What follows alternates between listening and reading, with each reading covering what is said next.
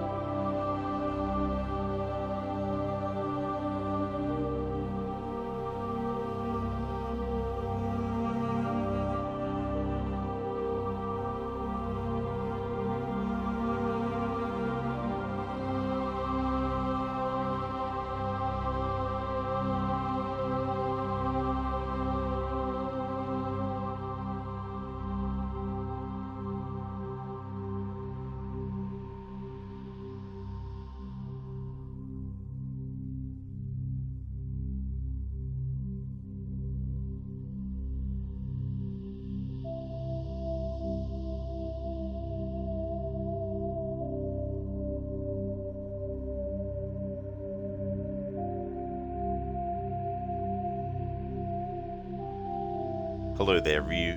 How's things going, dude? I was just waiting to see if there's anything that plays if you don't press anything, but it might not be one of those games where that happens.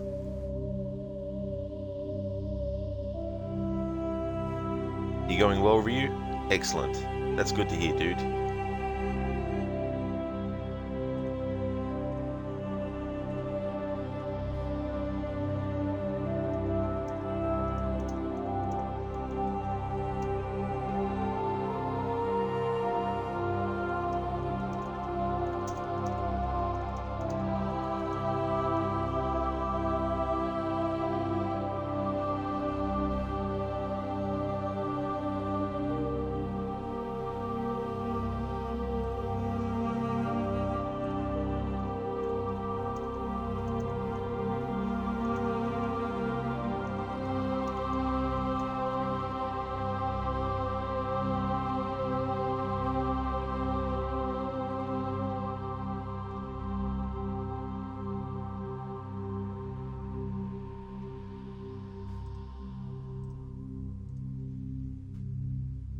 Alright, if any cutscene was going to kick in, it probably would have started by now.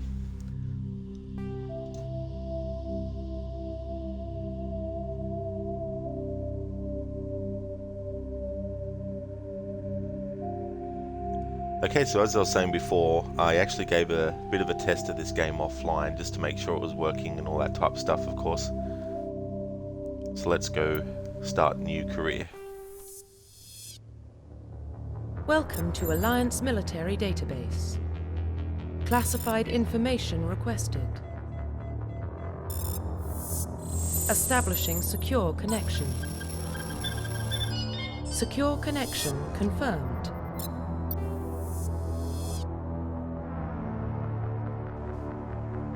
I'm liking the music so far. Hey there, Tall. Welcome to you. So we're going to be playing as Jane Shepherd. So she actually has a name. I thought it was, I thought that they just basically were like, yeah, Commander Shepherd was covered for both.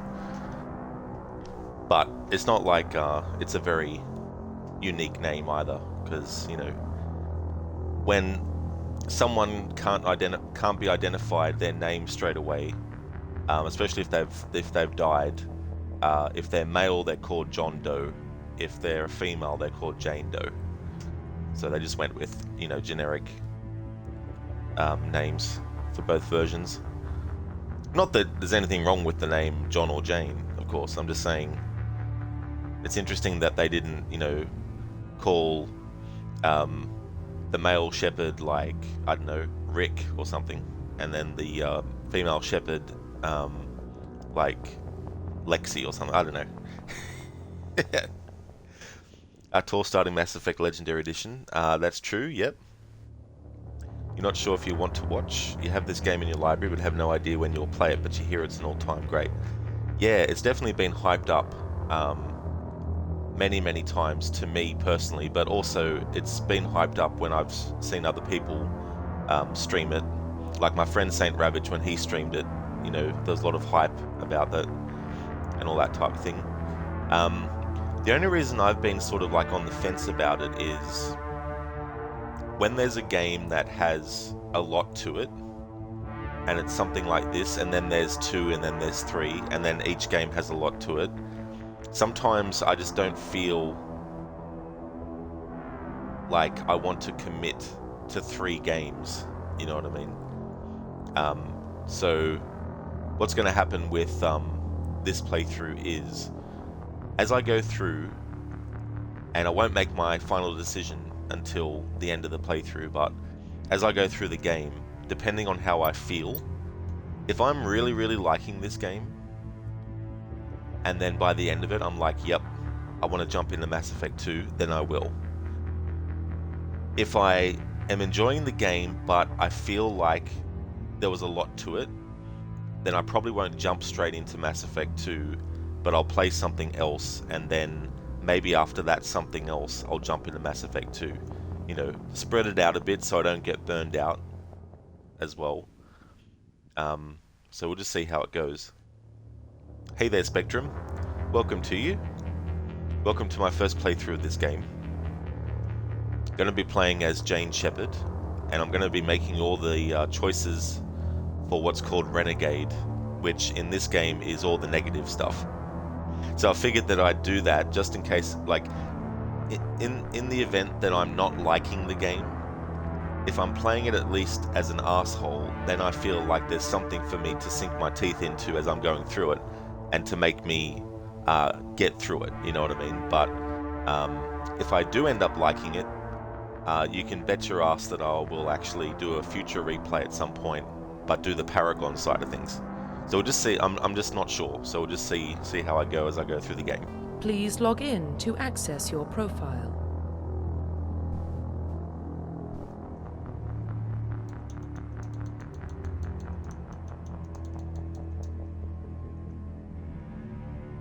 I didn't realize you can change the character's name.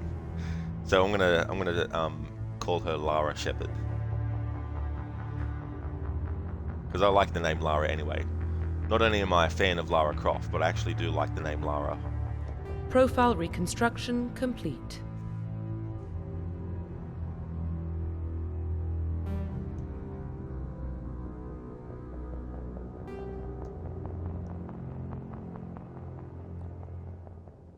Please log in to access your profile.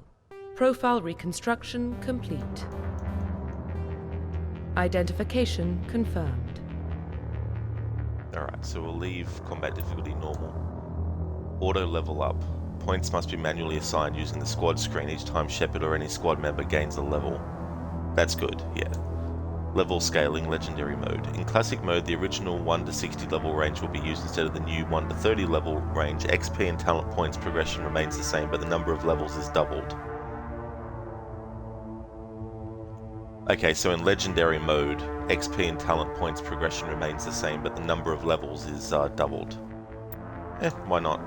Subtitles definitely on. Squad power usage. Squad AI will only use defensive powers to protect themselves or others. Squad AI will use all available talents.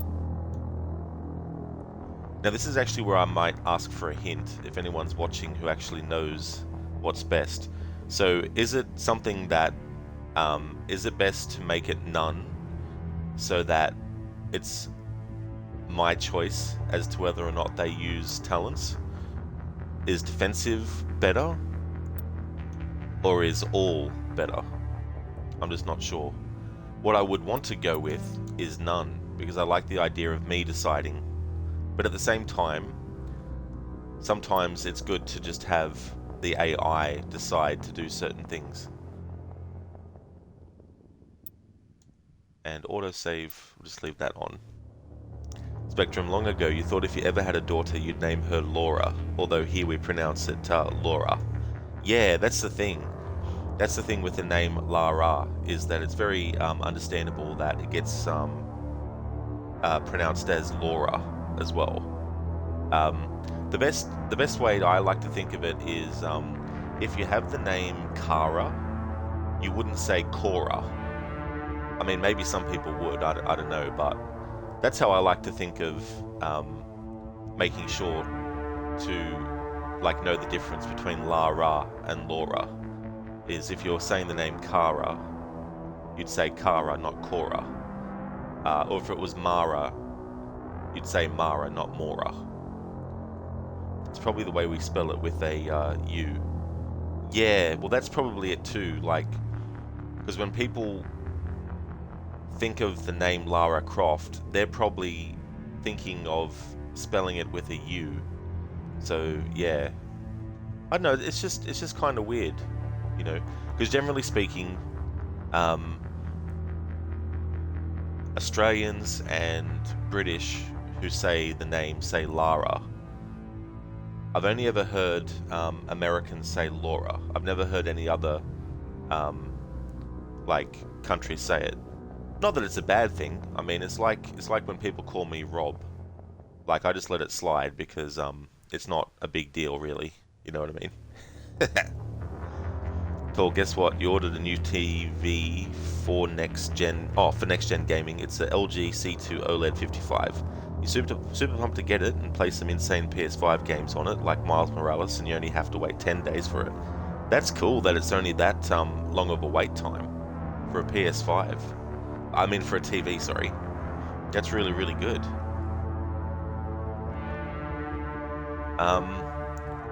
Okay, I'm just gonna go with defensive.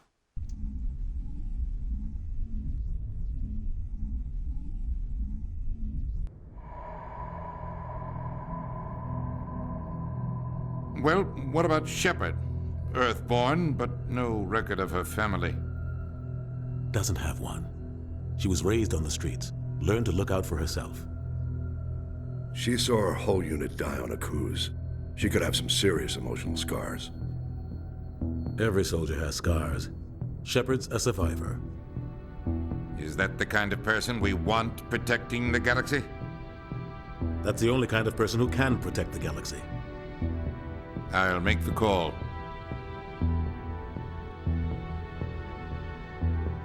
In the year 2148, explorers on Mars discovered the remains of an ancient spacefaring civilization. In the decades that followed, these mysterious artifacts revealed startling new technologies, enabling travel to the furthest stars. The basis of this incredible technology was a force that controlled the very fabric of space and time. They called it the greatest discovery in human history. The civilizations of the galaxy call it...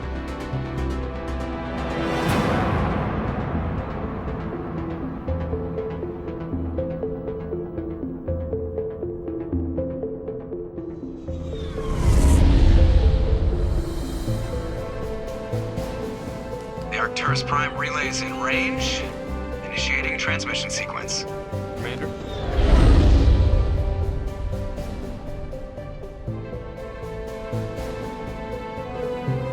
We are connected. transit mass and destination. The relay is hot, acquiring approach vector. All stations secure for transit.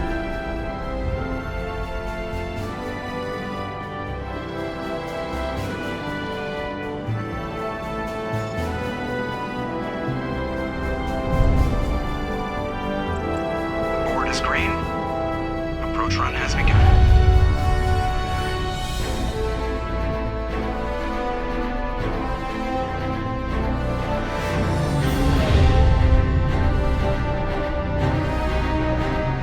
Hitting the relay in 3, 2,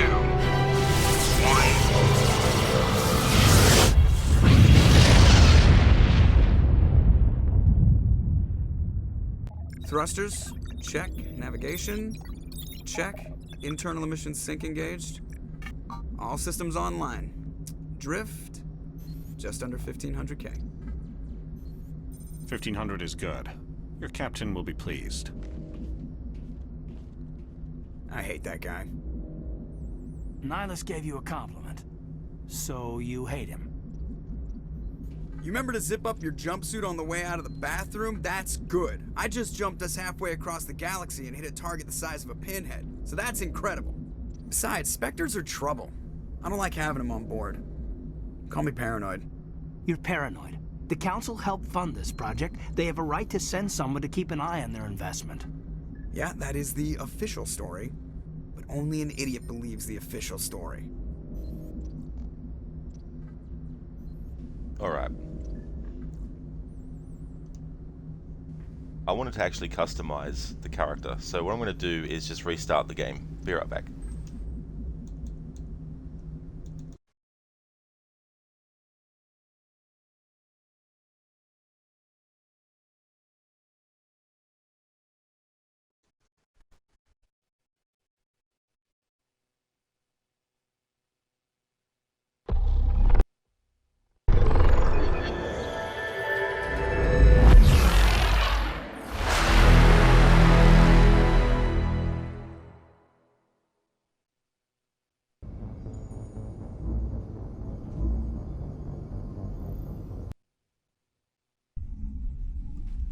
Alright, so I'm back. I completely overlooked the buttons that make you able to go and customize the character.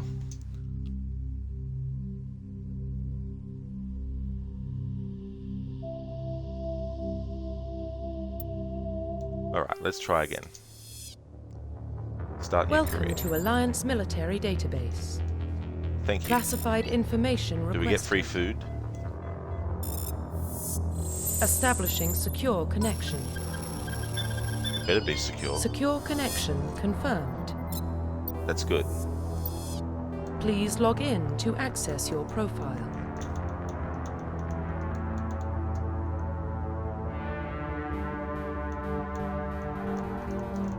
Profile reconstruction complete. Okay, how come I can't go in and be like changing stuff?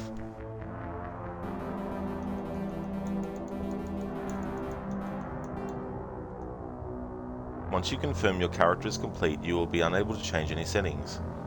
But I want to change how the character looks. There's no prompt on the screen to tell me what the button is to actually Please go log and in change to access your profile. how the character looks.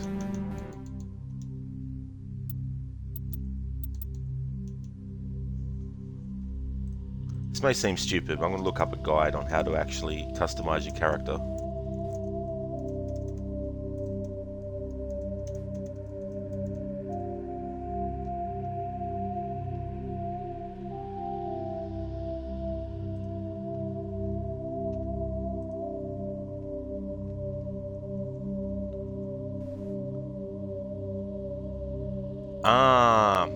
I see now.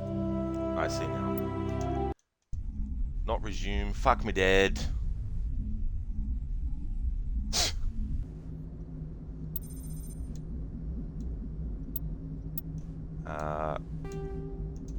Main menu.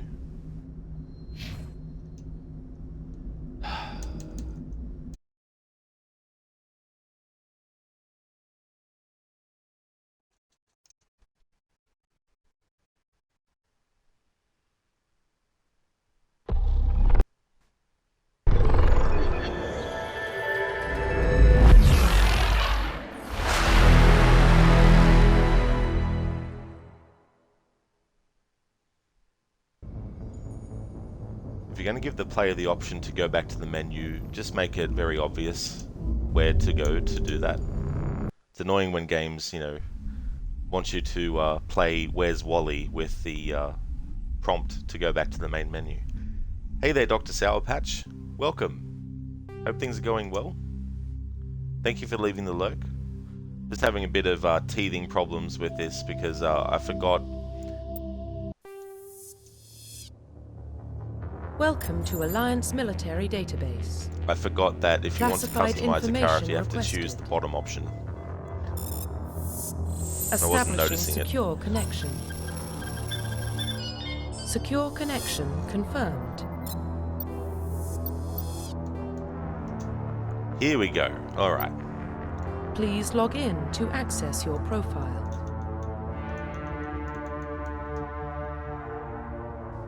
Alright, now we're cooking.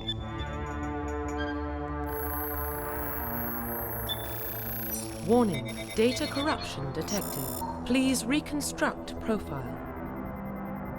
Confirm pre-service history. Tool, you're at the end of Crash Bandicoot 4. The Crash series has been a lot of fun. 1, 2, and 3 were free and you enjoyed them, so you bought 4, which has been great to play through. That's really cool that you enjoyed the first 3 and that gave you confidence to buy the 4th. Especially when you got the first 3 free. That's awesome, Tool. Spacer, both of your parents were in the Alliance military. Your childhood was spent on ships and stations as they transferred from posting to posting, never staying in one location for more than a few years. Following in your parents' footsteps, you enlisted at the age of 18. Colonist, you were born and raised on Mindor, or Mindoir, a small border colony in the Attican Traverse. When you were 16, slavers raided Mindor, slaughtered your Mindoir, slaughtering your family and friends. You were saved by a passing Alliance patrol, and you enlisted with the military a few years later. Earthborn, you were an orphan raised on the streets of the great megatropolises covering Earth. You escaped the life of petty crime and underworld gangs by enlisting with the Alliance military when you turned 18.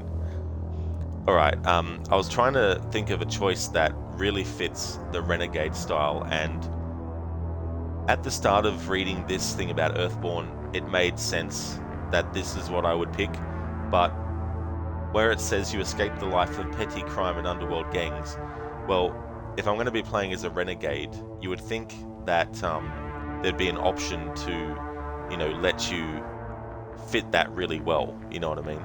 So to me, the fact that the character escaped the life of petty crime and underworld gangs, with the Earthborn option, it means that why would they turn renegade?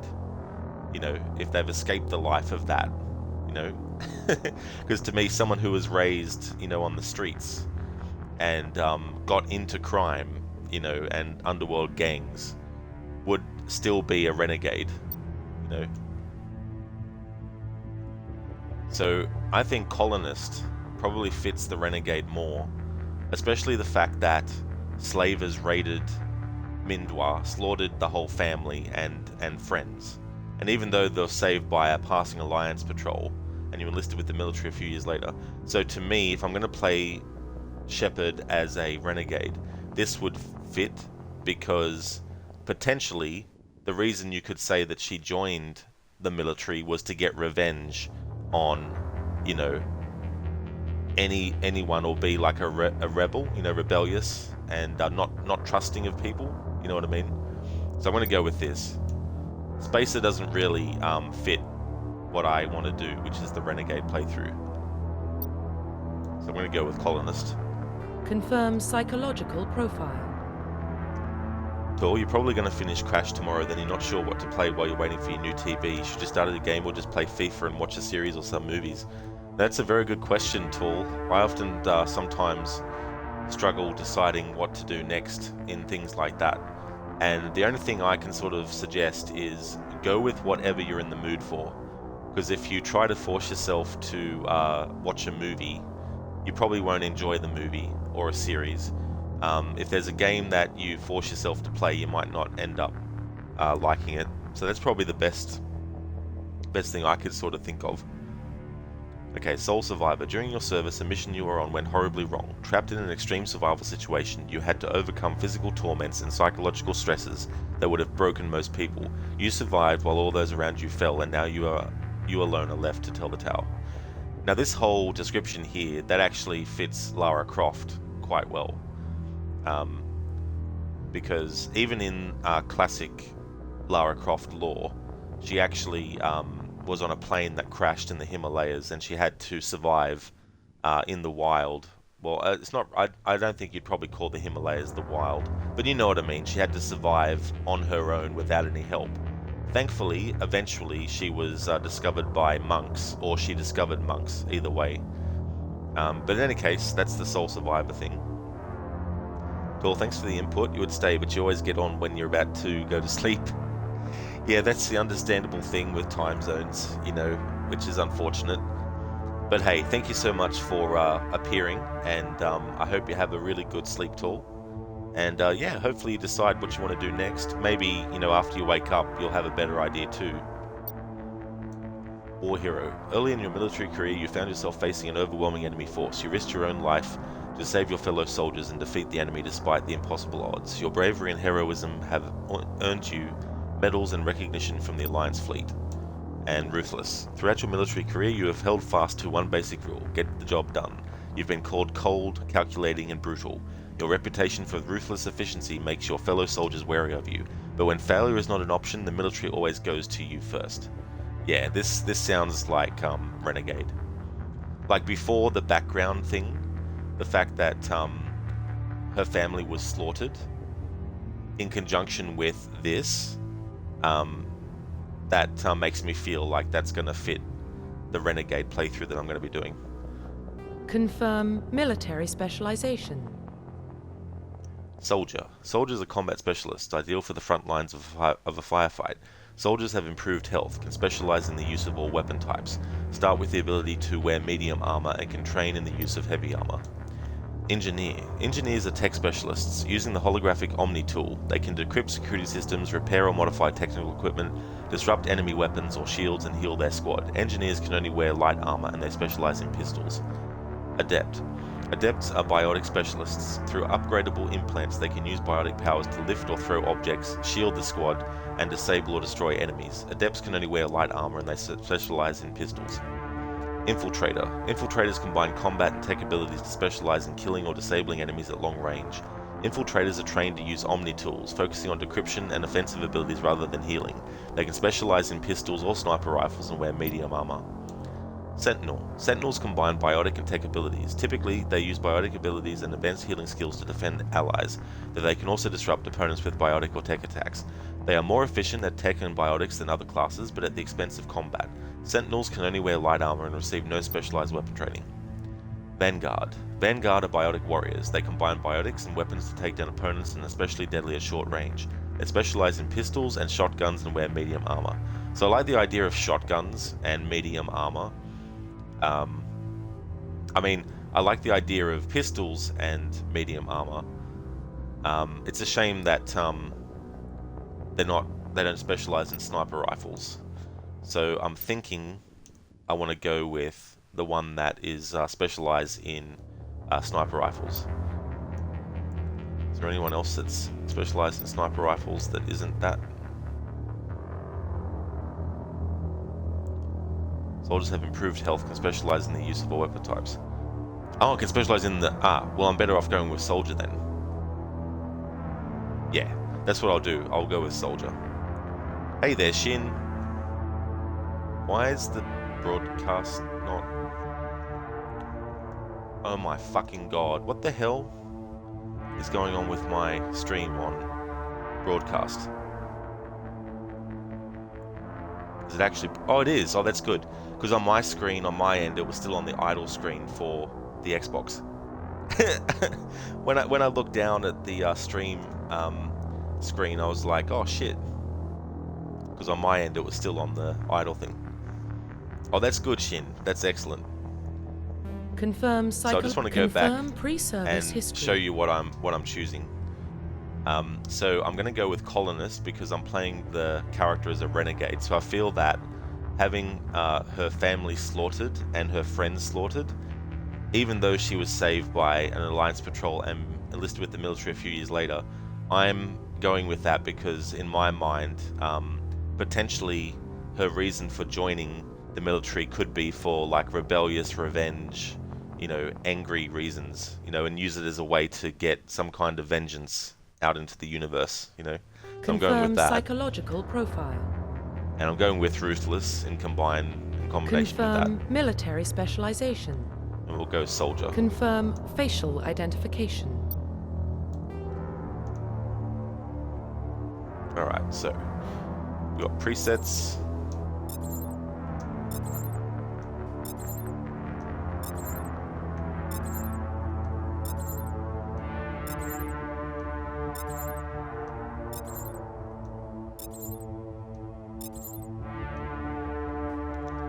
Shin, you picked your next game, Sword Art Online, Alicization Licorice.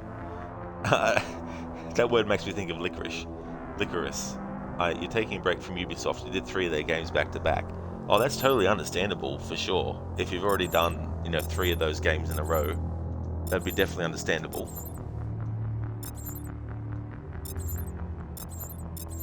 Okay, so they're the presets. Okay, facial structure. Let's go all the way to that.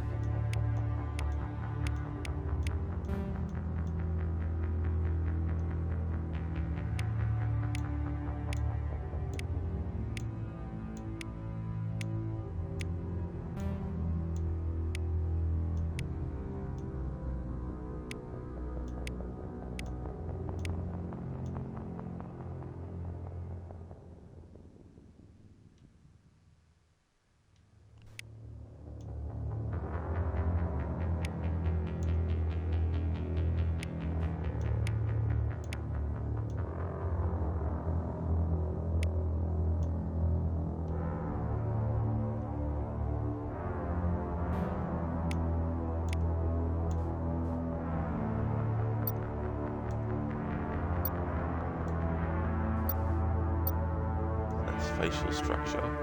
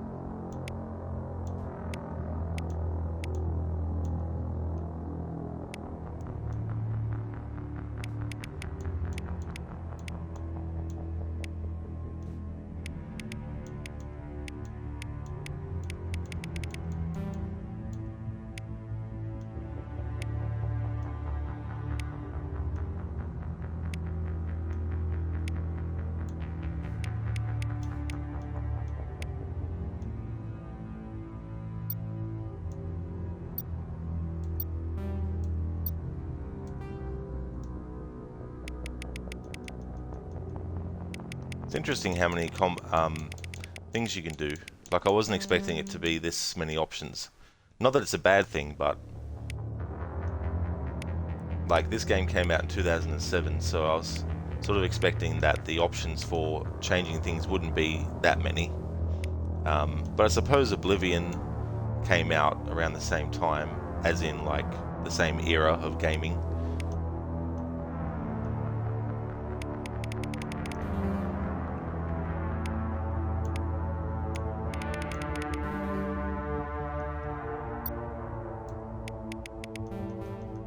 Face size.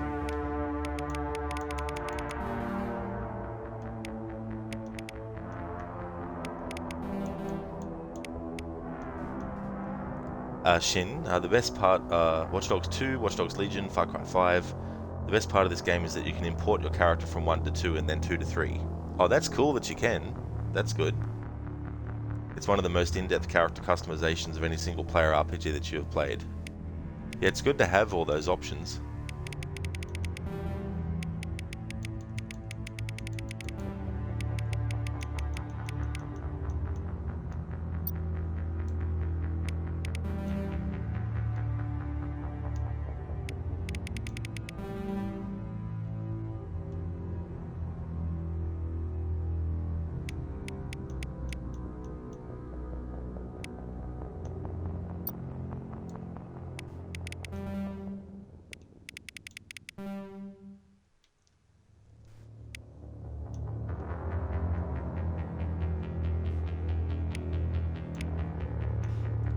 It's funny, with things like this too, sometimes it's hard for me to actually notice what I'm changing.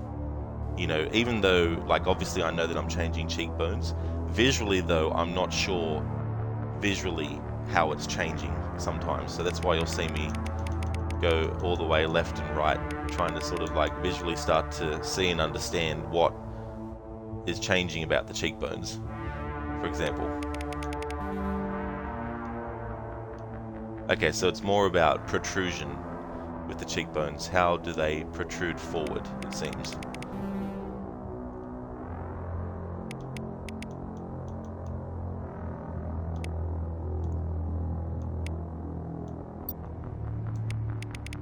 Cheek gaunt. Not really noticing what cheek gaunt is doing. Oh, now I see it. Now I see it. So it's making the cheekbones come out at the side, or the part under the cheekbone.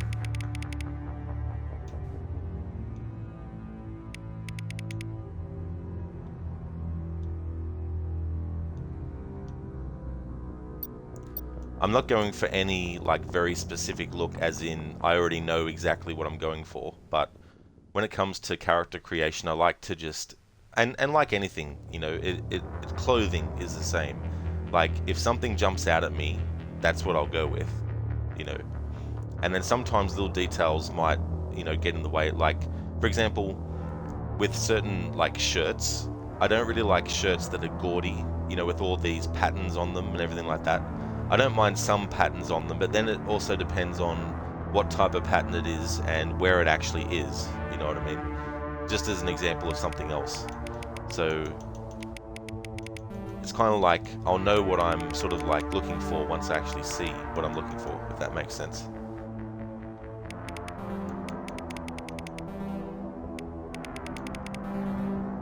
I don't really know what to do with cheek gaunt, because I'm not, like, I'm seeing what it's affecting visually, but I'm not sure if the changes from one to the next are strong enough to be that different to me visually.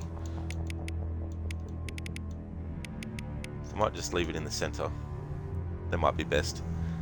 Shin, the games with the best character customization that you've seen have all been Korean MMORPGs, really? Okay. Yeah, I mean, if you really like wanting to have a deep customization for characters, it's good when there's games that, pardon me, that actually cater to that. Alright, so ear size. That's really, really small, and that's really, really big. Now, ears orientation. Oh yeah, so that's whether they're pinned back or not.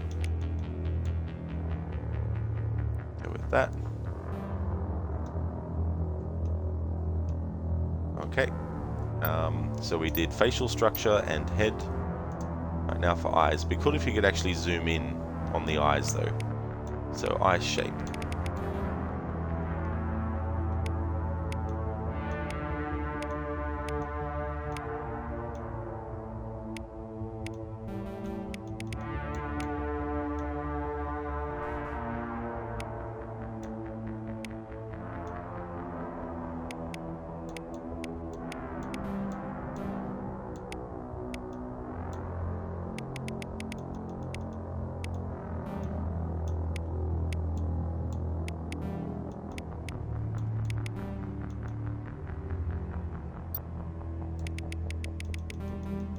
Eye height. It's an interesting thing. Oh, I see, yeah. So how far are the eyes from the cheekbones, and also the in between the cheekbones and eyebrows?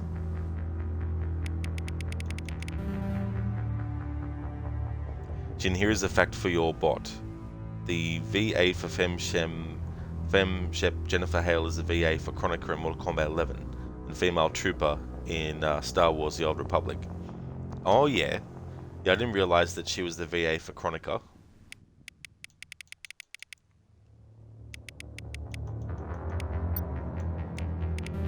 Eye width.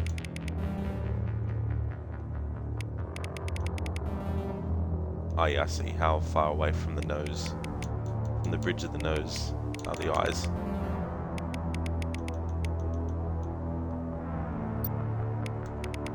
eye depth. Alright, so what's that visually doing? Oh yeah, making the eyes sunken in or not.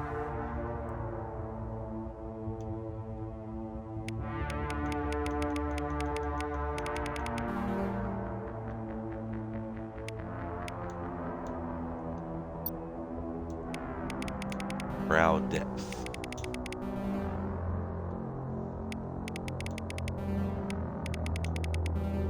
Can't really notice visually what's changing here yet. Oh yeah, I'm starting to see what's changing. I think. Brow height.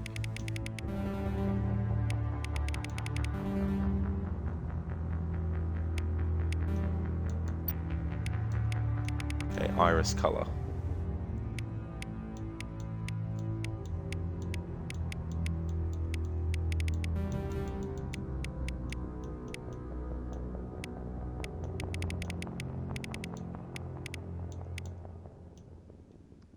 An interesting, very bright blue.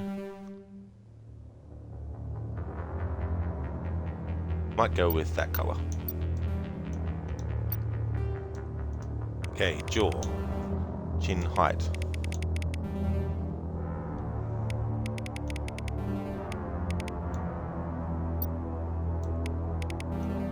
Chin depth. Oh yes, that's changing that.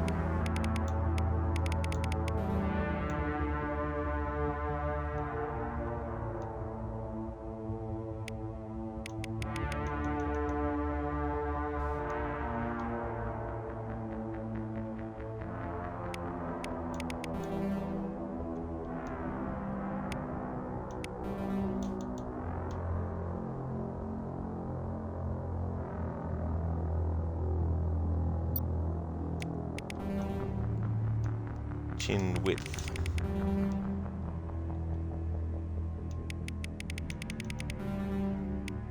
Oh yeah, I see now what's changing about the chin.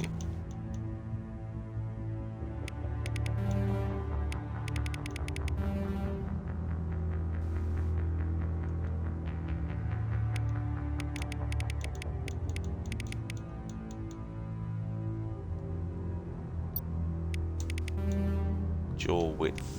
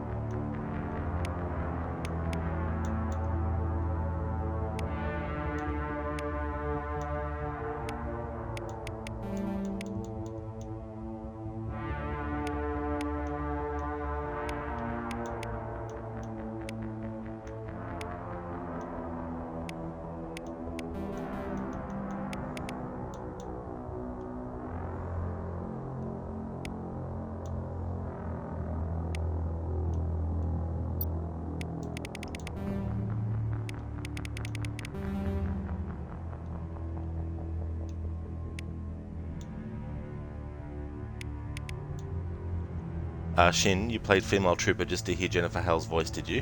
That's fair enough.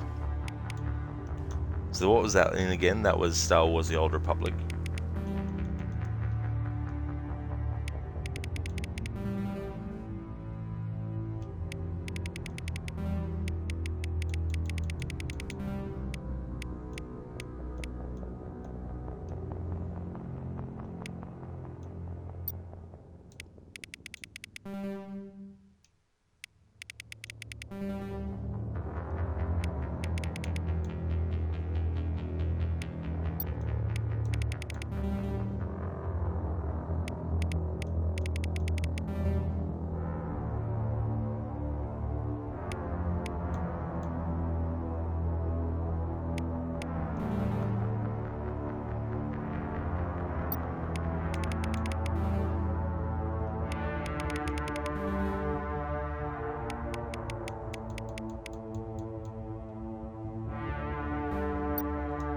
we go.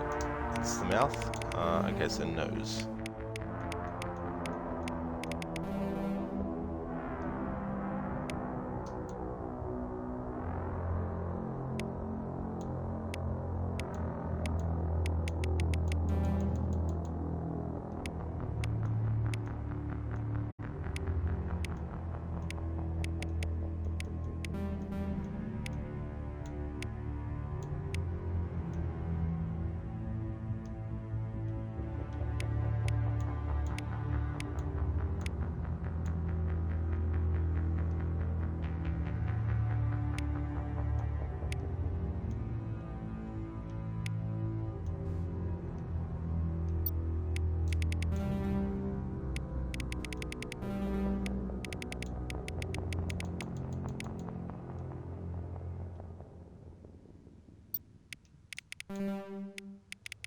Right, nose depth. What's changing about that? Ah, okay, I got it.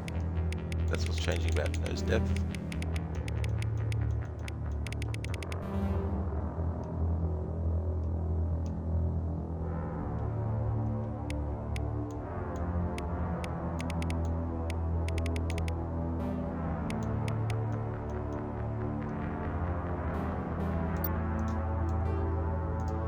Okay, so hair color.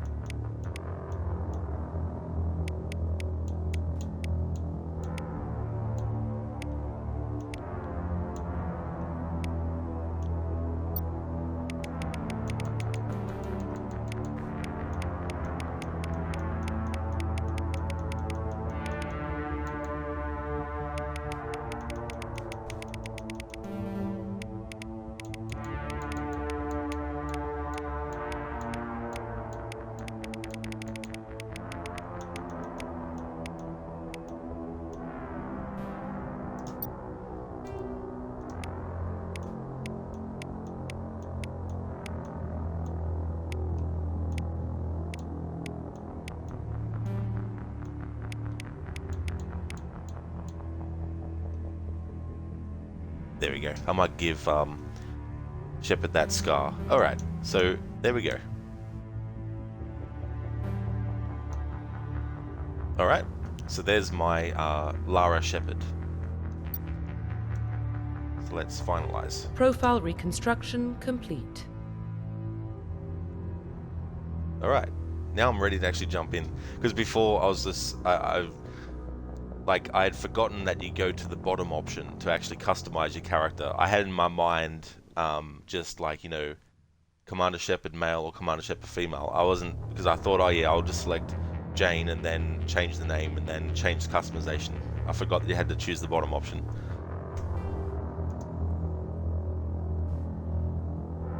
Hey, Mario Kart. Welcome. I did change the name, yeah.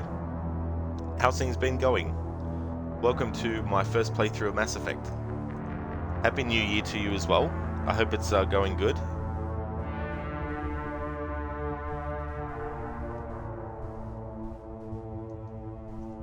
Identification confirmed. Okay, so normal, I kept that on normal. I kept that on off. Kept that on legendary, kept that on subtitles before, kept that on defensive. There we go. Thank you, Mario, for the Happy New Year.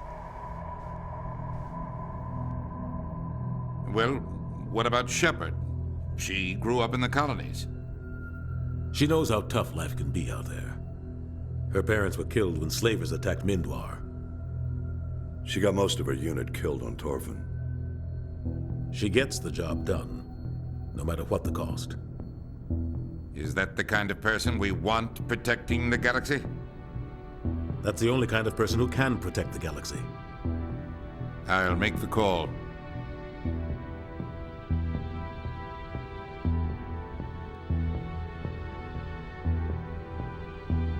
In the year 2148, explorers on Mars discovered the remains of an ancient spacefaring civilization. In the decades that followed, these mysterious artifacts revealed startling new technologies, enabling time travel to the farthest stars.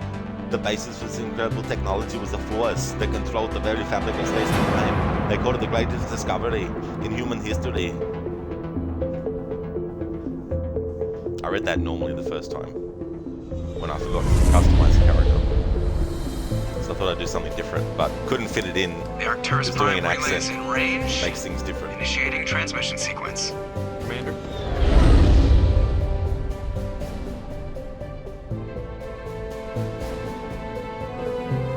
We are connected. Calculating transit mass and destination. The relay is hot, acquiring approach vector. All stations secure for transit.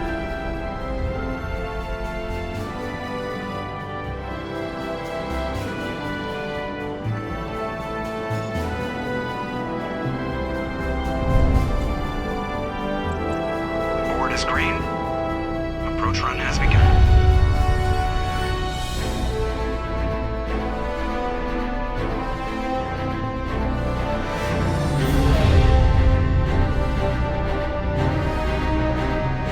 Hitting the relay in 3, 2,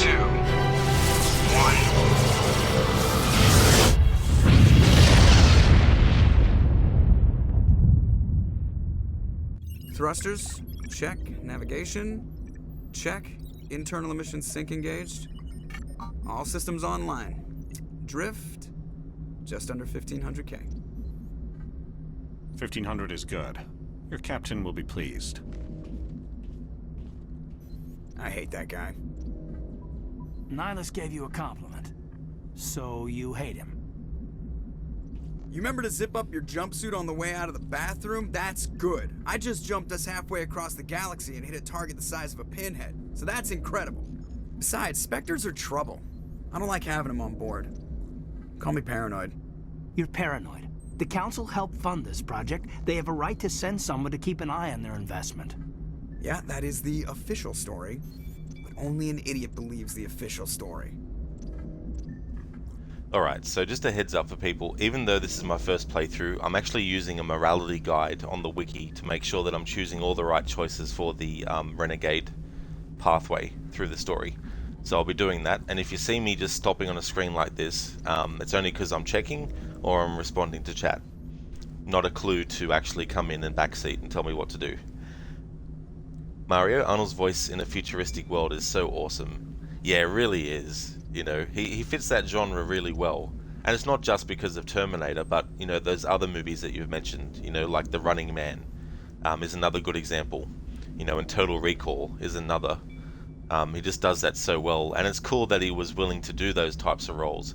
It was good that he wasn't just like, I'll just stick to just general action movies. You know, it was good that he did a bit of different things and then, you know, doing comedies and all that type of stuff. So it was really, really cool to have him say that.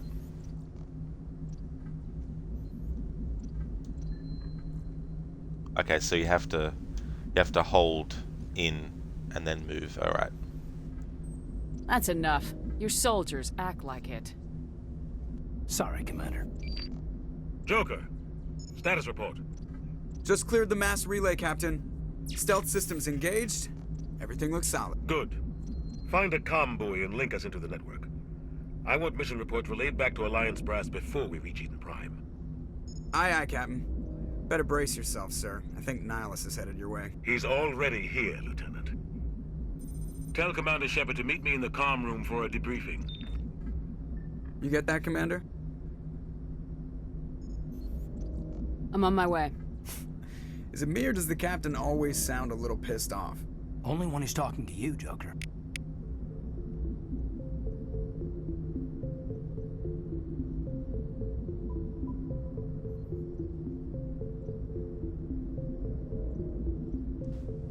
Alright, what I chose there I accidentally chose because I dropped my friggin' bloody drink.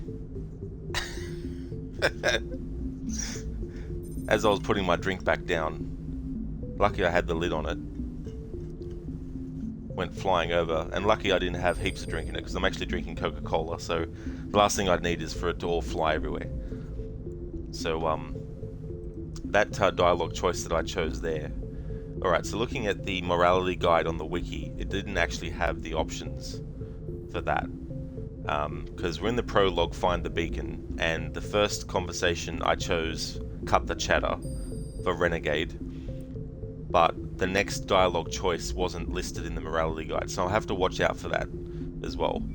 Because the next interaction is Richard L. Jenkins and Dr. Chakwas, and that's where I have to choose the next kind of option. I just bought 2 packs of M&Ms for 50 cents. My friend said, that's ludicrous. How can you waste your money like that? Nice one, Mr. Goatee. That's a good one. How's it going? Could you get me a drink as well, Mr. Goatee? I'd like to have some vanilla ice, thanks. That'd be a nice drink to have.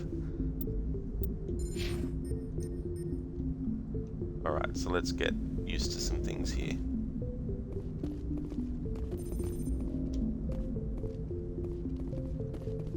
Oh yeah, so it tells you up the top of the screen when there's a prompt to talk to someone. Let's have a look. Options, graphics, motion blur. I'll turn that off. Film grain, don't know. Favor quality.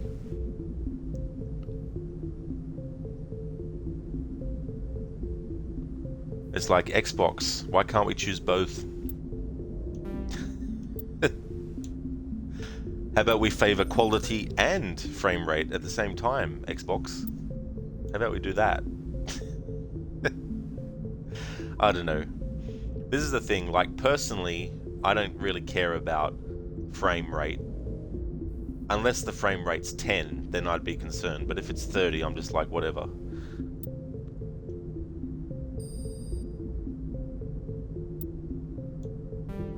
We'll just stick with that.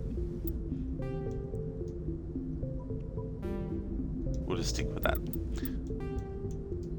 Sound, here we go. So I want dialogue volume up, sound effects volume can go down a bit. Because I find sound effect volume can often interfere with dialogue volume. And music will put that down slightly. There we go.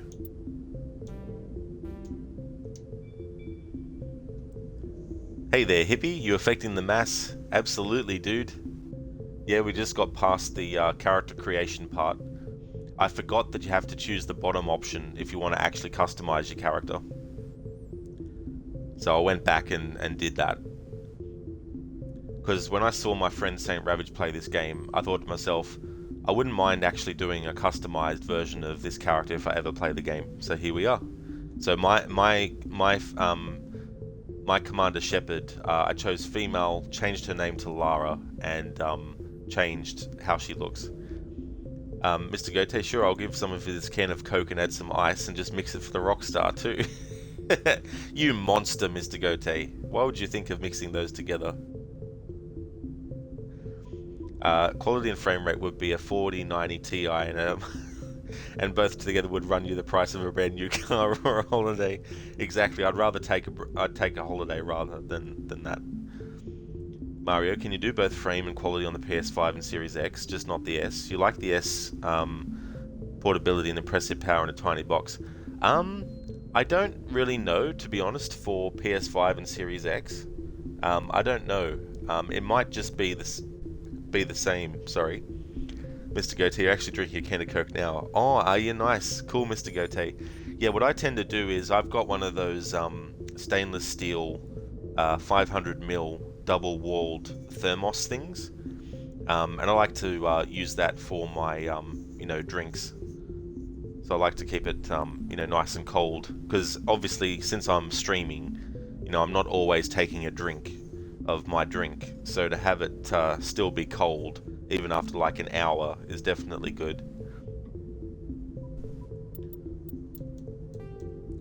Gameplay, so let's have a look. Combat difficulty normal. Oh yeah, I've already chose those options.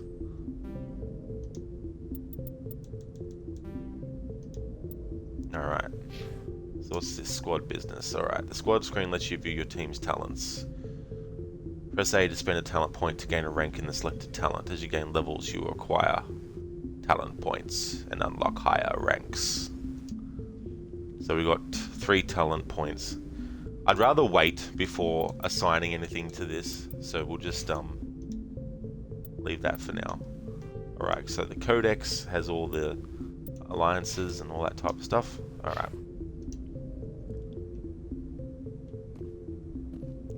Let's talk to Joker, played by Seth Green. Wonder if his father is evil. Mr. Gote, if you like sodas, you should invest in a soda stream, but you end up drinking more. Oh, really? Yeah, I don't know about those, to be honest.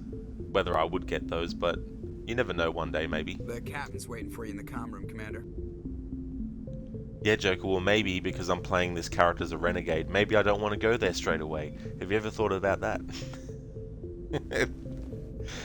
By the way, for anyone new to the channel, normally when it comes to games where you have the choice of how to play your character, normally I play them as like either general balance kind of character or, high honor or high, the positive side. But for this playthrough, because I'm not sure if I'm going to like the game or not, I figured if I end up not really liking the game, at least there'll be something to keep me going through the story if I'm playing the game as a renegade as opposed to Paragon. You probably don't want to keep the captain waiting, Commander. Maybe I do want to keep the captain waiting. Maybe the captain could just, wait until I'm ready to see the captain, not the other way around, huh? Even though that I'm sure captain outranks commander, but still. We're playing as a renegade. I'm telling you, I just saw him. He marched by like he was on a mission. He's a Spectre. They're always on a mission. And we're getting dragged, right along with him. Relax, Presley. You're gonna give yourself an ulcer. Yeah, Presley, relax. Shake your hips a bit, then you might feel better afterwards. But don't get all shook up.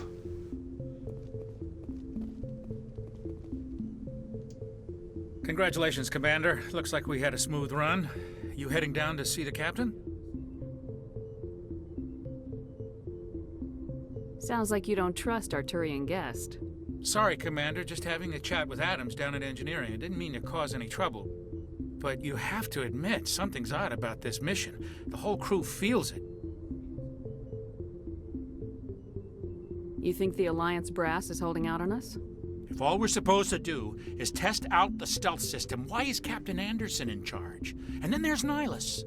Spectres are elite operatives, top covert agents. Why send a Spectre, a Turian Spectre, on a shakedown run? It doesn't add up. Alright, so the left option is to just get more information on something. The top one is Paragon. Goodbye, I guess, is just in the general thing, or maybe just to exit out of the thing. And then, of course, Renegade is the bottom one.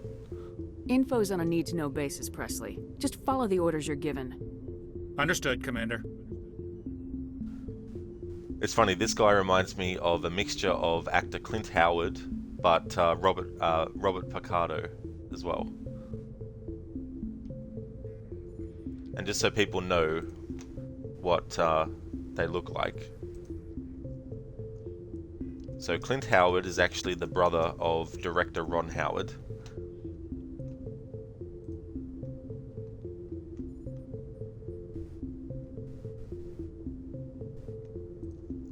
Let's see if I can get a more updated version of them. Actually, the images of him, he has like scraggly hair.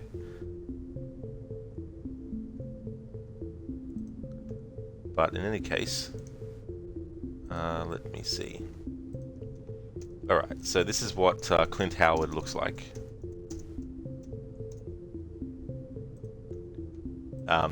So his brother is director Ron Howard, and their father actually was an actor as well called Rance Howard.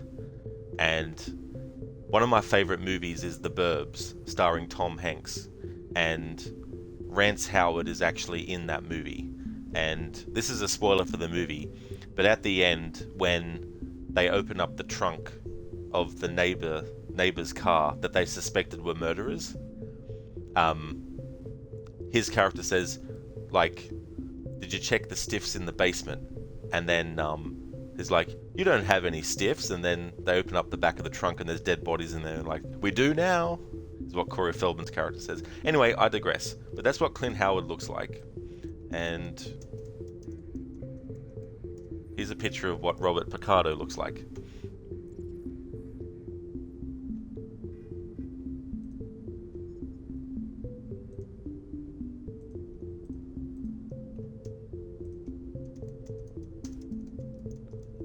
And so, together... Something I can do for you, Commander? They remind me of this character. I was curious about a few things. You and me both. Like I said before, too many things don't add up on this mission. I better head down and see the captain. Yes, ma'am. Hippie, they were redacted in the trunk. That's true. You gotta watch out for that when that happens. It's not the kind of place Spectres visit. There's something Nihilus isn't telling us about this mission. That's crazy. The captain's in charge here. He wouldn't take orders from a Spectre. Not his choice, Doc. Spectres don't answer to anyone. They can do whatever they want. Kill anyone who gets in their way. Oh, you watch too many spy vids, Jenkins. Yeah, Jenkins, you watch too many spy vids. Next you'll change your name to Sam, and then you'll change your favourite number to 007, and then you'll be going around saying how you're Jason Bourne.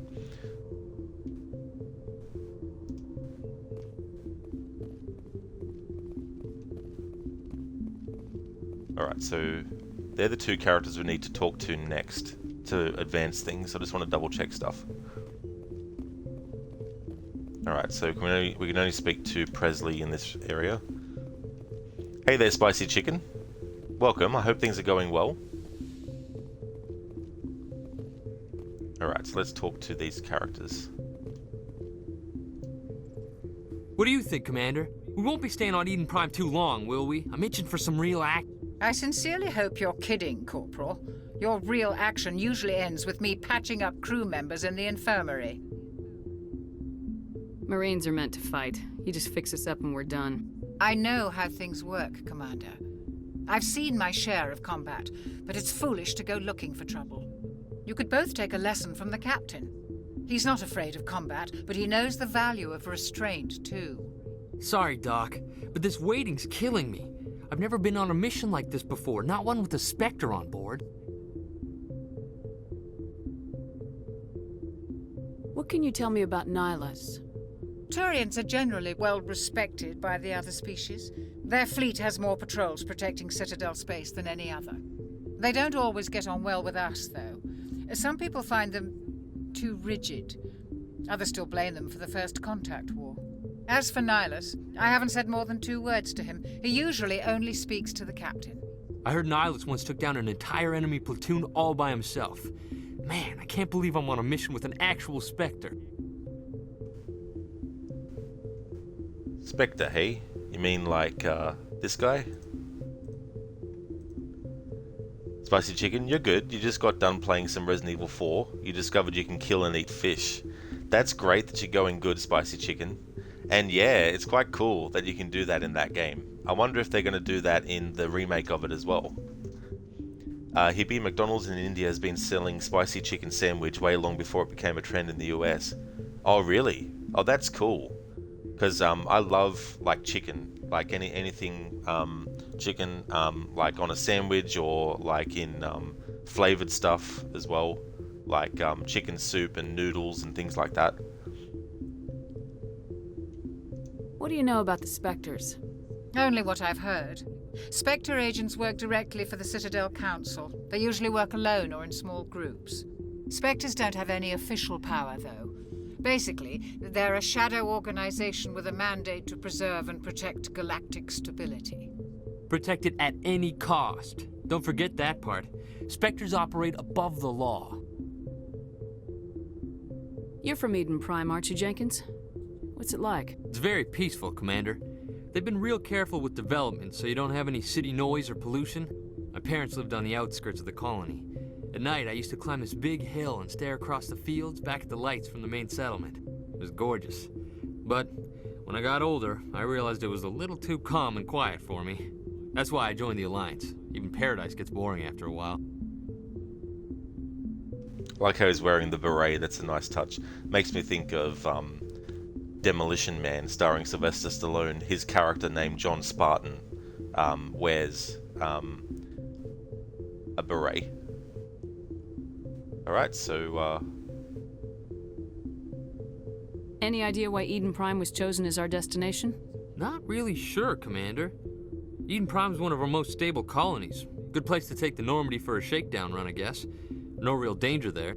There's gotta be something else going on. We've got a Spectre on board. That's why I'm so wound up. I can't wait for the real mission to start. Hippie, something tells you Corporal Jenkins was the kid in class who reminded the teacher about the homework, and even the substitute teacher as well. Where it's like, our regular teacher, they had homework for us to do, and then the substitute's like, oh, really? What was the homework? And then all the other people in the class are like, why'd you mention that?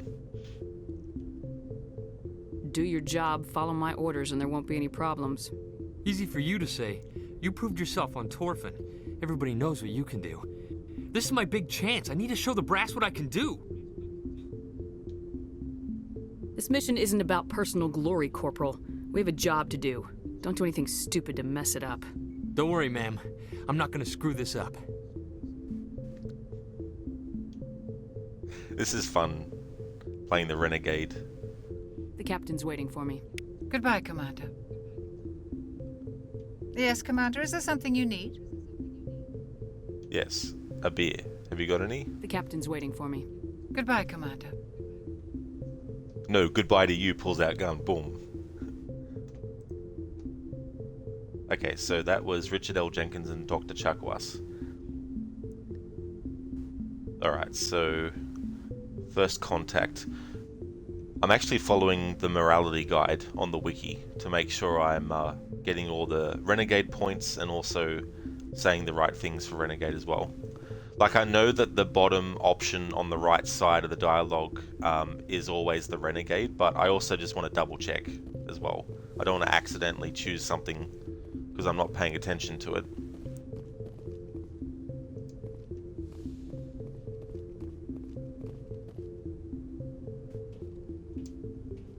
Commander Shepard, I was hoping you'd get here first.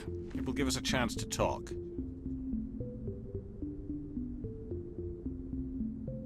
What about? I'm interested in this world we're going to, Eden Prime. I've heard it's quite beautiful. Nihilus, I know this actor who plays him. Alistair Duncan voices his character. He's a really cool actor. One of my favorite movies that he's in is called Split Second. It's a sci-fi movie. It's a sci-fi horror. It's along the lines of the movie Predator. It's a very similar kind of thing, although the creature has some similarities in the fact that it's really tall and vicious, but there's a difference in the whole story of it. It's not like Predator in story and stuff like that. But it's such a great movie, and legendary actor Rutger Hauer was actually in it as well. That was one of his 90s movies. So in the movie Split Second, in a flooded future London, Detective Harley Stone hunts a serial killer who murdered his partner and has haunted him ever since. He soon discovers what he is hunting might not be human. It also has Kim Cattrall in it as well, and Alistair Duncan is also in it, and he's the actor that voices this Nihilus character that we hear here.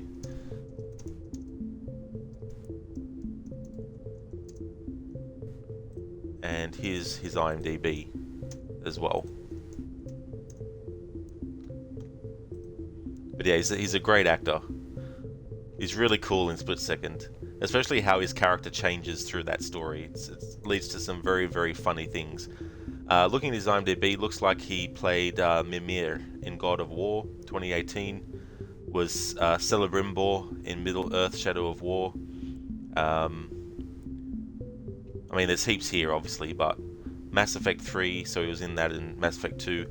In Skyrim, he was Captain Veleth in the Dragonborn DLC. In Uncharted 3, he was Marlowe's agents. Tomb Raider Anniversary, he played Qualopec. Tomb Raider Legend, he was the narrator, archaeologist named Kent. He was in Onimusha Dawn of Dreams. Rainbow Six Lockdown, Siphon Filter, the Amiga strain, interesting. Legacy of Kain, Defiance, Star Wars Jedi Knight, Jedi Academy, and many other things.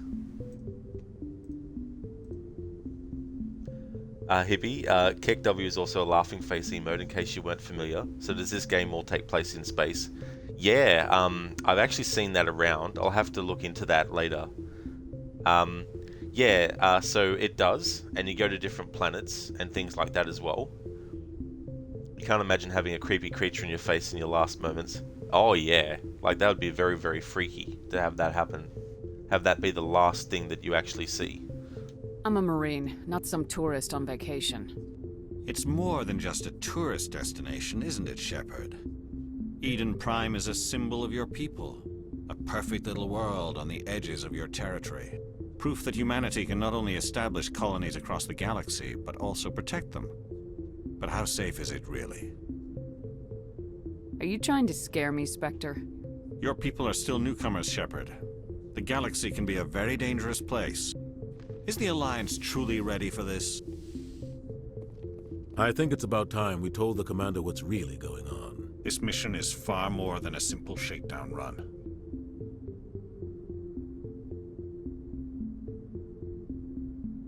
I already figured that out.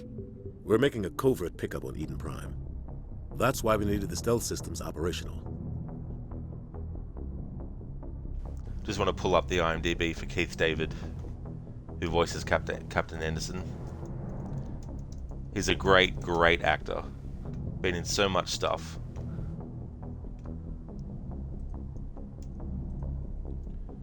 He was even the voice of Spawn in the 90s animated Spawn series.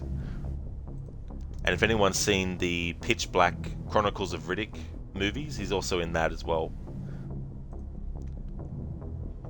Hippie, they say when you're dying, your brain still has 7 minutes of flooding brain activity where your life events play back in your head. That's crazy to think. You know what I mean? So if someone dies and their eyes are open, 7 minutes after their death, they're probably still, experiencing that stuff. Spicy Chicken, you saw a clip of the Spawn show. It was really good. And the funny thing was, it came out the very same year that the live-action movie came out. And as much as I like Michael Jai White as Spawn and all that type of stuff, the movie itself was pretty, over bloated. It's a big CGI mess. The director had no directing experience. It was just he was more experienced with CG and all that type of stuff, and it was just over the top. But the animated series, they did a much better job with it.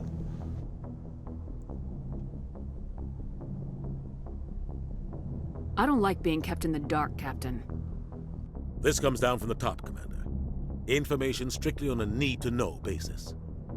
A research team on Eden Prime unearthed some kind of beacon during an excavation. It was Prothean. I thought the Protheans vanished 50,000 years ago. Their legacy still remains. The mass relays, the Citadel, our ship drives. It's all based on Prothean technology. This is big, Shepard. The last time humanity made a discovery like this, it jumped our technology forward 200 years. But Eden Prime doesn't have the facilities to handle something like this. We need to bring the beacon back to the Citadel for proper study. Obviously, this goes beyond mere human interests, Commander. This discovery could affect every species in Council space. I was saying before that I'm really liking the music in this game. And this music that's playing right now, even though it's on loop, and if the music's good, then I can hear it on loop for like, half an hour or more. If it's good, I'm actually digging this one. I absolutely have, Hippie, yeah. Yeah, I've played Alien Isolation. I've played it on all the difficulties, even on the novice one, just to see what it was like. Yeah, I regularly do that as part of my October streams. But sometimes you'll see me do a playthrough of it other times during a year as well. Why didn't we keep the beacon for ourselves? You humans don't have the best reputation. Some species see you as selfish, too unpredictable, too independent, even dangerous. Sharing that beacon will improve relations with the Council. Plus, we need their scientific expertise. They know more about the Protheans than we do. The beacon's not the only reason I'm here, Shepard. Nihilus wants to see you in action, Commander. He's here to evaluate you. Since when do we answer to the Spectres? You're smart enough to know how things work, Commander. The Alliance has been pushing for this for a long time. Humanity wants a larger role in shaping interstellar policy. We want more say with the Citadel Council. The Spectres represent the Council's power and authority. If they accept a human into their ranks, it shows how far the Alliance has come. I was impressed when I studied the reports from Torfin. A grim business, but you got the job done. That's why I put your name forward as a candidate for the Spectres. Spicy Chicken, you know very little of Spawn. What you've seen from him in Mortal Kombat, you like him. Wait, no, was that Injustice? No, that was actually Mortal Kombat 11 that he was in. He was one of the DLC characters that you could get, which I thought was amazing. It was so cool to see him. And it will never happen because of the fact that Warner Brothers owns the Mortal Kombat franchise now, and of course they own DC, and Blade is a Marvel character, but I think Blade would really fit Mortal Kombat really, really well. So you never know, maybe in the future they can work out a deal somehow to use Blade in Mortal Kombat. I think that'd be awesome. Hippie, why would someone have the name Nihilus, like a nihilist? Yeah, I mean, that would be fitting, like if that's the reason they chose to call him that as well.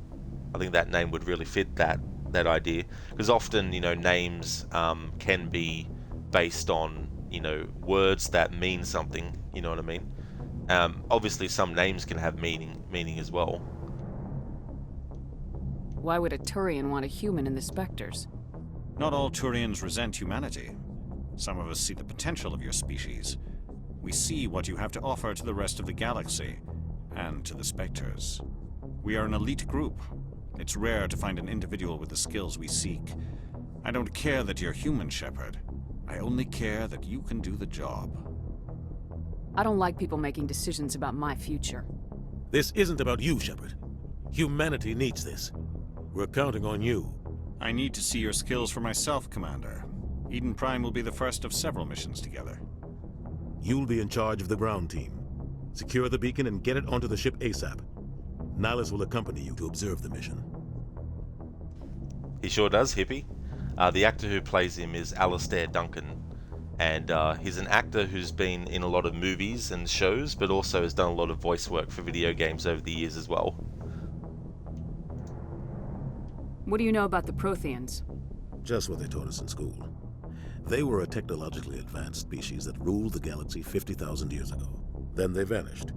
Nobody really knows how or why, though I've heard plenty of theories. But everyone agrees, galactic civilization wouldn't exist without them. Their citadel is the very heart of galactic society, and without their mass relays, interstellar travel would be impossible. We all owe the Protheans a great debt. I'd like to know more about Eden Prime before we touch down.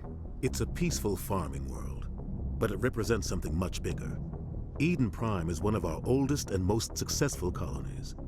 It proved we were ready to face the challenges of settling new worlds, to forge a place for humanity beyond Earth. It symbolizes humanity's growth and evolution as a spacefaring species. And after this, it will be known as the world where humans made a discovery of galactic importance. Spicy Chicken, you know Kratos started a Mortal Kombat game too. Yeah, I don't know what one it would be, because I know that Mortal Kombat 9 had some DLC characters like Freddy Krueger, for example. Unfortunately, it was the remake version of Freddy Krueger, which is a shame. But that's the only one that I know of. I think Scarlet might have been a DLC character as well in Mortal Kombat 9. But I'm not sure though. It's been a long time since I played Mortal Kombat 9. Why is this beacon so important? All advanced galactic civilization is based on Prothean technology, even yours. If we hadn't discovered those Prothean ruins buried on Mars, we'd still be stuck on Earth. That was just a small data cache. Who knows what we can learn from this beacon? What if it's a weapons archive? We can't let it fall into the wrong hands. Get your ass to Mars. Get your ass to Mars. There were clucking sounds coming from our hen house today. But the last chicken died in there 2 summers ago. I think that it's a poltergeist. I like that one, Mr. Gote. Thanks for redeeming that as an Arnie impression. That's awesome, dude. Spicy Chicken, you don't know which 2 characters it was, but they bowed to Kratos, and it makes me wonder what they would think about old Kratos. Yeah, especially if they know that other version of Kratos really, really well. I know it's the same Kratos, but I'm just saying that to make it different to old Kratos. Hibby, you know who else was in Mortal Kombat? Arnie. Well, unfortunately, his likeness as the Terminator was used, but they got someone else to do his voice. But interestingly enough, in the Predator Hunting Grounds game, there's some dialogue audio tapes that you can find that are actually Arnie's character Dutch Schaefer from the first Predator movie. And in that game, Arnold actually voiced the role.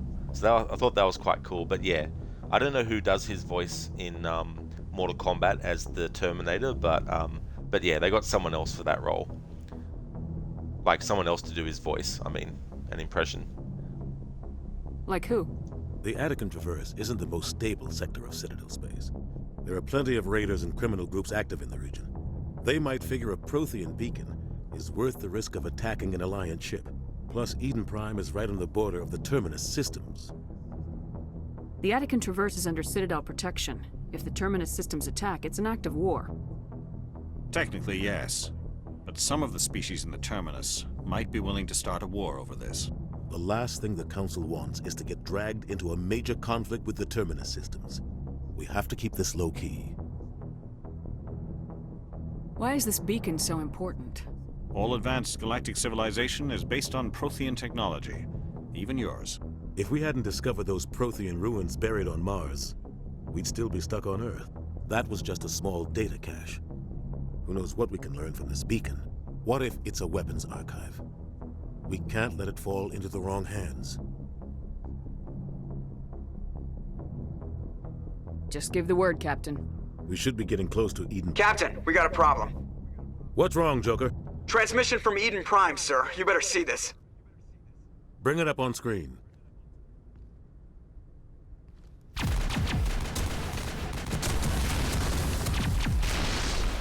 Get Get down!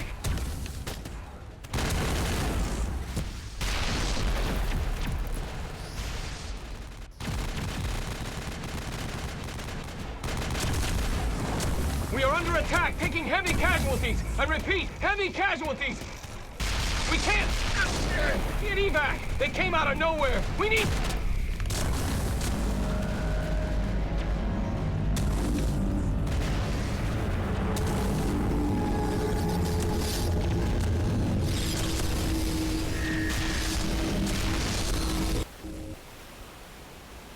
Everything cuts out after that. No comm traffic at all. Just goes dead. There's nothing. Reverse and hold at 38.5.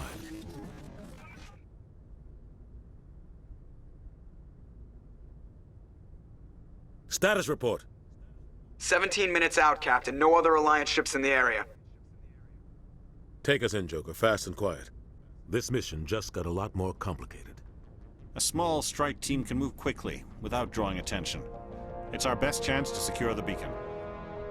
Grab your gear and meet us in the cargo hold. Tell Alenko and Jenkins to suit up, Commander. You're going in.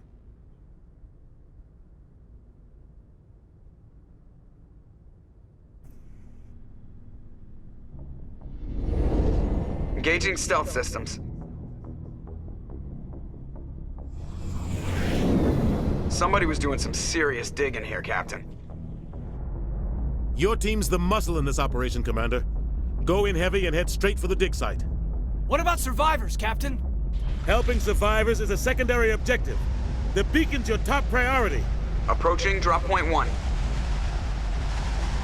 Nihilus, you're coming with us? I move faster on my own. Nihilus will scout out ahead. He'll feed you status reports throughout the mission. Otherwise, I want radio silence. I don't like putting my life in the hands of a Turian, sir. Nihilus is on our side. He wants you in the Spectres, and he wants that beacon.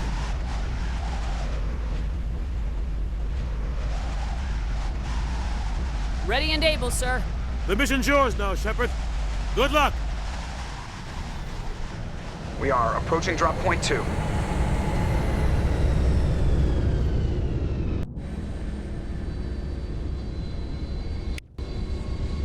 Ship perimeter secure, Commander.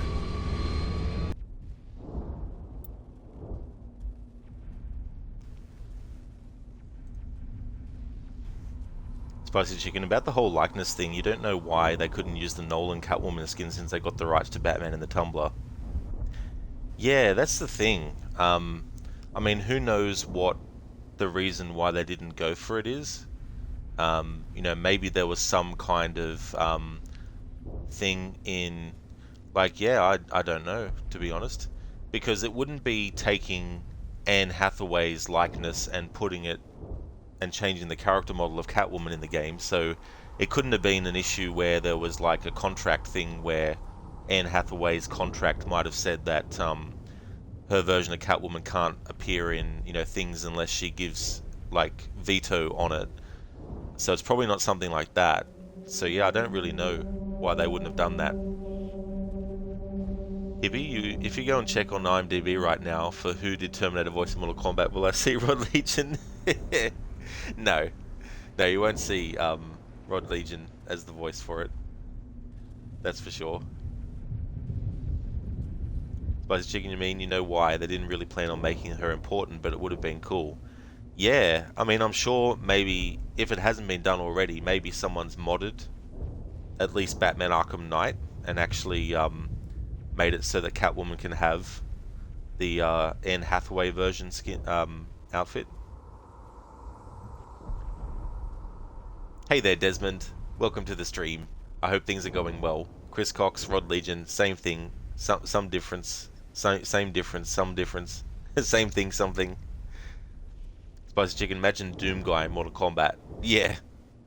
Now that would be awesome, especially if when you're fighting, his theme, like the theme music of, you know, like the classic Doom theme plays as well.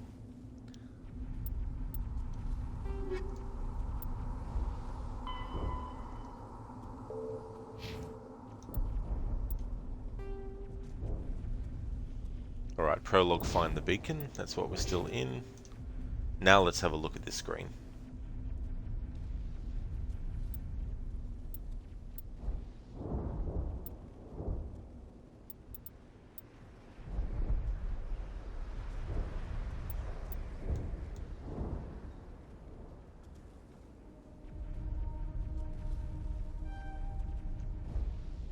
Okay, so I like the idea of having health regeneration, charm, and intimidate. Alright, let's just specifically have a look. Charm options and conversation decreases the cost of items in stores. So I'm playing Renegade, but I still just want to see what the charm options say. Charm options and conversations will be grayed out if you do not have a high enough skill rank. New skill ranks will unlock when you become a Spectre and as you earn Paragon points. Intimidate opens Intimidate options and conversations. Increases credits gained when selling items in stores. Intimidate options and conversations will be grayed out if you do not have a high enough skill rank. New skill ranks will unlock when you become a Spectre and as you earn Renegade points. Alright, we definitely want to put points into that. Combat armor. Able to equip medium armor, increases damage protection, grants the shield boost ability, unlocks heavy armor. Assault rifles. Increases accuracy and damage with assault rifles, grants the overkill ability. And pistols. Increases accuracy and damage with pistols, grants the marksman ability. Let's put that into combat armor. There we go. Now, do I just go back to actually put it in? Let's see.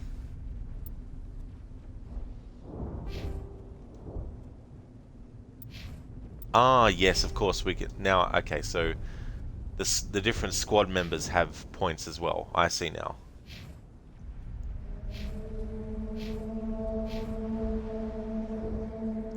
Now this is a question for people who've played this game before. During this playthrough, if I have questions that I actually want to know the answers to, I will actually address chat.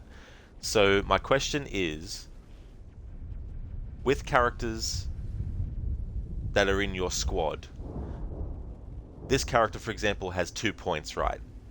Now, once I've used those 2 points for him, does that mean that any other characters throughout the game I might actually find will have their own amount of skill points?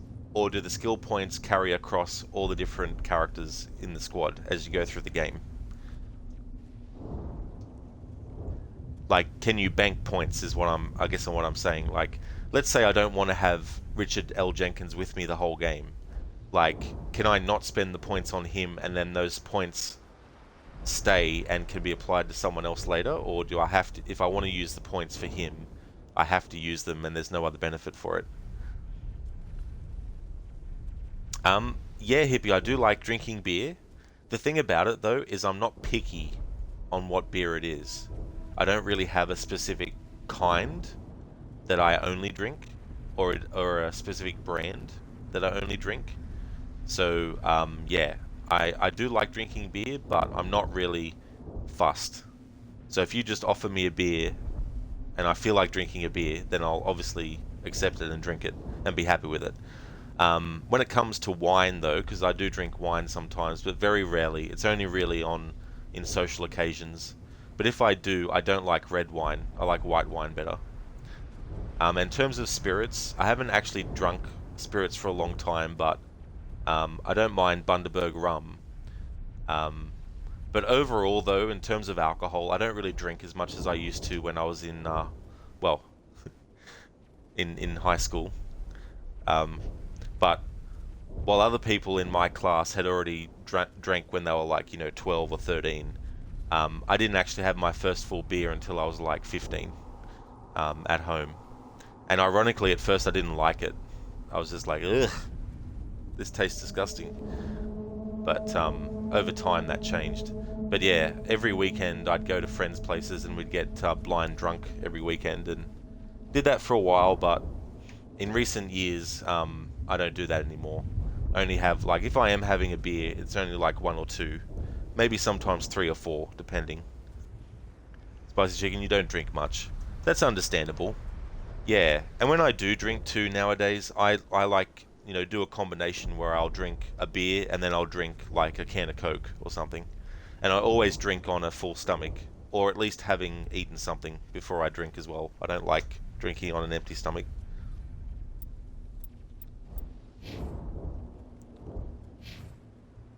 Okay, so I think for now, I'll just let these AI characters have what they basically have.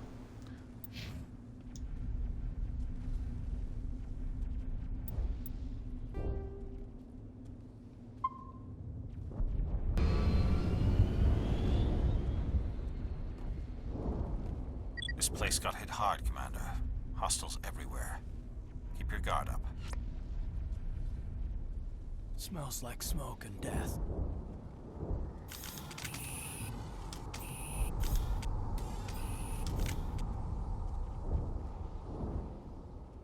Eden Prime will never be the same again. Check your targets. Could be friendlies. Oh God, what happened here? Oh God, what happened here?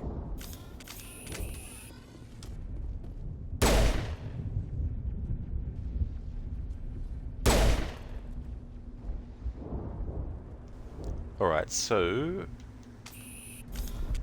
I've noticed that the prompt to talk to someone appears in the middle of the top of the screen, and bottom left is where information for the gun will be.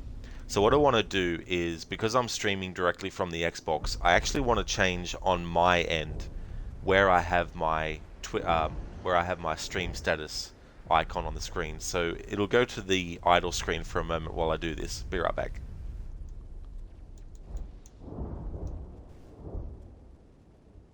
Or maybe it won't go to that screen. But in any case,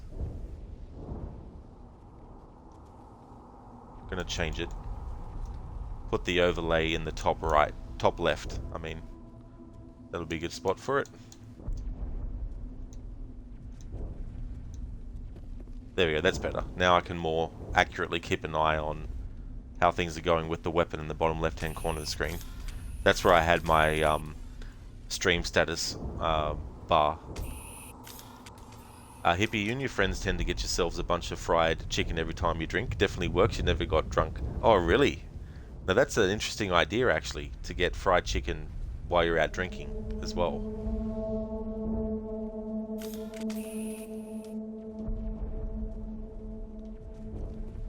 Alright, so I don't mind fast and loose sometimes with aiming, but let's see, options, calibration.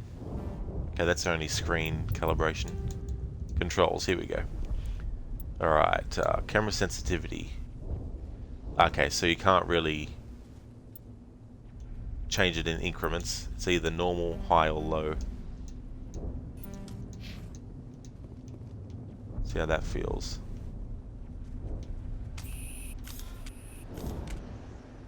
Oh yeah, so that's the camera, not the actual aiming. The aiming's faster than the camera movement. Alright, so let's change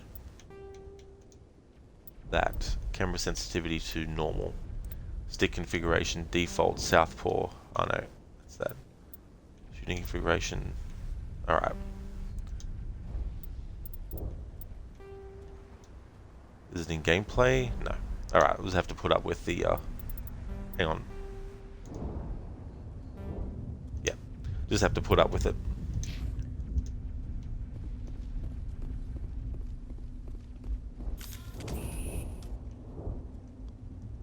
Alright, so left control stick pushed in is duck.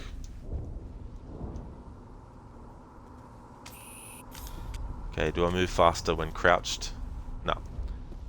So I can't crouch and walk without the weapon. Gas bags. Don't worry, they're harmless.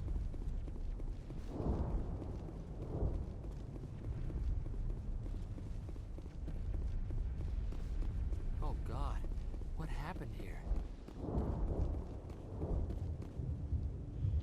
Alright, switch weapons for the squad. Ah, okay, cool. Alright. Okay, so this is, I'm assuming, oh yeah, so that's him, that's them, and this is me. Okay.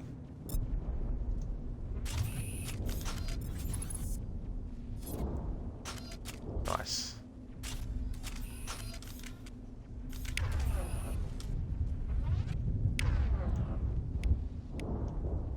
Alright, so Lancer 1. Yeah.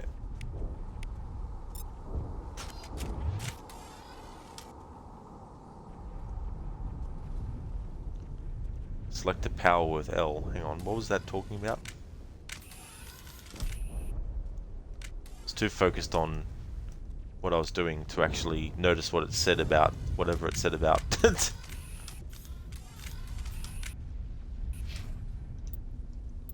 Maybe it'll go up in Codex? No. Journal? No. Alright, okay, so whatever that was about powers, I won't be able to figure it out until I get to a point in the game where I'm forced to figure it out.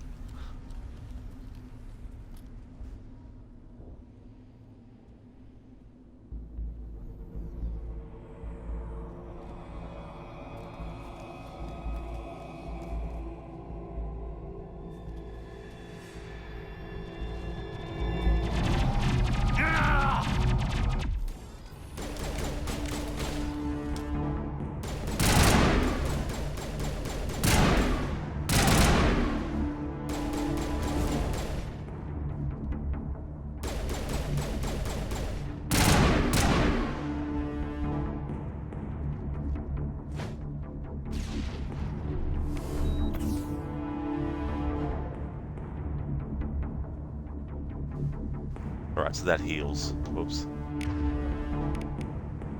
What's this? Ah, okay, yeah. What's overkill? Allows long bursts of assault rifle fire without overheating. Interesting. I've said it before and I'll say it again. I'm really liking the music in this. Hippie, you reckon maybe Nihilus sent us on this mission with bad intent to fight his own alien war?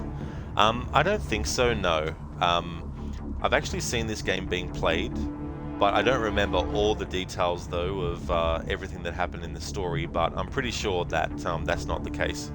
But if it is, then it was probably just part of the testing, because as far as I can gather, Spectres is this like real elite group that takes on all races and all different, you know, well, races of people, but also aliens and all that. And it's about, you know, proving that you're worthy of joining. And it's not based on whether you're human or not. It's just about, you know, your skills and stuff.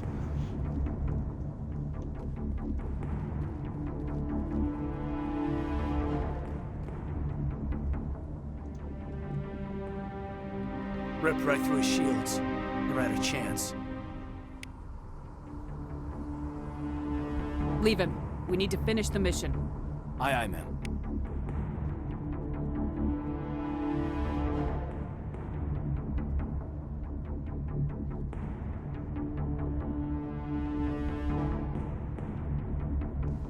Hippie, you can't go in these combats. You'll need to wear your glasses to look at enemies afar. Oh no, yeah. That's the thing, right, too. Like, I don't know, in real life, like if you were going into a combat situation, or what the training would be like, and that maybe they'd want people to wear contact lenses. I'm not sure what that would be like.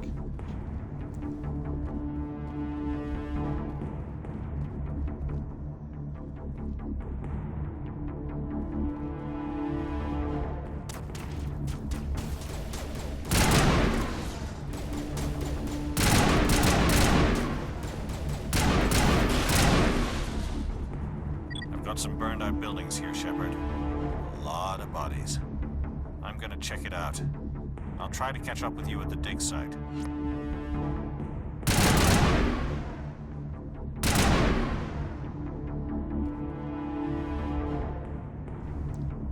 Hippie, oh no, Jenkins, you shouldn't have told the substitute teacher about the homework.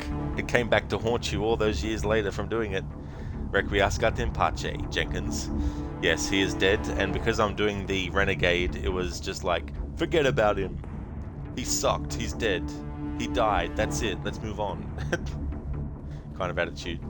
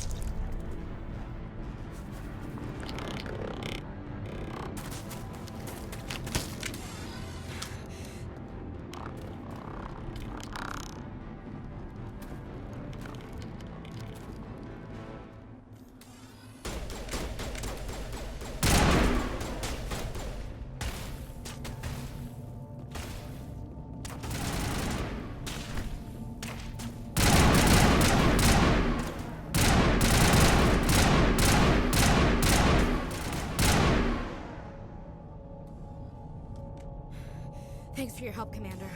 I didn't think I was gonna make it. Gunnery Chief Ashley Williams of the 212. You the one in charge here, ma'am?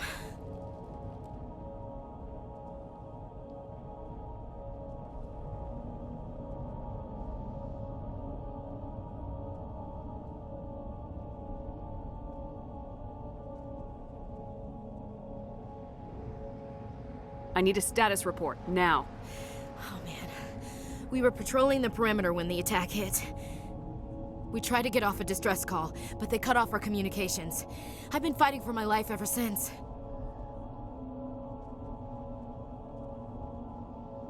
Where's the rest of your squad? We tried to double back to the beacon, but we walked into an ambush. I don't think any of the others... I think I'm the only one left. You just left the rest of your unit behind to die? We held our position as long as we could. The Geth overwhelmed us. The Geth haven't been seen outside the Veil in nearly 200 years. Why are they here now? They must have come for the beacon. The dig site is close, just over that rise. It might still be there. Lieutenant Alenko and I will take care of this. Let me come with you, ma'am. The Geth slaughtered my unit. Give me a chance to get even. She knows the area, Commander, and we could use the extra firepower. Just don't forget who's in charge. Understood, Commander. You give the orders and I'll follow them.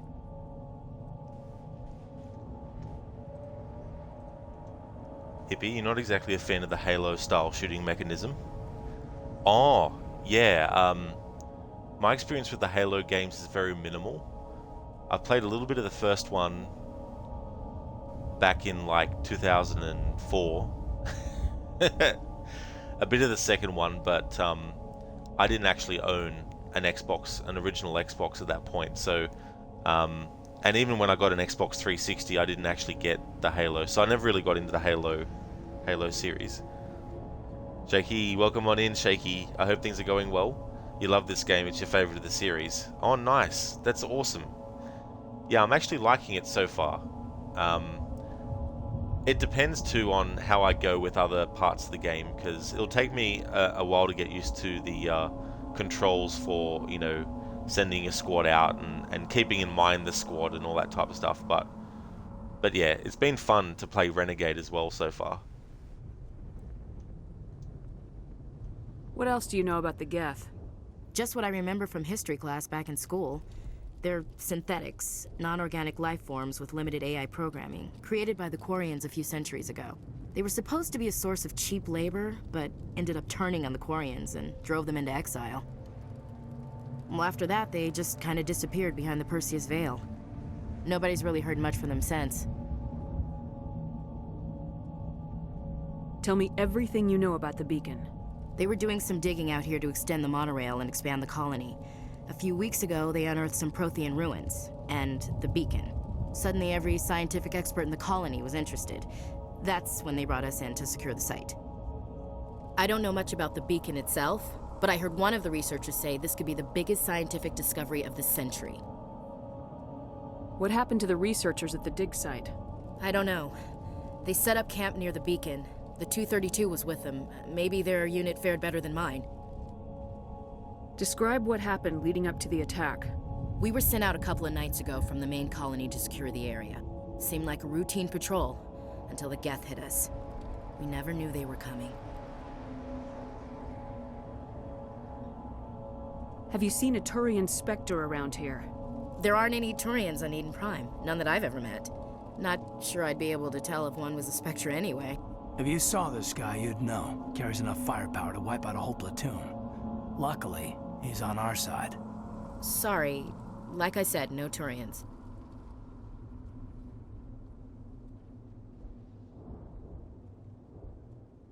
Move out!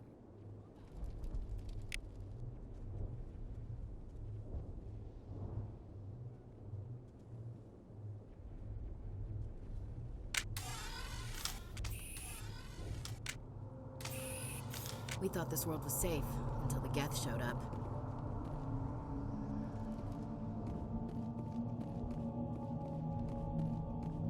The beacon's at the far end of this trench.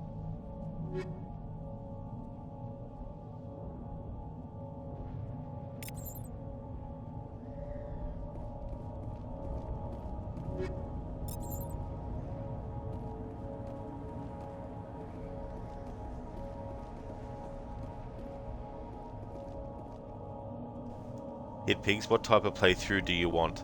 So I'm playing the Renegade playthrough, and as I'm going through the game, I'm using the morality guide in the wiki to let me know what options to choose, as well as what things to go and do to get Renegade points as well. So my no backseating rule still applies to this playthrough, and if I'm stopping to if I'm at the dialogue selection screen and I'm not choosing anything, it's only because I'm either looking at the guide to make sure I'm picking the right thing, or I'm responding to chat. So it's not an indication for people to backseat me and tell me what to choose. I'm just saying that for general things, Hitpigs though, as well. Like, I'm not saying that or implying that you'll be backseating. I'm just saying in general to people watching who like to backseat people. And if you do backseat me, I'll either ignore you, do the wrong thing on purpose, except in this game's case, I won't choose the Paragon option. So I'll either ignore you, do the wrong thing in gameplay on purpose, or basically give you a warning, and then a timeout, and then a ban.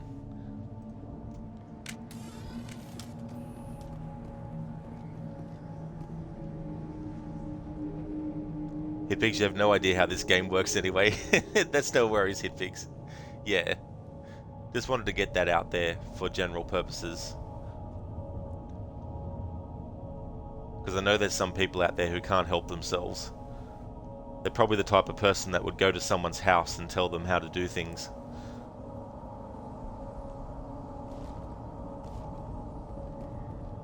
Okay, so the cover system in this game is just walk all the way up to it. Alright. I'm going really well, Hitpigs. Yeah, things are going good, dude. I hope things are going well.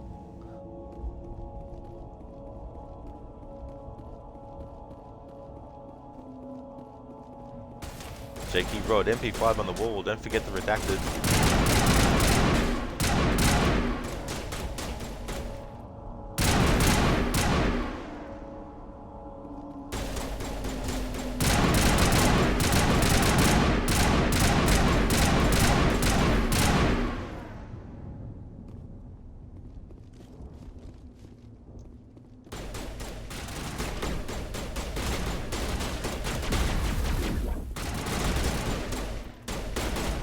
What a sneaky enemy.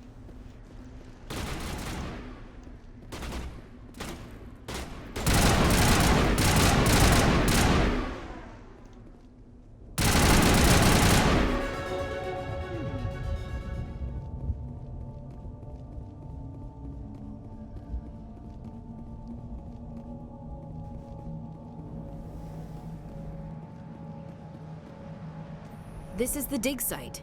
The beacon was right here. It must have been moved. By who? Our side or the Geth? Hard to say. Maybe we'll know more after we check out the research camp. Shaky Rod, MP5 on the wall, don't forget the redacted. Can't forget the redacted. The redacted is life. The redacted is everything. Hitpigs, things are good for you? You're just relaxing? Excellent, dude. That's awesome. It's always good to be able to chill out and get some relaxation as well. That's awesome. Let's get moving. Williams, where's the camp? It's just on the top of this ridge, up the ramps. Change of plans, Shepard. There's a small spaceport up ahead. I want to check it out. I'll wait for you there.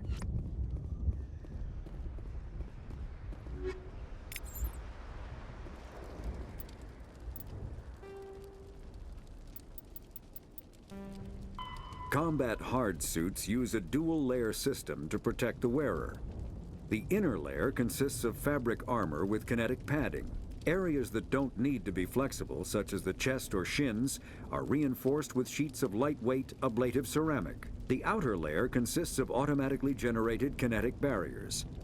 Objects traveling above a certain speed will trigger the barrier's reflex system and be deflected, provided there is enough energy left in the shield's power cell. Armored hard suits are sealable to protect the wearer from extremes of temperature and atmosphere. Standard equipment includes an onboard mini-frame and a communications, navigation, and sensing suite. The mini-frame is designed to accept and display data from a weapon's smart targeting system to make it easier to locate and eliminate enemies. I tell you what, while I don't mind reading stuff out in a playthrough, if I'm reading stuff out in a playthrough, it is good when you have games that actually have a narration that reads the information for you. And I'm glad that this game has it too, because there's a lot of information that I imagine that you can read up on, so it's good that I don't have to actually read it out myself. Annie, never backseat. Annie, only backstand and handstand. Annie is very acrobatic. That's true. Well, I mean, I guess in a way, like he wouldn't be able to do the what's the name of that in gymnastics, the horse thing that they do that swinging around thing on. He probably couldn't do that, but yeah. Kinetic barriers, more commonly called shields, provide protection against most mass accelerator weapons. Whether on a starship or a soldier's suit of armor, the basic principle remains the same. Kinetic barriers are repulsive mass effect fields, projected from tiny emitters. These shields safely deflect small objects traveling at rapid velocities. This affords protection from bullets and other dangerous projectiles, but still allows the user to sit down without knocking away their chair. The shielding afforded by kinetic barriers does not protect against extremes of temperature, toxins, or radiation.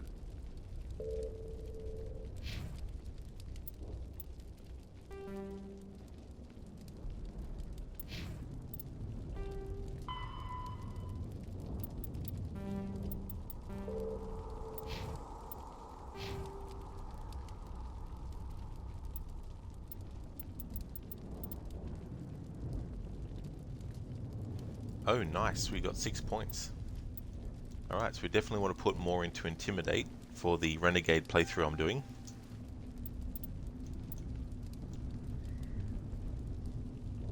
Increase the soldier stat.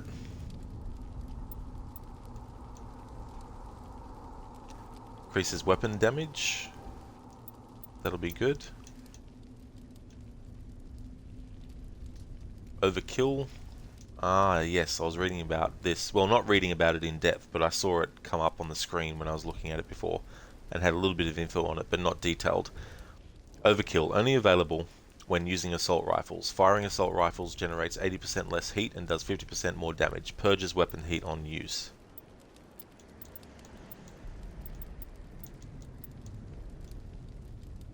Okay, so we can now regenerate 3.5 health per second. And sets Intimidate score at 2, opens up new dialogue options. Now just go to the morality guide I'm looking at. There we go. Alright, assault training, combat armor.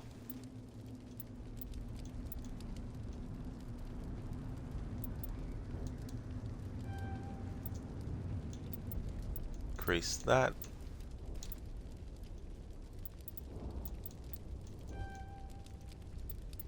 Increase that, and I'll put this into Intimidate. There we go. So that's Shepherd sorted. I don't yet know which of these characters I'm going to gel with enough to want to worry about their level. So I'll hold off on that. Hibby, you're having some French toast for breakfast. Oh, nice. That's a good idea. I hope you really enjoy it.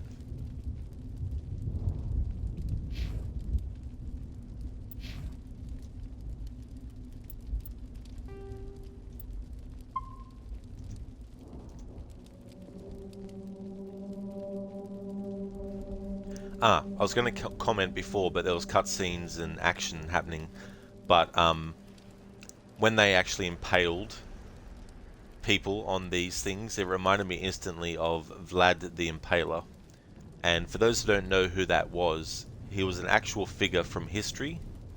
If you go to YouTube, you can find some documentaries about him. But most famously, he was also what partly inspired the author Bram Stoker when he was coming up with the story for Dracula, and basically made it that Vlad the Impaler was actually Dracula, that he became Dracula after death. And what he would do is he'd basically impale people on long spikes. And generally what that would do is the person would slowly slide down it, just to, you know, die a slow and painful death on it. And famously, he actually, in one battle, massacred so many people, but put them all on these spikes like this, like impaled them all, as a big, massive, like, warning or show of, you know, fear, or instilling fear in everyone, you know. But there are other things that inspired Bram Stoker, of course, to create Dracula, but Vlad the Impaler was definitely one of them. Hippie, what did you have for dinner? So I actually had some pizza. I hadn't had pizza for a while, so I thought I'd grab some of that. So that was delicious. I just had like meat lovers pizza.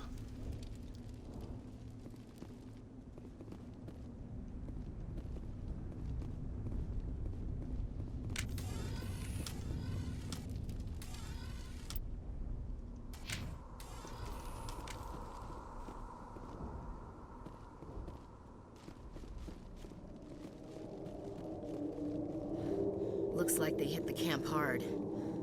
It's a good place for an ambush. Keep your guard up.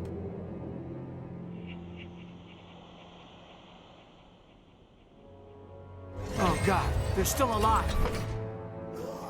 What did the Geth do to them?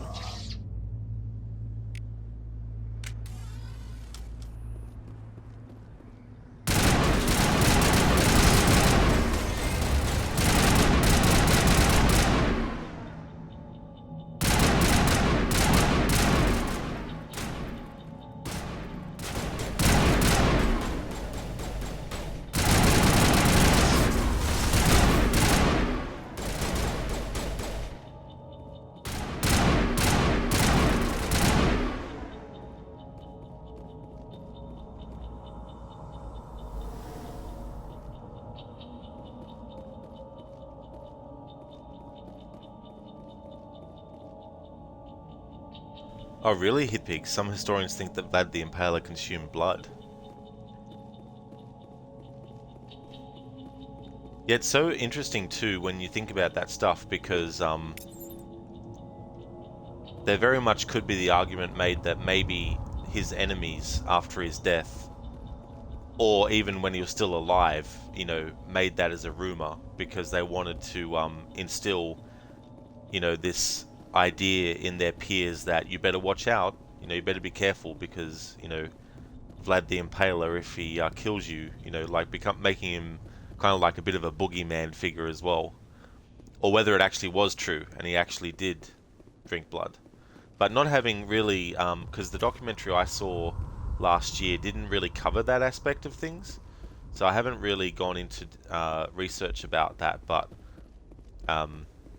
if it's true, like, yeah, pretty messed up stuff. Drinking human blood. I mean, I wouldn't even want to drink animal blood. Like, ugh.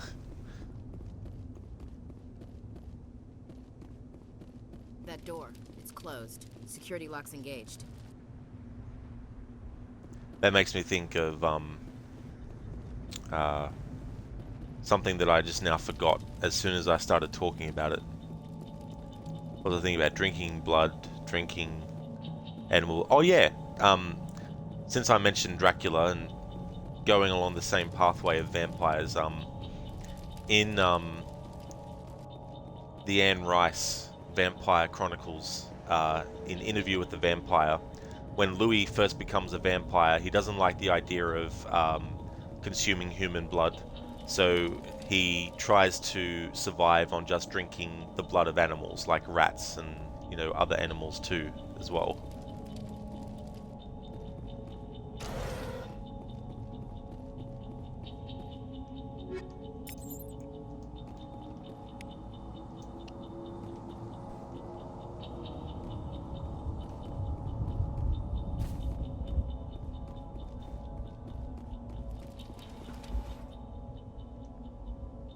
Some locked objects require decryption or electronics to access. If any squad member has the required talent, you will be able to unlock the object using the decryption or electronics interface or by spending Omnigel.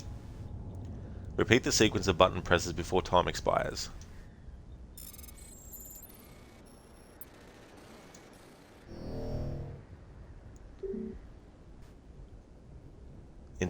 Insufficient Omnigel. Okay. So I was trying to keep an eye out for what was being highlighted. Hitpigs, there's a rumor that Catherine the Great died by being crushed by a horse while trying to have close relations with it. Okay, Hitpigs. Yeah. We don't really need to go into discussion about that, but that is quite disgusting if that is actually true.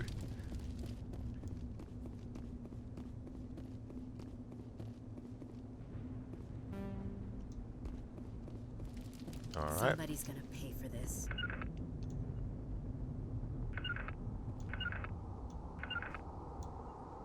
Alright.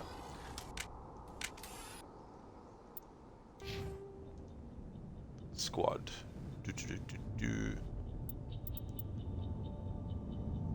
Decryption.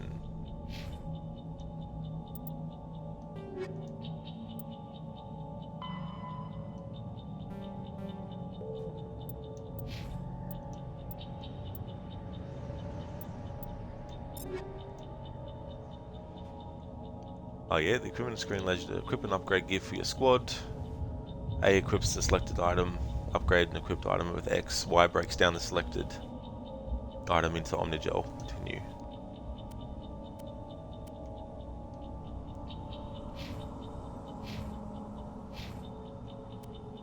Alright, make sure I'm actually on the right thing.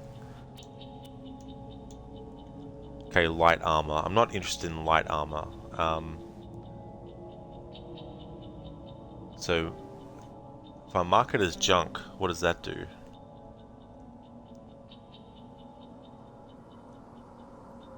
Okay, so this is a question directly to chat, to people who have played this. If I mark this as junk, and it gets deleted, does that mean that I don't deconstruct it to get materials or resources from it? Or is the simple act of marking it as junk going to automatically dismantle it so I can get the resources from it? If that's even a thing in this game.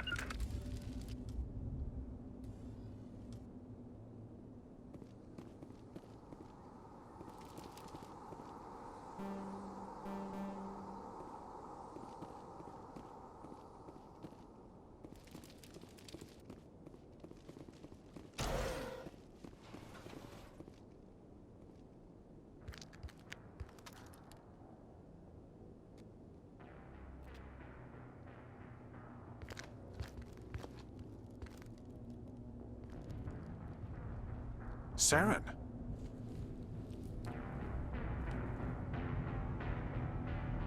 Nihilus. This isn't your mission, Saren. What are you doing here?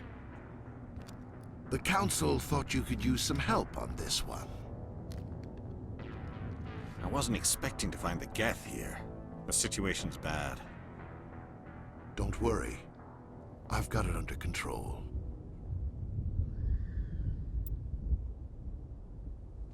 His voice is familiar. I need to check out who plays Saren.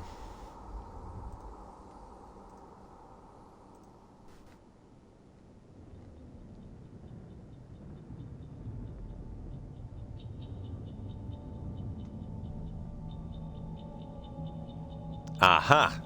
Fred Tatasciore plays Saren.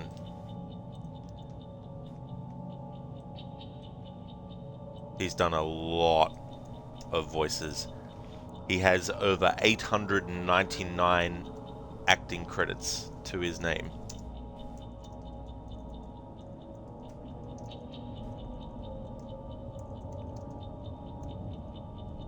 Assassin's Creed fans might remember him as Mario Auditore.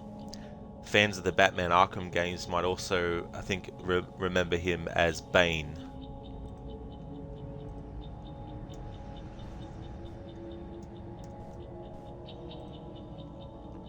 I think he was also in Star Wars Jedi Fallen Order as well.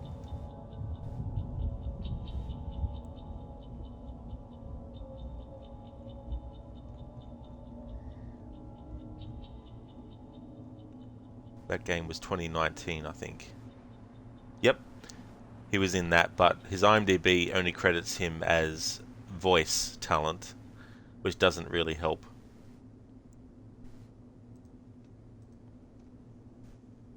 You came across this Spanish video explaining what could likely be the plot of the Mortal Kombat movie sequel. Oh, did you, Ryu? Yeah, it'd be interesting to check that out later. If you could provide a link to that, that'd be cool. Not having seen the reboot movie, like, I don't know what I would think they could do for a sequel. But maybe there's something that they could do. Maybe something that is very important and integral to the Mortal Kombat story. Something that I don't know if many people know about Mortal Kombat, but you see, it's about something called a tournament called Mortal Kombat. Maybe the makers of the sequel to the 2021 film will remember that Mortal Kombat has a tournament in it. And maybe that's what they're going to do in the sequel review. Maybe they're actually going to put the Mortal Kombat tournament in it. So they actually fight in it.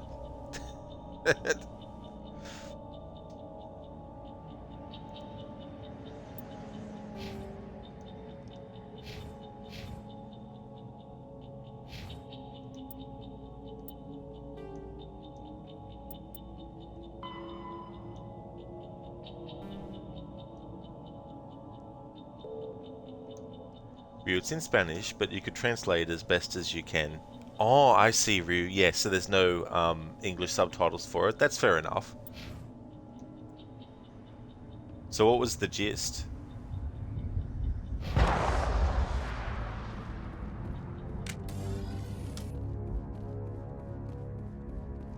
What is that?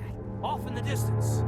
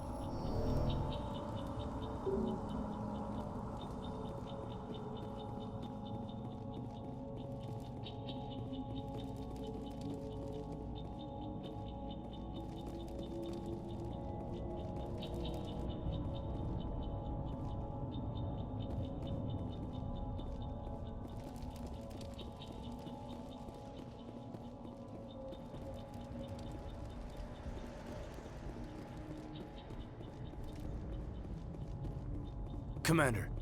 It's Nihilus.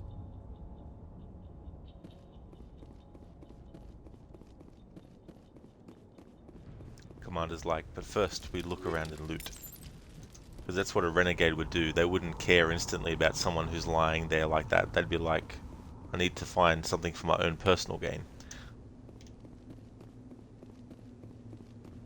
Something's moving over behind those crates. Damn it. Wait! Don't shoot! I'm one of you! I'm human!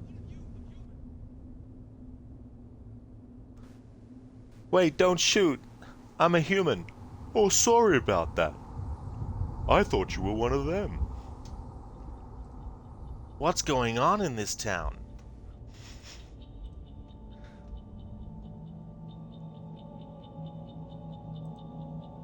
I like the way you hid behind those crates during the fight. Really helped us out. Thanks a lot. Me? But I'm just a dock worker. I don't even have a weapon. My name's Powell. I saw what happened to that Turian. The other one shot him. Throughout the film, the heroes Liu Kang, Cole Young, Sonya, Jax, Kenshi, and Johnny Cage try retrieving an ancient sword once held by an Edenian knight, likely Gerard, Kitana's father-in-the-law, to stop Shao Kahn once and for all.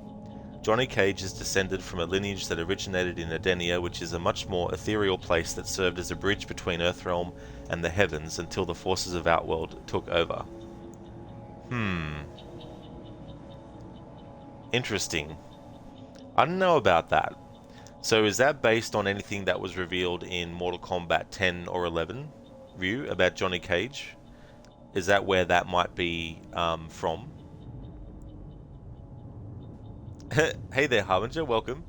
Mortal Kombat has a story? It sure does. Yeah, it's got a very in-depth one, actually. It's funny because as the series went on, basically you had like the introduction, if you didn't press anything, which would tell you about what happened, 500 years ago with Goro and all that type of stuff. Then, when you actually finish the game as any character, you get like an ending for that character. But in the next game that would come out, whether or not that was the canon ending for the character was up for debate, because the writers would come up with a different ending for that character to carry on from, and so on and so forth. But then eventually they got to a point where they actually started adding a story mode to the game. So if you just felt like having fights without worrying about going through the story, you could. However, what they did in story mode is you don't just pick what character you want to play as and play as them for the whole story. As you go through the story, the game will actually swap to different characters in the story that you have to play as. But in the old school Mortal Kombat games, that didn't happen. The story was just basically, the intro text at the start of the game, and then each character's ending when you finish the game, depending on which character you chose. But having said that though, the newer games also have that too, where if you just want to play the game and fight as one character, when you finish when you finish as that character, you get an ending for that character. So it's kind of like a double kind of thing going on. Johnny Cage definitely descended from a Mediterranean war cult in Mortal Kombat 10. A Mediterranean war cult. That reminds me, in The Mummy from 1999, you have the Medjai, right? Ardeth Bay. And in The Mummy Returns, the sequel to that, he notices that Rick O'Connell has a tattoo on his wrist, which we never saw in the first movie. However, in the first movie, Rick O'Connell does actually wear some form of wrist brace or something like that. So potentially he could have had it all along. But when Ardeth Bay sees that tattoo, he's just, I can't remember, but he's like, you're a chosen one kind of thing, That's what that reminded me of just now. Much like the 2021 film, the plot has some bizarre aspects, like Shao Kahn being more of a Shadow Priest-like figure, similar to Palpatine in Star Wars or Shinnok in Mortal Kombat Annihilation. Ah, I see. So that's the way that they went. Being more of a Shadow Priest-like figure. Okay.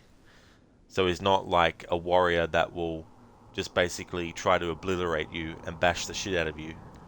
He's some Shadow Priest that's just hiding in the background thing. It's like, yeah, I prefer the Shao Kahn that is like, you suck.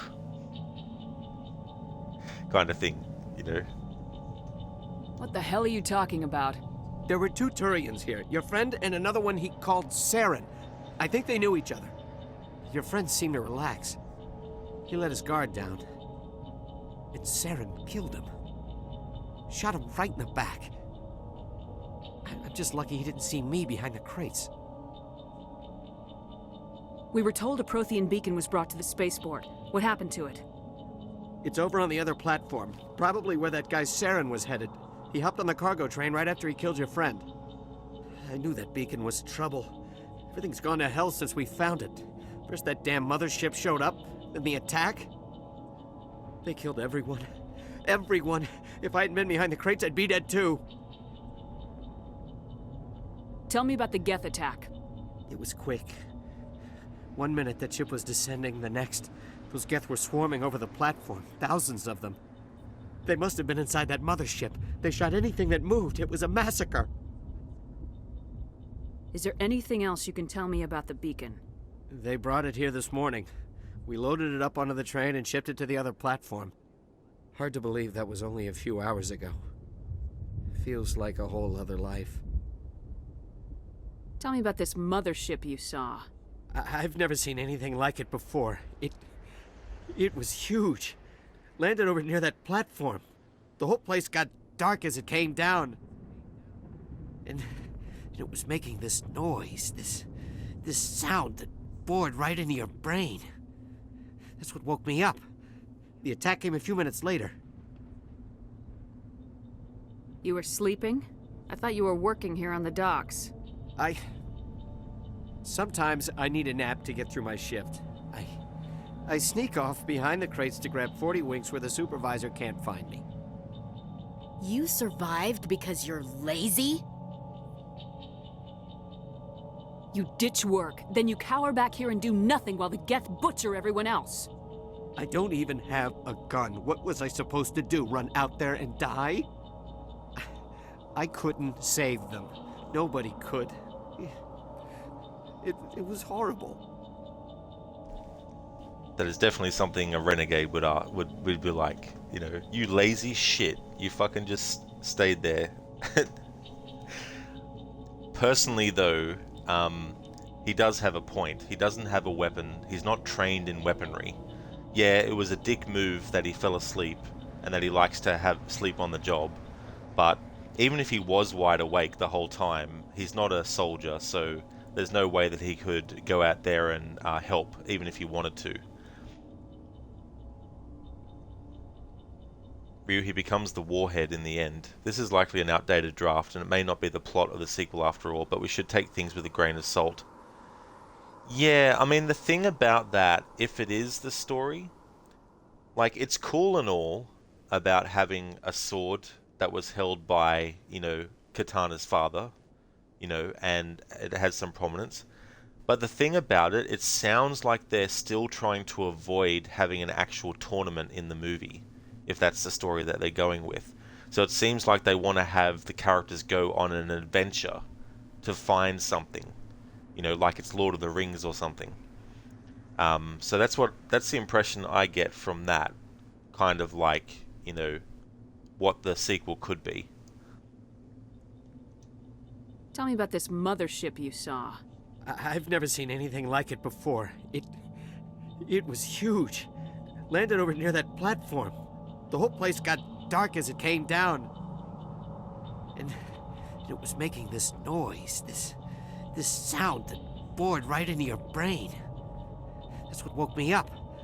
The attack came a few minutes later.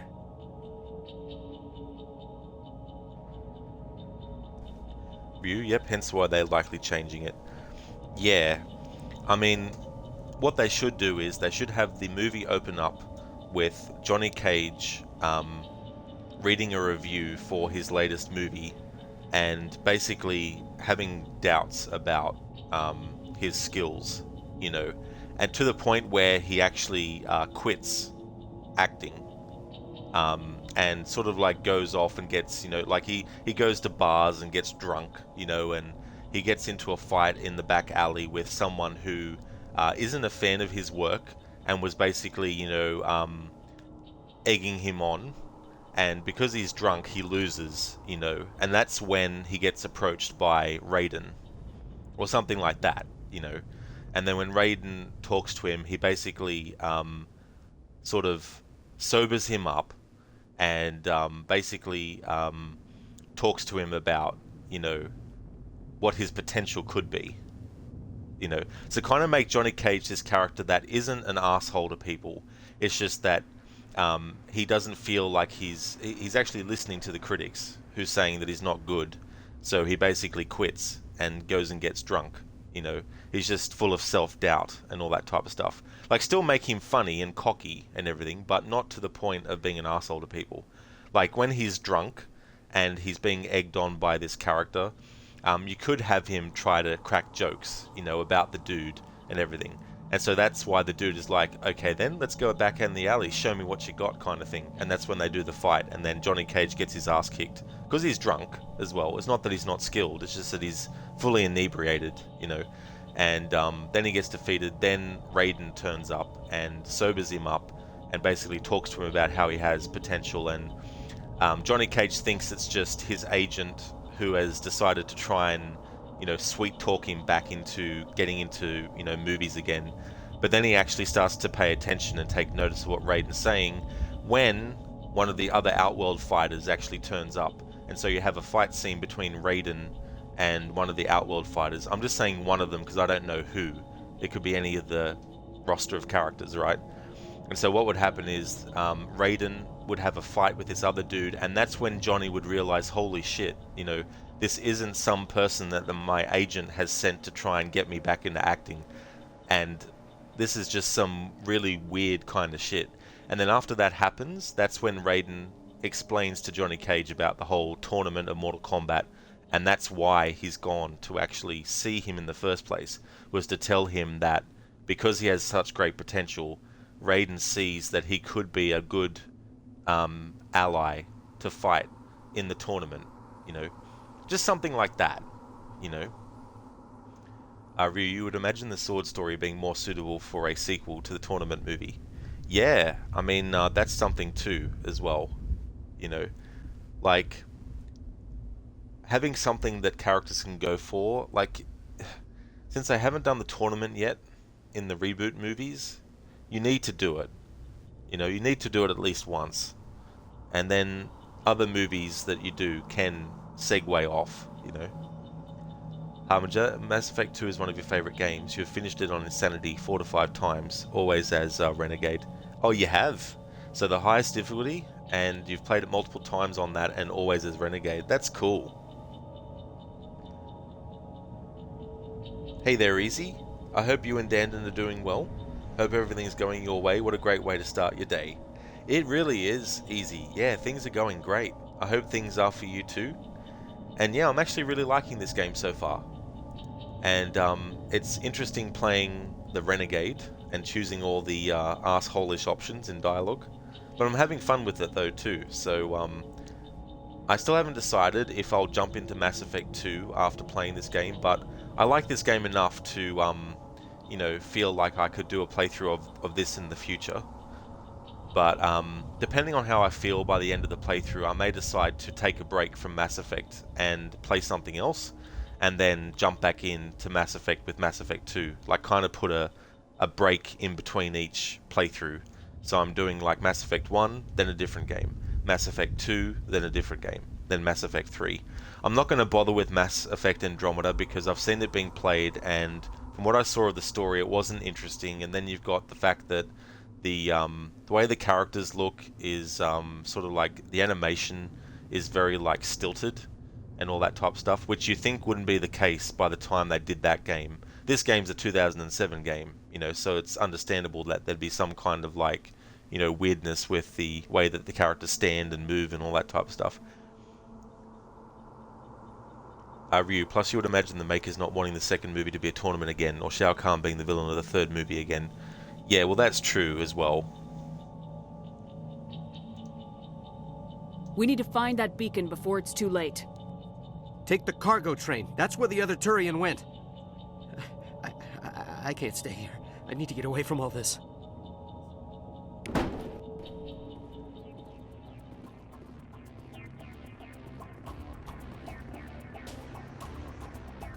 Smells like smoke and death.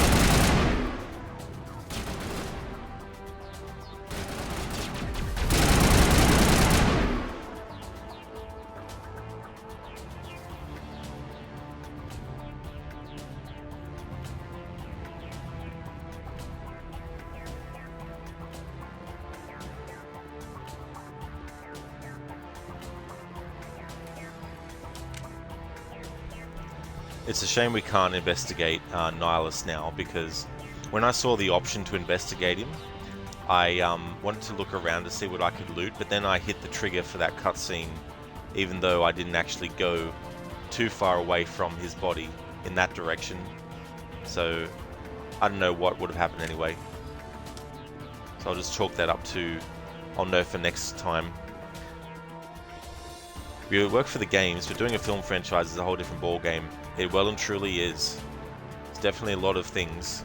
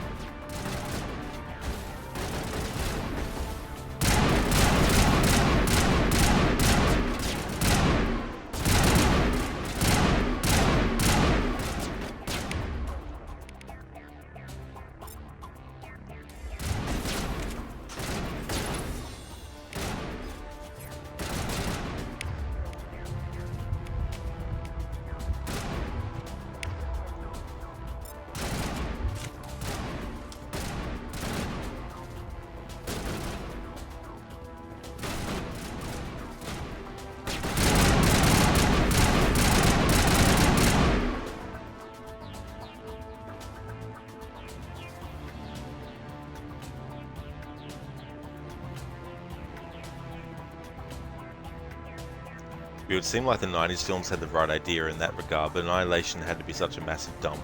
Exactly, yeah. There was a lot of potential for a sequel that was good to that original Mortal Kombat movie, but we never got it.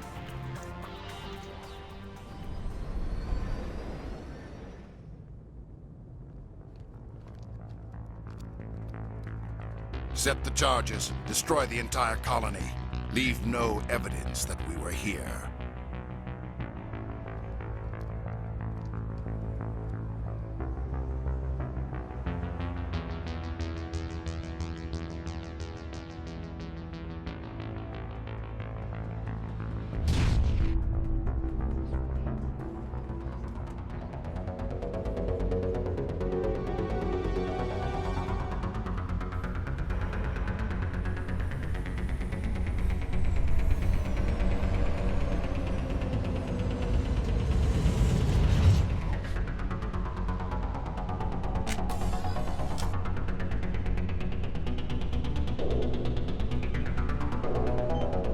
Demolition charges. The Geth must have planted them. Hurry! We need to find them all and shut them down!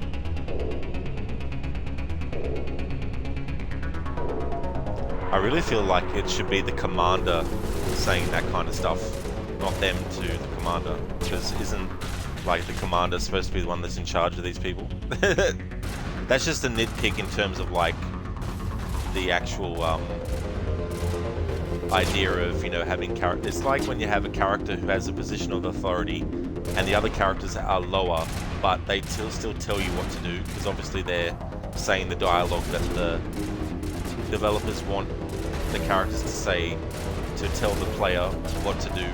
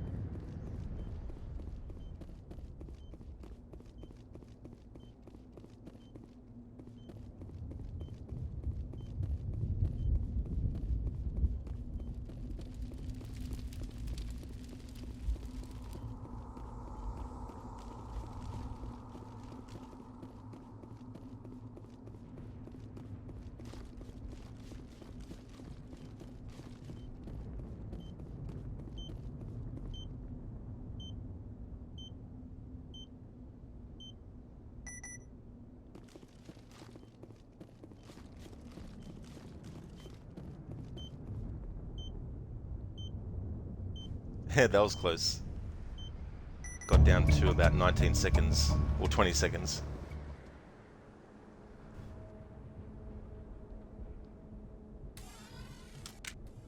Eden Prime will never be the same again. Let's get the bastards. view, it seemed like the 90s films are the good thing. You have the 95 film and your work's based on the franchise to rely on. Exactly, view. It's always good to focus more on the things in a franchise that you actually do like sometimes as well. And it's good that there are other things that you can sort of like put your focus on also. Hey there, Afro. How's it going? Smells like 2010 in here. Yeah, this game came out in 2007. Which I didn't realize. So it came out the same year as games like Uncharted, Assassin's Creed 1, and the first Witcher game as well.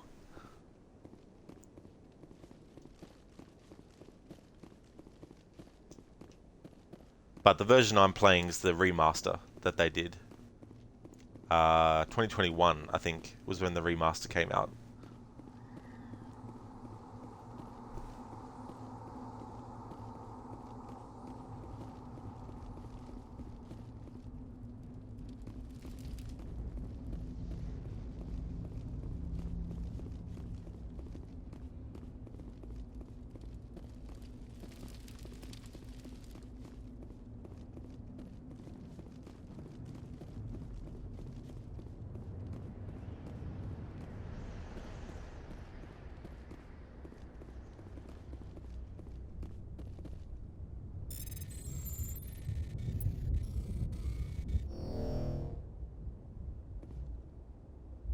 Alright, still haven't worked out how to do that. So it must seem to be the fact that I don't have sufficient Omnigel as to why I'm not doing it, even though I pressed the right button when it appeared on screen.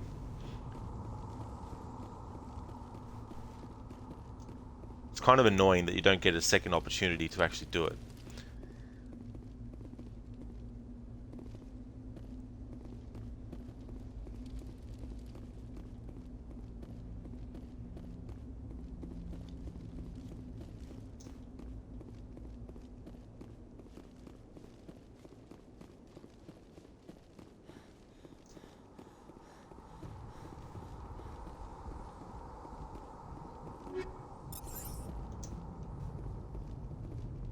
Right, let's actually have a look at the things that we have.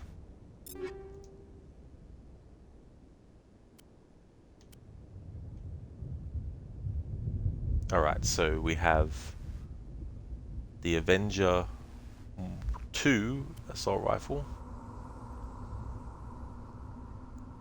Okay, so the accuracy rating isn't as good, but there's an increase in damage per second and heat sink. What about Avenger 1? What's the accuracy like? It's lower again.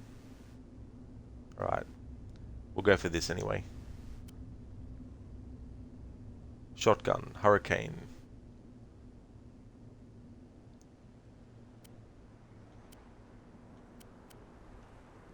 So this one, its accuracy is lower. The heat sink is lower, but the damage per second is higher. Scimitar 1 though, the damage is higher, the heatsink capacity is higher, and the accuracy rating is lower. Much lower than what I currently have. So I'll just keep that. Pistol.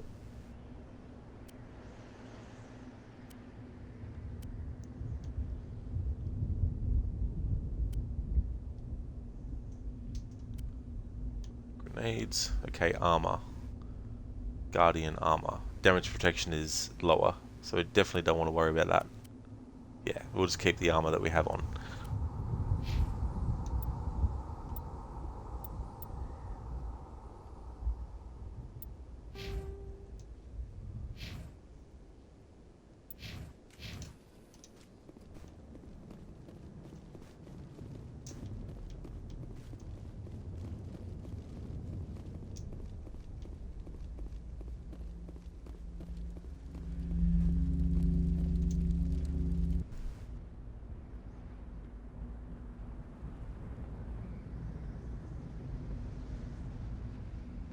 Normandy, the beacon is secure. This is amazing. Actual working Prothean technology.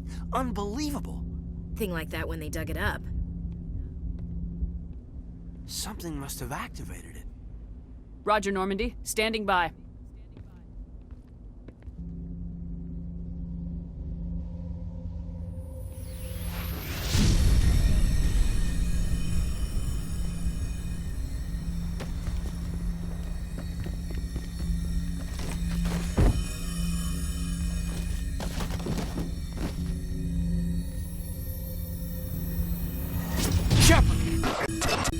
Don't touch her!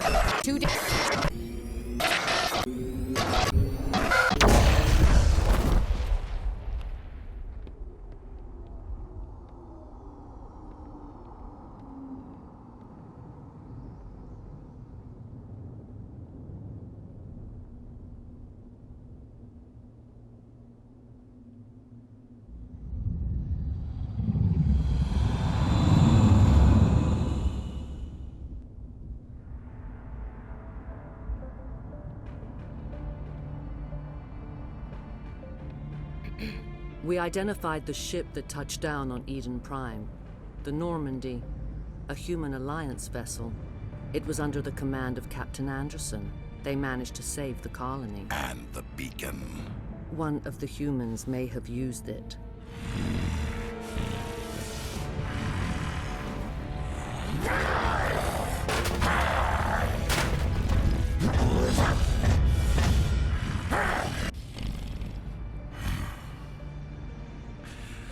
This human must be eliminated.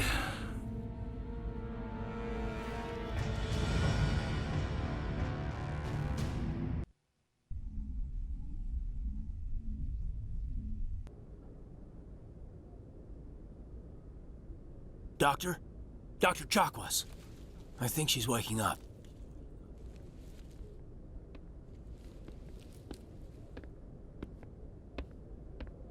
You had us worried there, Shepard. How are you feeling?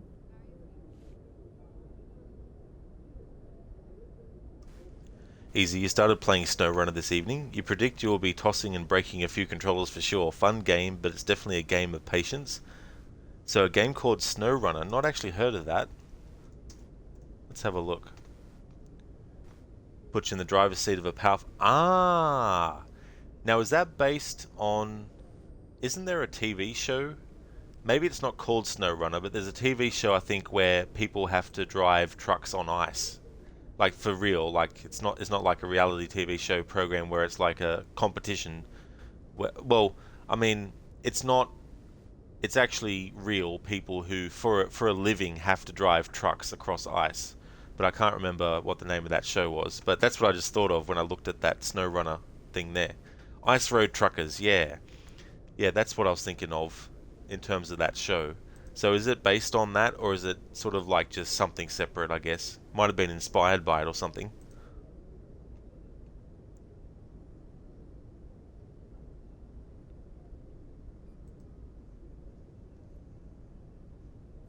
Like the morning after shore leave. How long was I out? About 15 hours.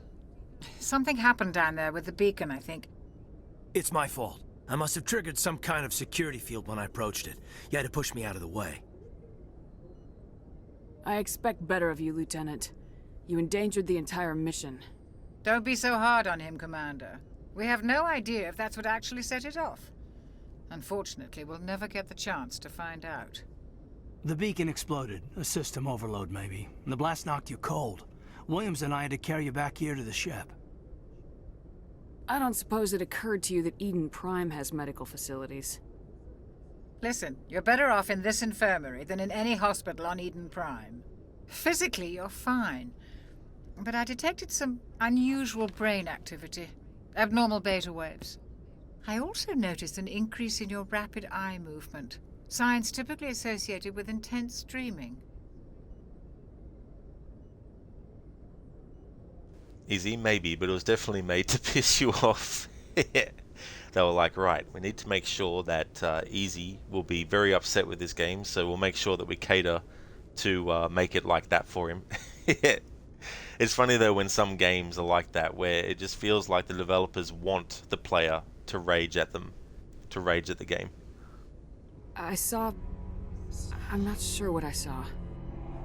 Death, destruction... Nothing's really clear. I better add this to my report. It may... Oh, Captain Anderson. How's our XO holding up, Doctor? Well, all the readings look normal. I'd say the commander's going to be fine. Glad to hear it. Shepard, I need to speak with you.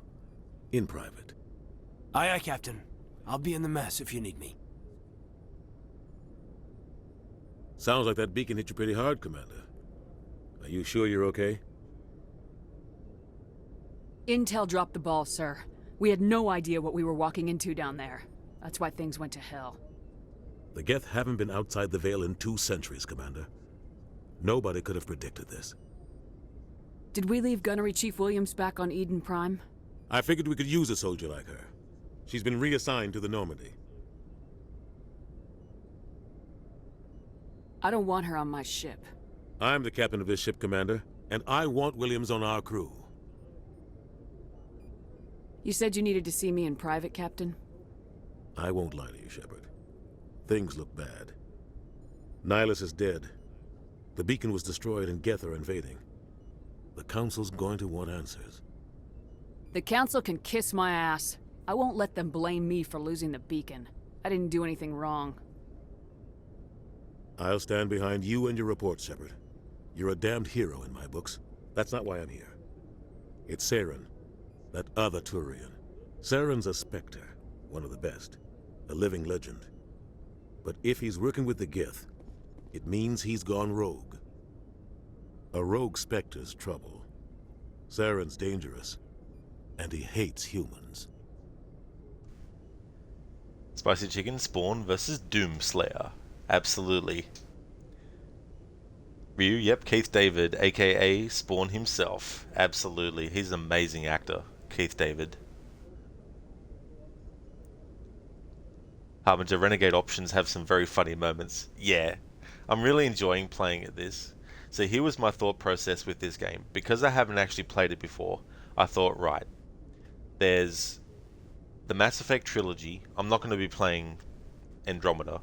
There's the Mass Effect trilogy, and they're big games. You know, they're not like, 8-hour playthrough and then you're finished. You know what I mean? So because I wasn't sure if I'd like it or not, I thought I may as well play the Renegade path on a first playthrough, because if I did end up not liking it, at least there's something for me to motivate me to still keep going with the game. Not that I would stop playing the game if I didn't like it, but I wanted to make sure that there was still something that I could latch onto to keep me interested in the playthrough, So I decided that using the Renegade option would be good in case I ended up not liking the game. But I am liking the game. But still, I'm going to stick to playing as a Renegade for the whole playthrough. But unless something major happens in this game that puts me off playing it again in the future and playing the sequels, unless that happens, then I won't worry about doing a future playthrough. But if I get to the end of the playthrough and I really enjoyed it, then I'll replay the game in the future at some point and do the Paragon path, instead. But we'll just see how we go. Spicy Chicken reminds you of being able to be a jackass in Fallout 4. Oh, nice. That's cool. Yeah. It's funny because playing as the Renegade in this game kind of complements my Thursday playthrough of Red Dead Redemption 2, where I'm antagonizing everyone as well. Why? He thinks we're growing too fast, taking over the galaxy. A lot of aliens think that way. Most of them don't do anything about it. But Saren has allied himself with the Geth. I don't know how, I don't know why. I only know it had something to do with that beacon. You were there just before that beacon self-destructed. Did you see anything? Any clue that might tell us what Saren was after? Just before I lost consciousness, I had some kind of vision. A vision? A vision of what? I saw synthetics. Geth, maybe. Slaughtering people. Butchering them. We need to report this to the Council, Shepard. They'll think I'm crazy. We don't know what information was stored in that beacon. Lost Prothean technology? Blueprints for some ancient weapon of mass destruction? Whatever it was. Saren took it. But I know Saren. I know his reputation is politics. He believes humans are a blight on the galaxy. This attack was an act of war. He has the secrets from the beacon. He has an army of Geth at his command, and he won't stop until he's wiped humanity from the face of the galaxy. I'll find some way to take him down. It's not that easy. He's a Spectre. He can go anywhere, do almost anything. That's why we need the Council on our side. When have they ever done anything for humanity? If we expose Saren as a traitor, the Council will revoke his Spectre status. I'll contact the Ambassador and see if he can get us an audience with the Council. He'll want to see us as soon as we reach the Citadel. We should be getting close. Head up to the bridge and tell Joker to bring us into dock.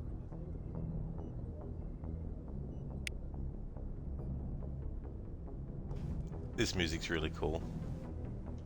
Like, the whole game's music so far has been really, really cool.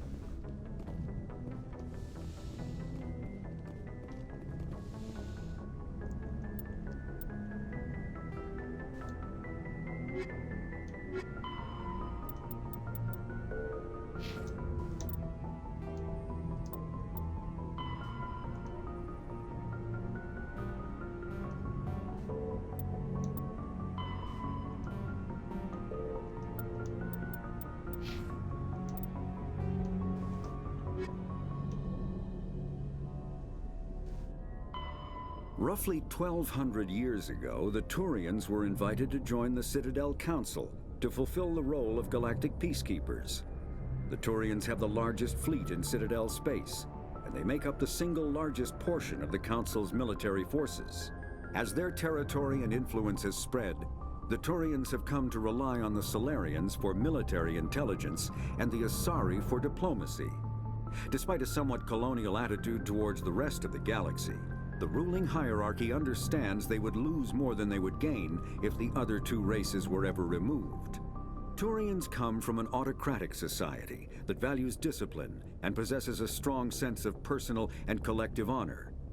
There is lingering animosity between Turians and humans over the First Contact War of 2157, which is known as the Relay 314 incident to the Turians. Officially, however, the two species are allies, and they enjoy civil, if cool, diplomatic relations.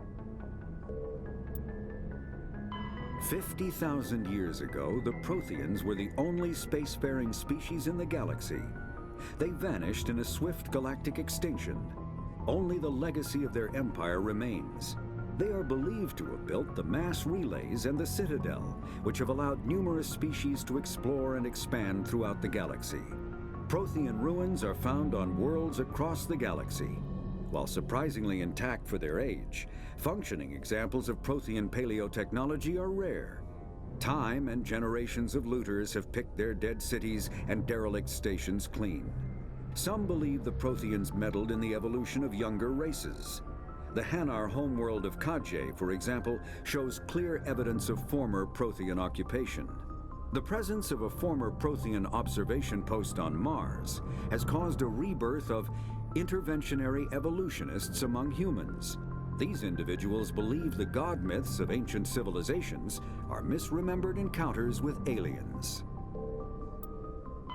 The Geth are a humanoid race of networked AIs.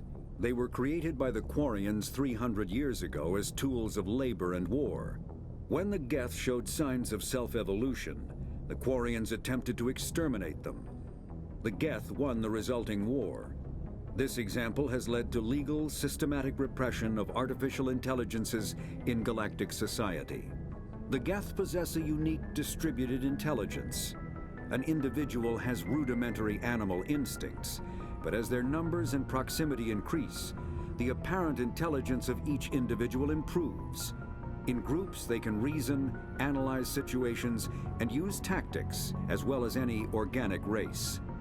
Geth space is located at the trailing end of the Perseus Arm, beyond the lawless Terminus systems. The Perseus Veil, an obscuring dark nebula of opaque gas and dust, lies between their space and the Terminus systems.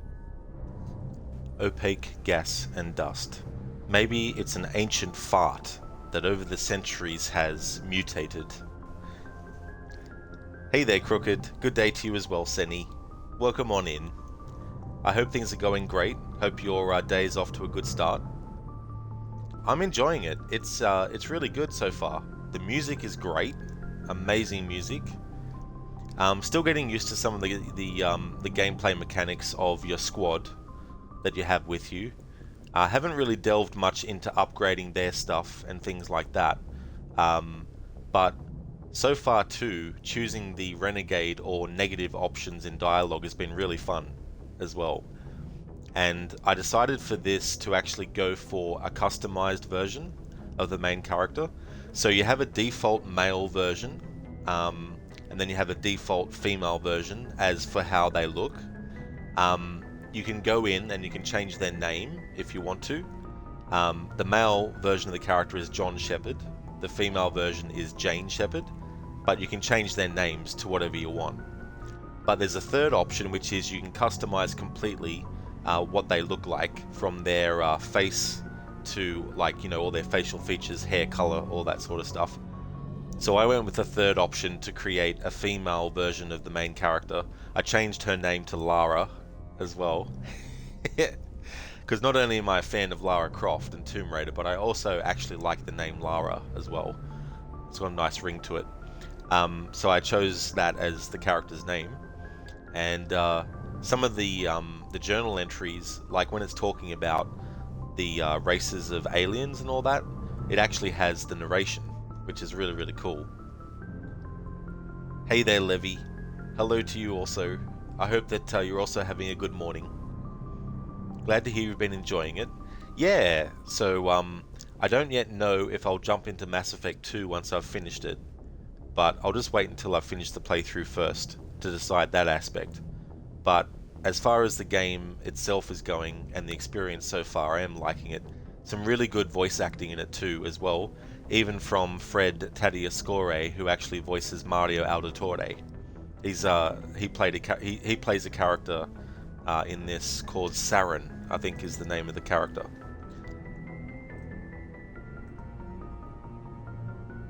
That's always great when Renegade options are viable and fun to use. Absolutely, it's so fun, you know. And I also chose for the character's background, because you have 3 different options for, like, you have like options for what their background is. Like, I chose the option where we lost our family and friends due to a massacre, and I thought that that would be a good sort of like negative experience for the character to have, that would make them later in life be very angry and negative, you know. It also mentioned the fact that they joined the military. So in my mind of trying to figure out what to choose to best suit a renegade character, I thought to myself, maybe the reason they joined is to get some kind of vengeance in the galaxy or some revenge. So I chose that, and then you can choose like so many other things as well about the character's like background and stuff. So that was quite cool. It's a me, Saren. Look out. I'm coming for you. Whatever you think you're going to do to stop me, think again. You've already failed. I know you didn't actually put that in the in the comment, but I just wanted to add that as well. After the Geths secure a location, they round up and impale dead and living bodies on mechanical spikes. The spikes rapidly transform these victims into withered husks, extracting water and trace minerals, and replacing them with cybernetics. The cybernetics reanimate the lifeless flesh and tissue, transforming the bodies into mindless killing machines. Some Alliance soldiers refer to the husk-generating spikes as dragon's teeth, a reference to the mythological berserkers who sprang up from the earth wherever the teeth of the dragon Eris were planted. Dragon's teeth and husks bear little resemblance to other pieces of Geth technology. No one is sure why a synthetic race would bother to drain the minuscule amount of recoverable resources from organic corpses, though the value of reusing them as shock troops is obvious. That's kind of like a very creepy sort of like thing to have, where like they impale the dead and living bodies on the spikes, and then they get transformed into like a zombie-like kind of thing, except they're not hungry for flesh or anything. But at the same time, they're also changed so that they have cybernetics inside of them, you know, and then those cybernetics reanimate the lifeless flesh and tissue. The Citadel is an ancient deep space station, presumably constructed by the Protheans. Since the Prothean extinction, numerous species have come to call the Citadel home. It serves as the political, cultural, and financial capital of the galactic community.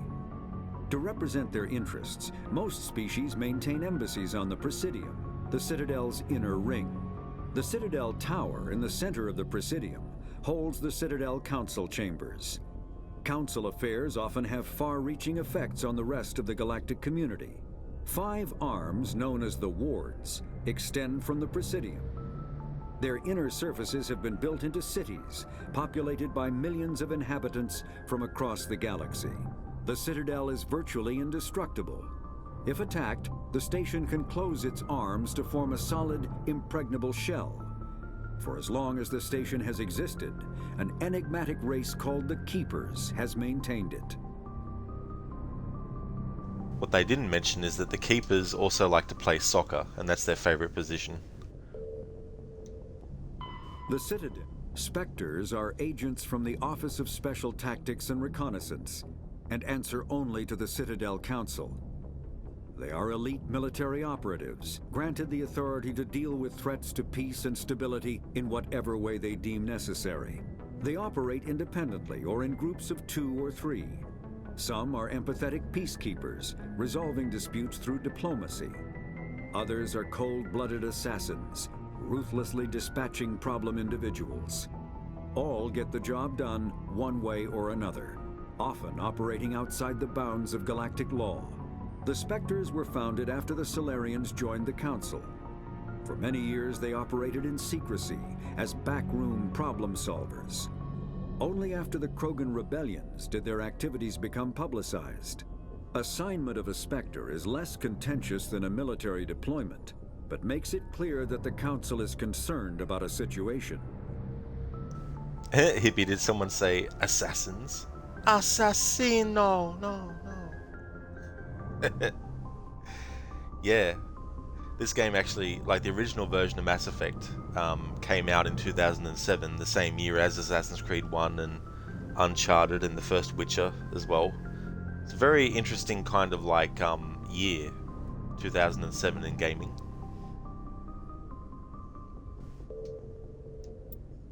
The Systems Alliance is an independent supranational government representing the interests of humanity as a whole. The Alliance is responsible for the governance and defense of all extrasolar colonies and stations. The Alliance grew out of the various national space programs as a matter of practicality. Sol's planets had been explored and exploited through piecemeal national efforts. The expense of colonizing entire new solar systems could not be met by any one country. With humans knowing that alien contact was inevitable, there was enough political will to jointly fund an international effort. Still, the Alliance was often disregarded by those on Earth until the First Contact War. While the national governments dithered and bickered over who should lead the effort to liberate Shanxi, the Alliance fleet struck decisively. Post-war public approval gave the Alliance the credibility to establish its own parliament and become the galactic face of humanity. Something I just thought of in games that would be cool, I don't know if there's any games that actually do this, but it would be cool to have like a glossary where certain words, especially when you're playing games where they've come up with the names of a race of people or an alien race or a name of a company or whatnot, and actually have the narrator pronounce how the word is actually pronounced. Because I think that'd be kind of a bit cool for those who actually do want that, so that they can know how to actually pronounce some of the words of things. Anyway, that's just something personal that I wouldn't mind seeing for personal use in a video game. Maybe not everyone would think it was important to add into a game, but I think it'd be cool to have the option at least anyway. That way you could be like, wonder how this word's pronounced. Go through the list. This name is Kabadikook. Ah, there we go. That's how you say Kabadikook. I just made that name up, that word up, of course.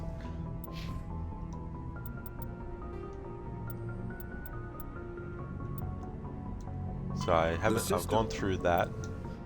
The terminus systems are located on the far side of the Attican Traverse, beyond the space administered by the Citadel Council or claimed by the Human Systems Alliance. It is populated by a loose affiliation of minor species, united only in their refusal to acknowledge the political authority of the Council or adhere to the Citadel conventions. Their independence comes at a price. The terminus is fraught with conflict. War among the various species is common, as governments and dictators constantly rise and fall. The region is a haven for illegal activities, particularly piracy and the slave trade. At least once a year, a fleet from the terminus invades the nearby Attican Traverse. These attacks are typically small raids against poorly defended colonies.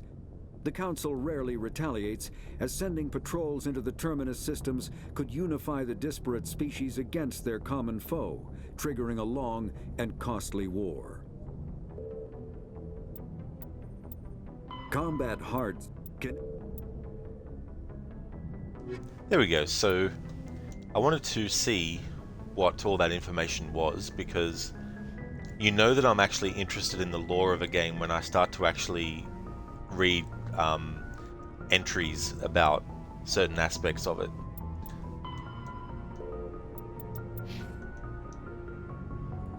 I'm not actually going to take a break, but I am going to grab a new drink, so I'll be back in a moment.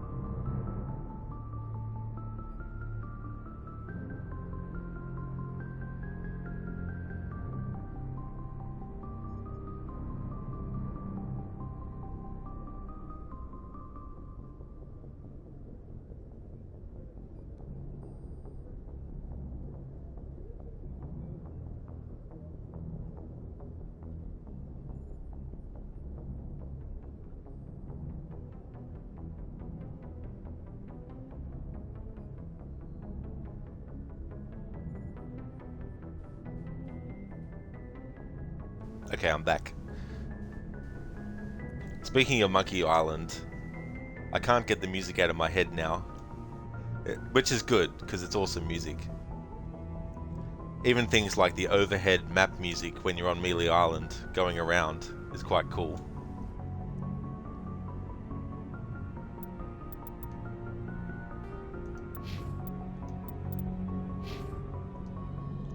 Okay, so we don't have any more skill points yet. That's no worries. Okay, so let's make a save.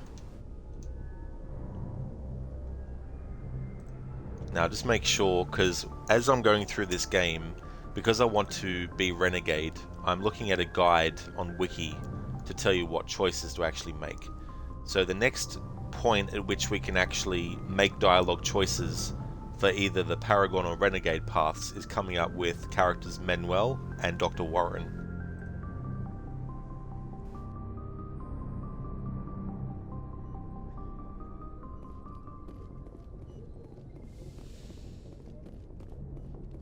Glad to see you're okay, Commander. Commander, I'm glad to see you're okay. Losing Jenkins was hard on the crew, and I'm glad we didn't lose you too. There's nothing we could have done to save him. No, I know that, but I don't have to like it. It's been a hell of a shakedown, Cruz. Our first mission ends with one Spectre killing another. The Citadel Council's not gonna be happy about that. Probably use it to lever more concessions out of the Alliance. There's something big coming. I don't want anyone messing it up. You read me, Lieutenant? 5 by 5, ma'am. Is there anything else before we head ashore? Keep your concerns in check. You don't want to get a rep for questioning orders. Aye, aye, ma'am.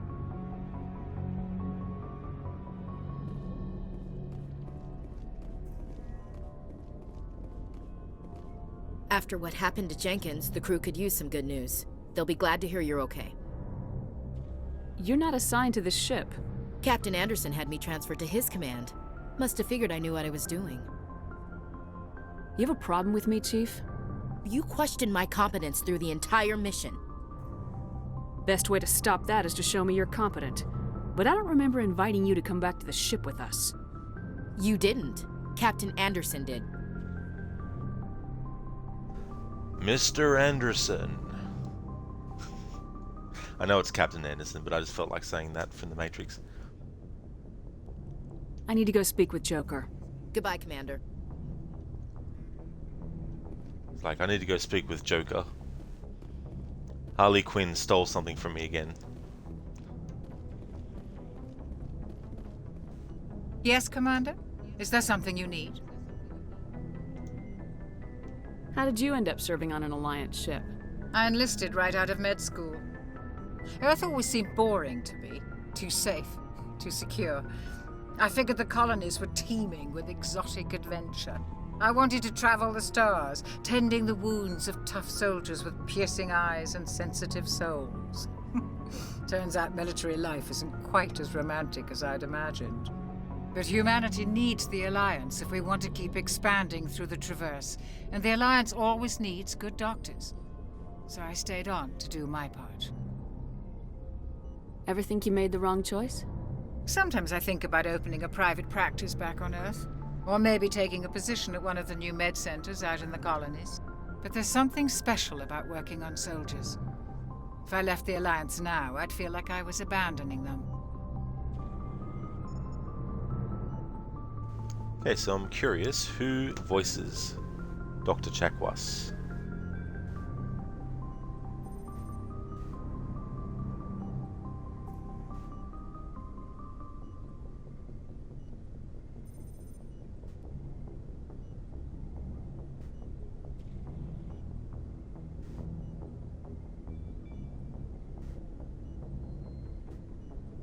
Carolyn Seymour plays Dr. Chakwas.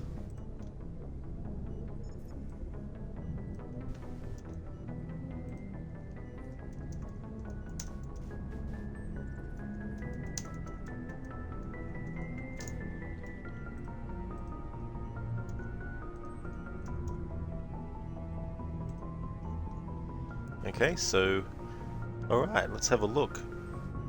Cool that she's done a lot of video games. Ah! Now that I see that she voices Mira in Gears of War 2, now that I know that, now I can hear where I've heard her voice before. So I've heard her voice before in Gears of War and Gears of War 2. And she's also in Gears of War 3 as well. That's cool.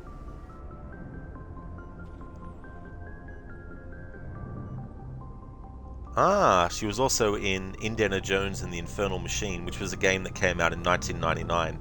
Which is funny, that game, because it came out in 1999 and Tomb Raider came out in 1996. And what's interesting is you have a character, Indiana Jones, who was created in the early 80s, who is one of the characters that inspired Lara Croft. And then you have, in video game terms, Indiana Jones being inspired by the style of game that Tomb Raider was in 1996. So the Indiana Jones game in 1999 very much plays exactly like a Tomb Raider game. It was the same with Prince of Persia. In 1999, Prince of Persia 3D came out, and it was basically done the same way that Tomb Raider was as well. But anyway, I digress. But that's who voices Dr. Chakwas. And I knew, and like once I saw that she had been in Gears of War, I was like, ah, of course. Now I know why the voice sounded familiar. What do you know about Captain Anderson? I've served with him for a few tours now. He knows when to let things slide and when to crack the whip. The crew knows he's seen pretty much anything they'll ever run into. And he cares about the people under his command. How well do you know the lieutenant? I'd never worked with him before this mission. But he has an impressive service record, over a dozen special commendations. Tends to keep to himself, though. Maybe because of the headaches. It's not easy being an L2. What does that have to do with it? Well, most biotics now use the L3 implants. Lieutenant Alenko was wired with the old L2 configuration. Sometimes there are complications. What kind of complications? Severe mental disabilities, insanity, crippling physical pain. There's a long list of horrific side effects. Caden's lucky. He just gets migraines. So I feel that a renegade wouldn't give a shit about that. But personally, it makes sense to me why maybe he went and did what he did with the beacon. I should go. Goodbye, Commander.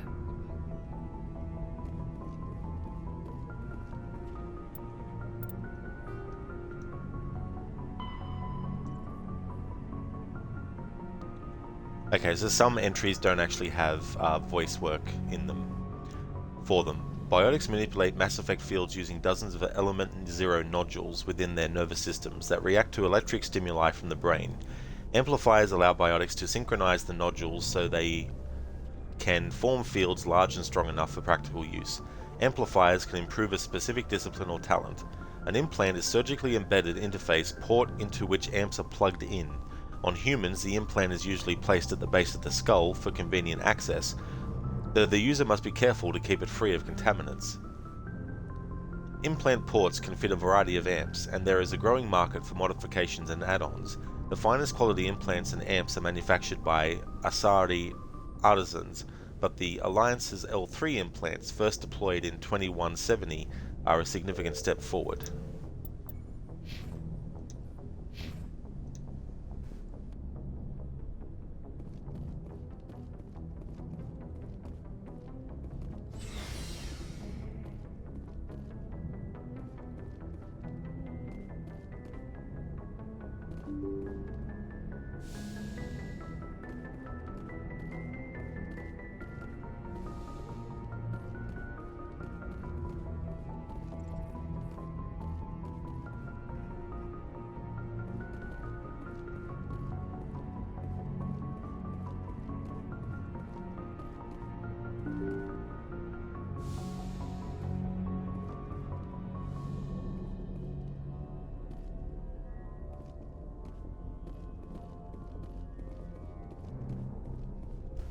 Hey there, Brianna, welcome. Welcome to the stream. I'm going really good, thank you. Things are going well, having a good day, and I'm enjoying this game so far. It's going really good. How about yourself?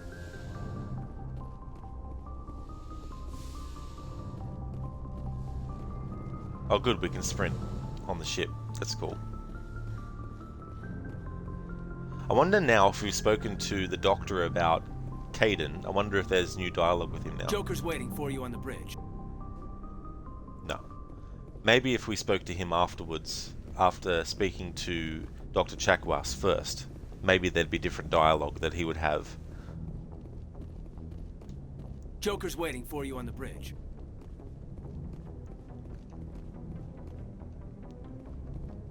Joker's gonna have to wait for a bit more.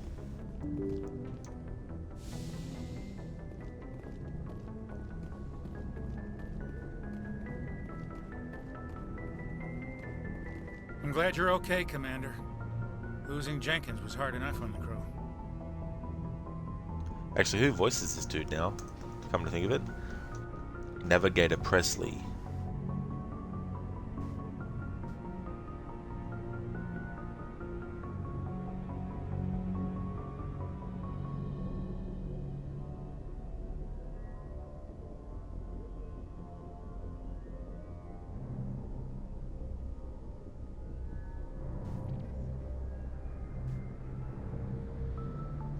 Okay, so Dwight Schultz. Now, why is that name familiar to me? Ah, okay. He was in the original A-Team series, so that's who he is.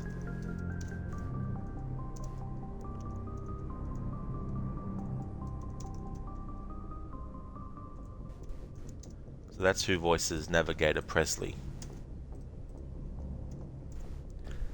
Brianna, yes, Mass Effect is such a good game.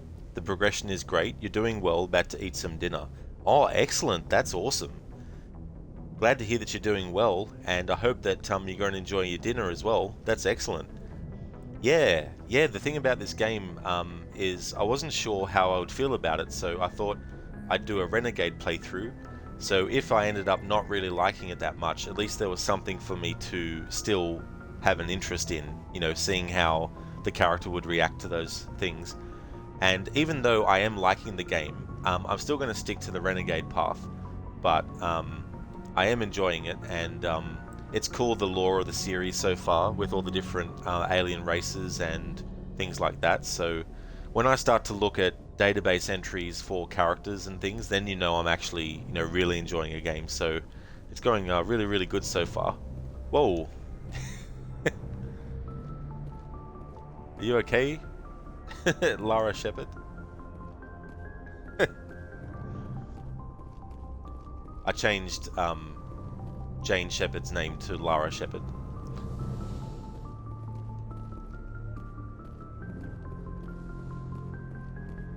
Okay, so we've spoken to Navigator Presley, I've spoken to Caden, I've spoken to Dr. Chakwas. Now, this is where Joker is, but I don't want to speak to him yet. And I've spoken to Ashley.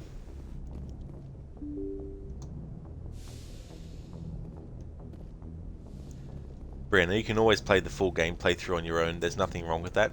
Yeah, it's so funny though, like, because I'm a streamer that streams every day, like, I found that it's very hard for me to find time to play games offline, because the funny thing is my mind is like, I may as well stream it if I'm playing it, kind of thing. But that is a good point though, also.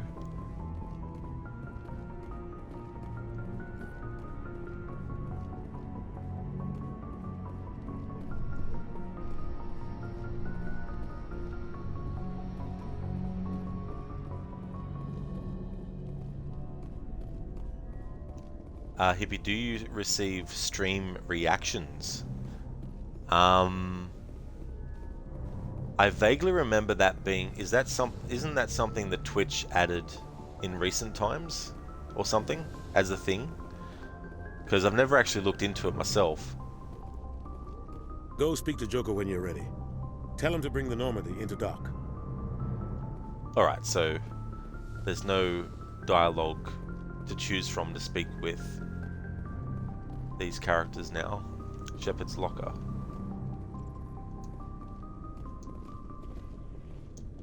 Can't open it right now for whatever reason. Brianna, that's totally fair. You don't stream, but if you did, you think you would want to play every movement you do in the game on stream.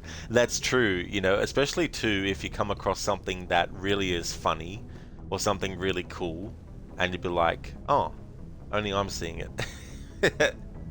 Just that experience, you know, it's really cool when you're streaming to experience something in a game and being like, holy shit, or whatever the reaction may be as well.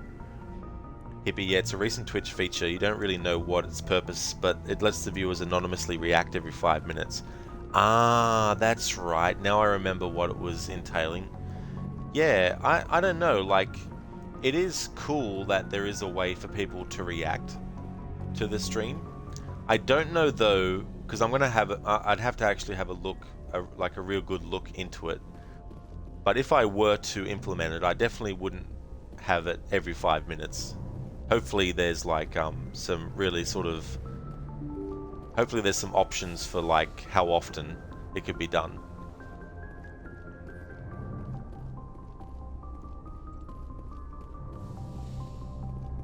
Okay, let's speak to Joker.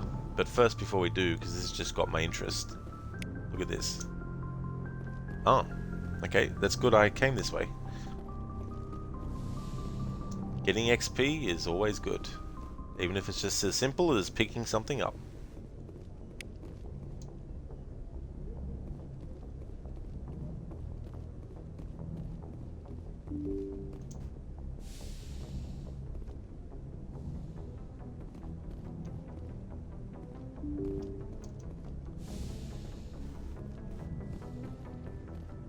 Alrighty then.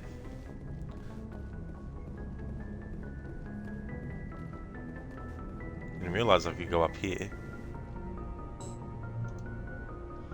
Only the commanding officer may specify a destination for the Normandy. How much do you think I might be lost? No, it's just my playstyle. When I'm interested in a game's environment, I like to roam around, have a look at stuff, whatever gets my interest. I have done ever since I played Monkey Island when I was 10 years old in 1993. When a game interests me enough, I'll look in every nook and cranny, even if there's nothing there, just to actually have a look.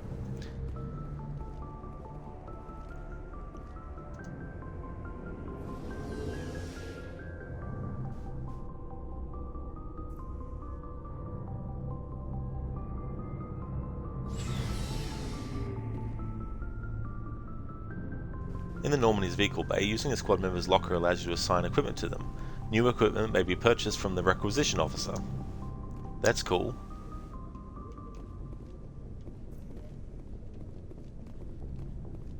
Speak to him in a moment.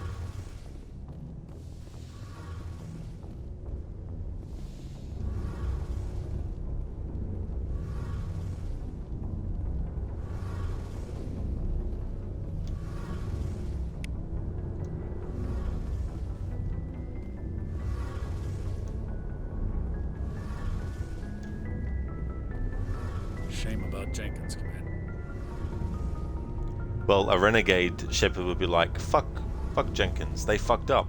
It's their fault they died. No one else's. No.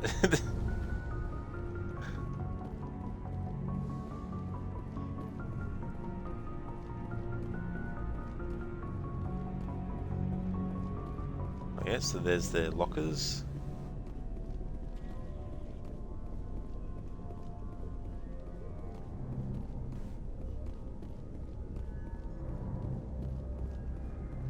Hey, Commander. Looking for some extra supplies before you head up? What have you got? Whatever you want. Armor, weapons, mods. It's not standard Alliance issue, but that's not necessarily a bad thing. Well, as long as you don't mind paying for it. Why should I pay you for my weapons and armor? My stuff doesn't come from the Alliance. I have to purchase it myself, and it's not cheap. Hell, the licenses alone have set me back more than I'd like. But no licenses, no goods. Without the goods, I'm out of a job. What are licenses? Why do you need them?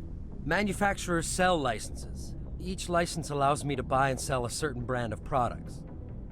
I already have several basic ones, but you'll need to buy more if you want me to bring in different brands. Many of the best licenses are hard to get, but they're well worth the cost if you can find them. What do the different manufacturers offer? There are too many for me to keep track of, but each license will explain what it's good for. How often will you get new items? Well, that depends on how many licenses you've purchased, but I'll rotate items on a regular basis regardless. And anytime we land someplace with a big enough port, I'll buy, sell, and trade whatever I can. Check back often. I need to move items quickly, so only the most basic items will be stocked consistently. Let's see what you got. You bet, Commander.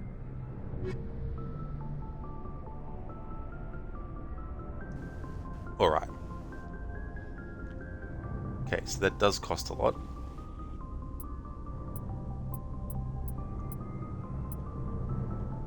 Let's talk brass tacks. Metagel upgrade. Increases maximum units of metagel by 1. Increases maximum number of grenades carried by 2. Aha, sell. Now this is where we could make some money. Maybe.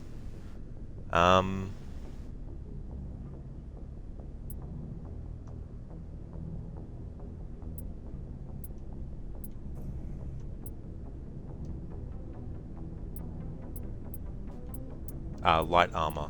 I'll sell that.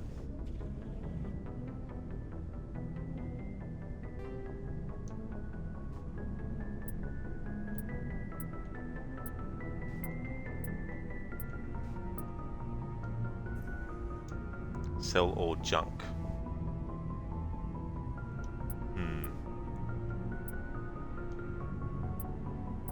Buy back.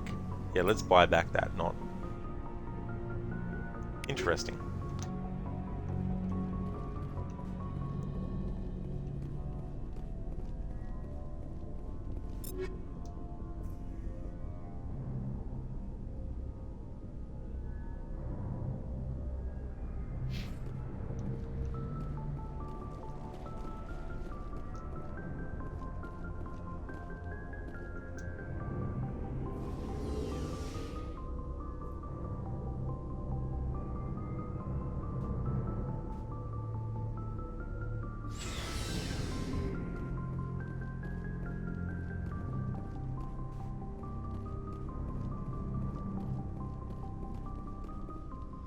Alright, so we went down the elevator, sussed that out. We've sussed everything out here, so I think I'm ready to go and speak to Joker.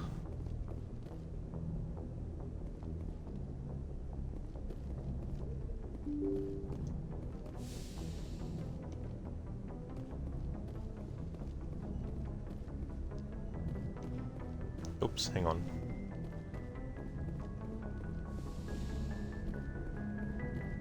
Oh yeah, I've already been in here. Cool, alright.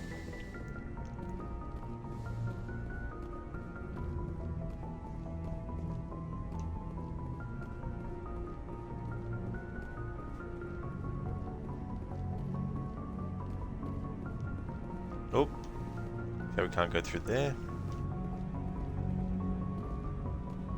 Nothing else to collect. Alright, Joker, what's up? Good timing, Commander. I was just about to bring us into the Citadel. See that taxpayer money at work.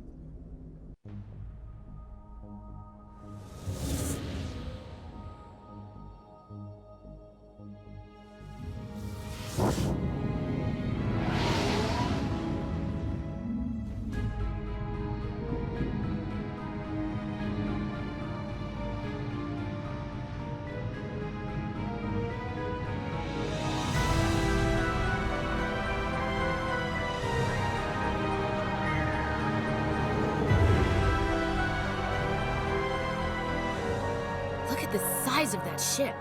The Ascension, flagship of the Citadel fleet. Well, size isn't everything. Why so touchy, Joker? I'm just saying you need firepower too. Look at that monster. Its main gun could rip through the barriers in any ship in the Alliance fleet. Good thing it's on our side then.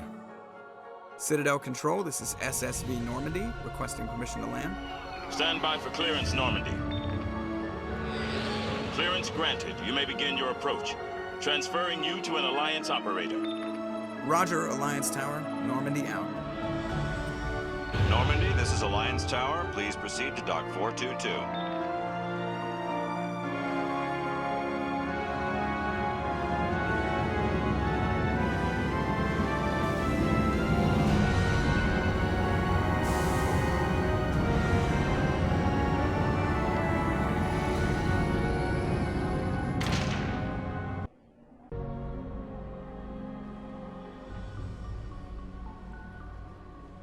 This is an outrage! The Council would step in if the Geth attacked a Turian colony? The Turians don't found colonies on the borders of the Terminus systems, Ambassador. Humanity was well aware of the risks when you went into the Traverse. What about Saren? You can't just ignore a rogue Spectre. I demand action! You don't get to make demands of the Council, Ambassador. Citadel Security is investigating your charges against Saren. We will discuss the CSEC findings at the hearing, not before. Captain Anderson, I see you brought half your crew with you. Just the ground team from Eden Prime, in case you had any questions. I have the mission reports. I assume they're accurate? They are. Sounds like you convinced the Council to give us an audience. They were not happy about it. Saren's their top agent. They don't like him being accused of treason.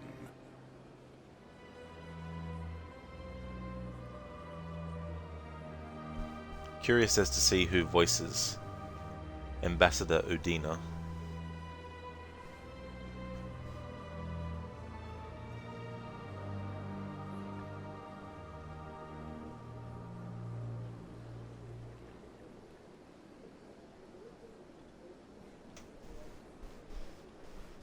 Aha, Bill Ratner plays him. Okay, what has Bill Ratner done as well?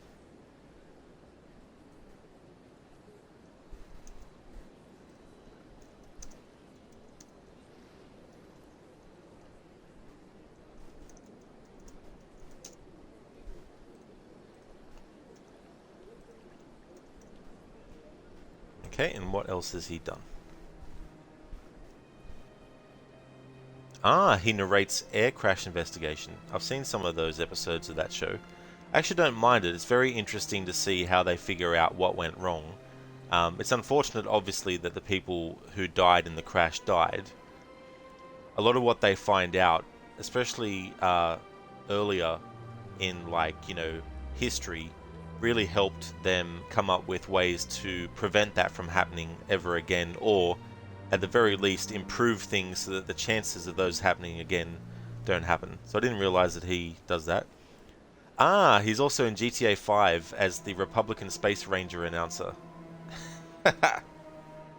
Nice. Ah, okay, so he's done GTA 4, because I know the Space Rangers is in that, so he's been the announcer in GTA 4, the Lost in the Dam, the Battle of the Gay Tony as well.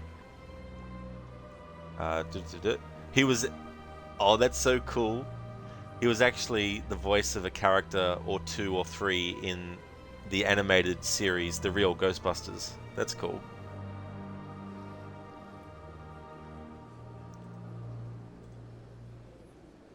I'm not gonna sit on my ass just because the council doesn't want to do anything.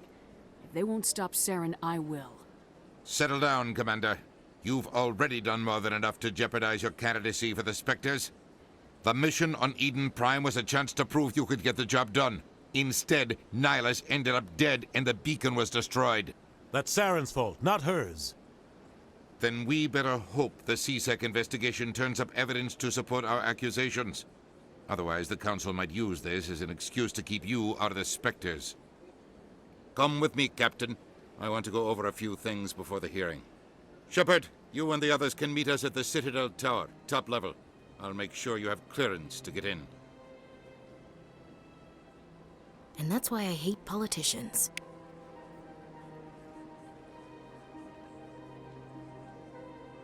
Alright, important locations marked on your map. Cool, you can set waypoints. Excellent. Alright, so destination.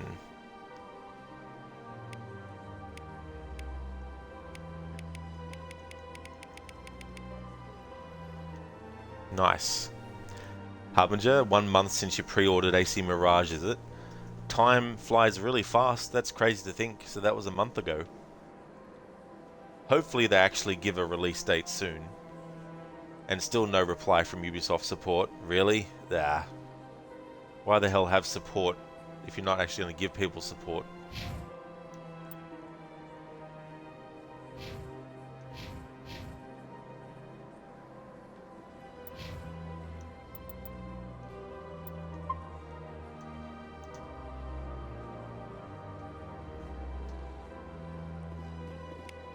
I can't tell the aliens from the animals. Big place.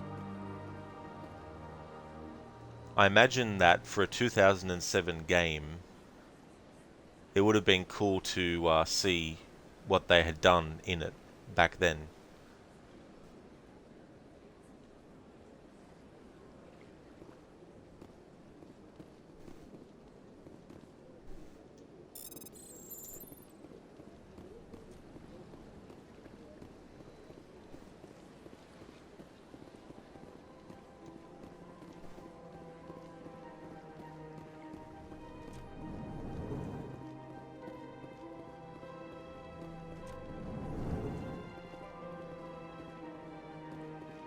I understand what you're saying, but these allegations are very serious. This is serious. My reputation is at stake. I spoke with the consort in confidence, and her alone, and she betrayed that confidence. All right. I will look into it for you. In the meantime, do not do anything rash. I love the way that they speak. That's so cool. Hippie, oh man, you really pre-ordered it without gameplay footage.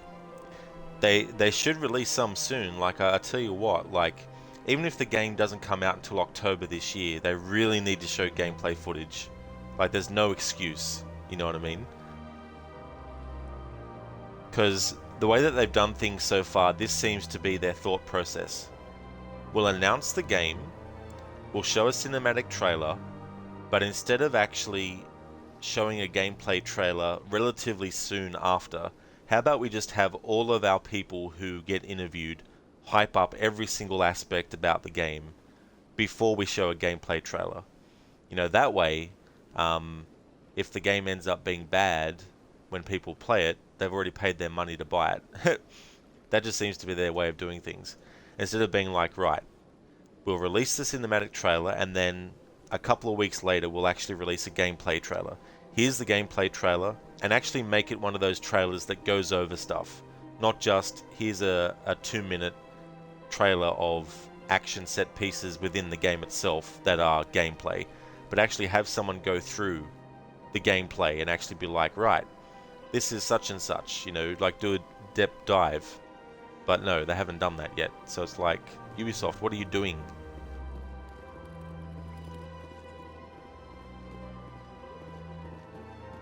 Hello there, human. Sincere apology, but I am here on business and cannot be distracted right. Okay, so that's a glitch that I'm noticing, is sometimes the ends of characters' sentences, their voice is cut off. This also happens in Assassin's Creed Odyssey to me as well. Hippie, you mean from a business aspect that's great, money is money, you just wish they'd deliver what they say. Well, that's the thing, you know, they're hyping up in interviews all these aspects of the game, but, you know, that's something that you do in between releasing the cinematic trailer and the gameplay trailer, but only if you're releasing the gameplay trailer like a couple of weeks afterwards, you know what I mean? But yeah, it's been, what, when was the game actually announced? I feel like it was October, but maybe it was different. Maybe it was after or before that.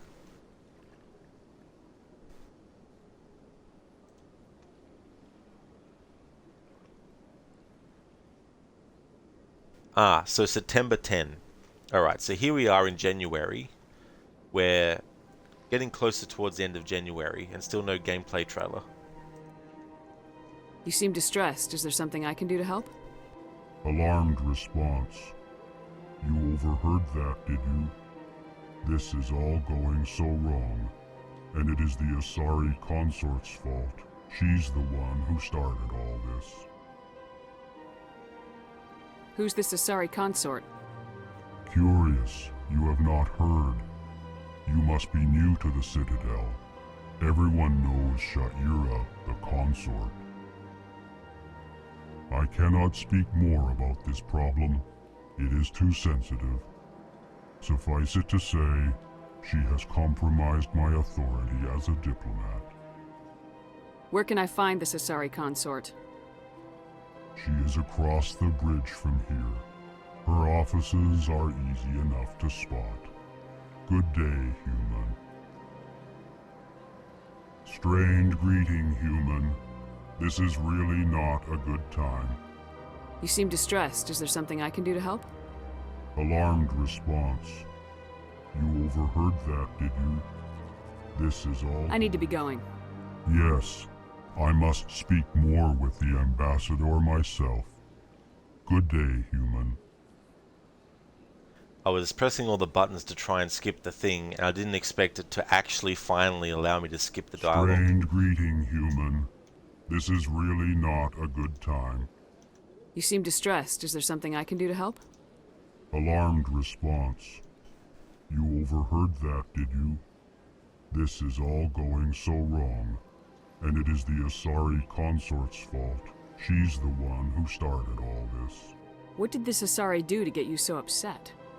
I cannot speak more about this problem. It is too sensitive. Suffice it to say, she has compromised my authority as a diplomat. Good luck with your problem. Thanks to you, human. Good day. It's funny, Chef would be like, I missed the part where that's my problem. Pleased greeting. Human, it is always good to see your kind. I am Ambassador Kalen. Genuine query. Is there something I can do for you this day? Why do you explain what you're about to say? Our people communicate less through words and more through scent and slight movements. Plainly, we discovered our vocal expression was not enough to convey the feelings of our conversations to other species. Why do you bother, Kalen? These Earth Clan don't really care about our ways. Remorseful response, Din. You don't truly believe that, and if you do, I am very sorry for you. Hey Din, I don't remember asking you a goddamn thing. Anyway, I like how they actually speak. Remorseful response, Din. You don't truly believe that. And if you do, I am very sorry for you. Tell me more about your species. Genuine enthusiasm. I delight in telling the history of my people. It is agreeable to share our culture with others. Tell me about the history and origins of the Elcor. The Elcor were just beginning to explore Council's space when the Asari first made contact with us. With their help, we discovered the relay closest to our system, and from there the Citadel. Proudly, within one lifetime we established a regular route to the Citadel, and quickly became one of the more active species living on this great station. Hey there, Mux. Welcome, dude. I absolutely am.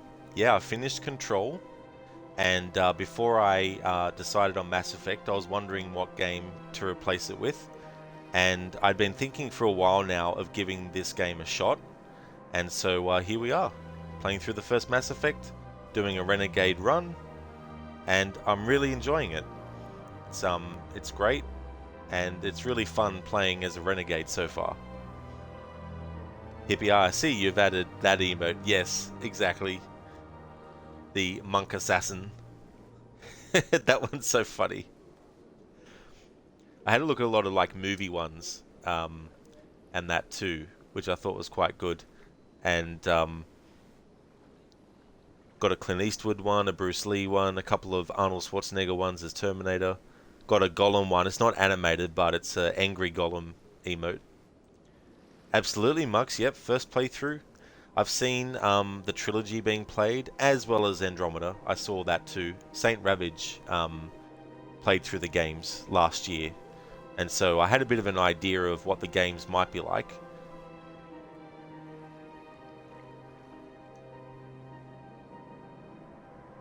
What do you do here? Modestly, I work to bring the problems and the requests of the Elcor groups to the attention of the Council. Ha! They only give us these positions to keep us quiet. The Council doesn't care about our races. Chastising rebuke. Your tone is inappropriate, Din.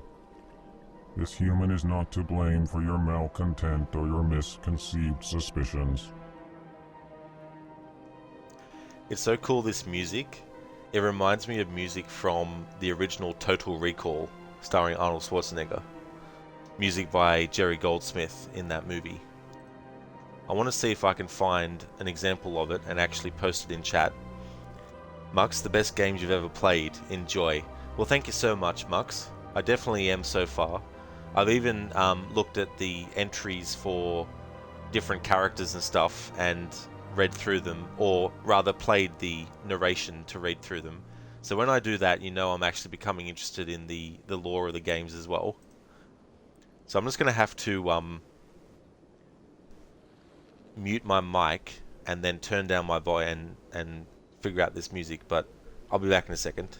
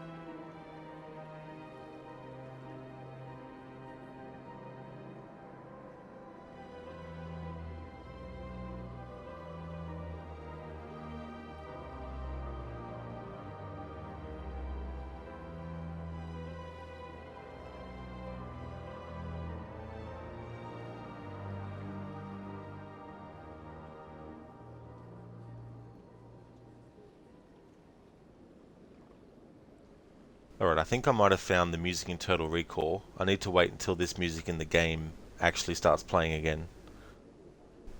Just to compare it. It won't be exactly the same. It's just what the music reminds me of. Not necessarily that it's exactly sounding the same. Mux, you just loaded the stream and was tabbed, but you heard the Citadel music and had to get here. Oh, nice, Mux. That's awesome.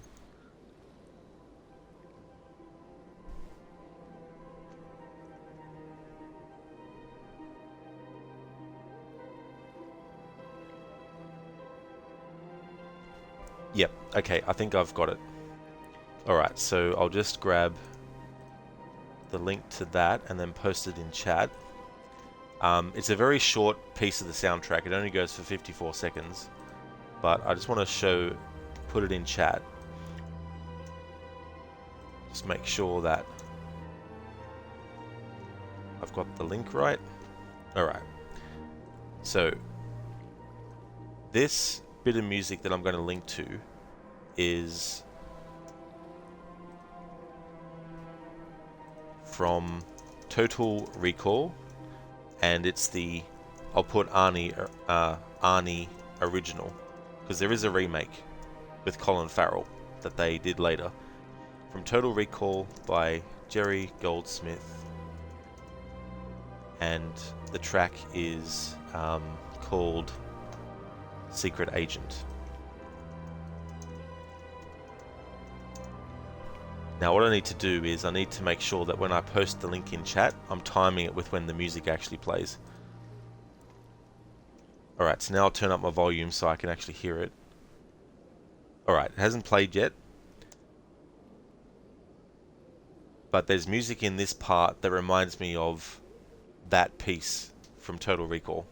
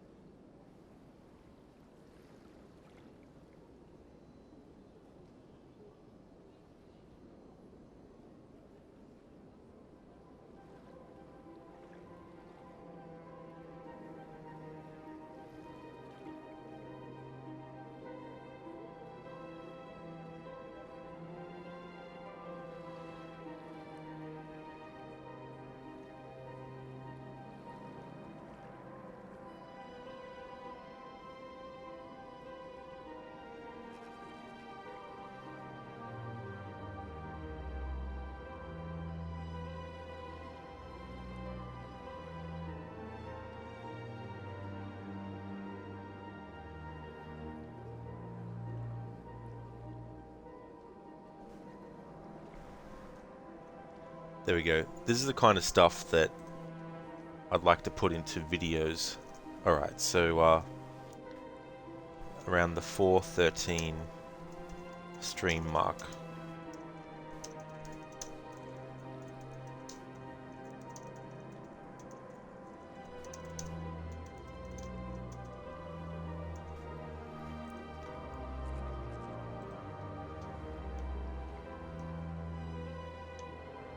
Goodbye, Ambassador. Sincere farewell. Good day to you, human. Enjoy your time on the Citadel. EarthClan, you are in the wrong place, I think. Your ambassador is next door in the large office. Chastising remark. Don't be so rude, Din. At least introduce yourself. I am Din Korlak, Volus Ambassador. Is there something I can do for you, EarthClan?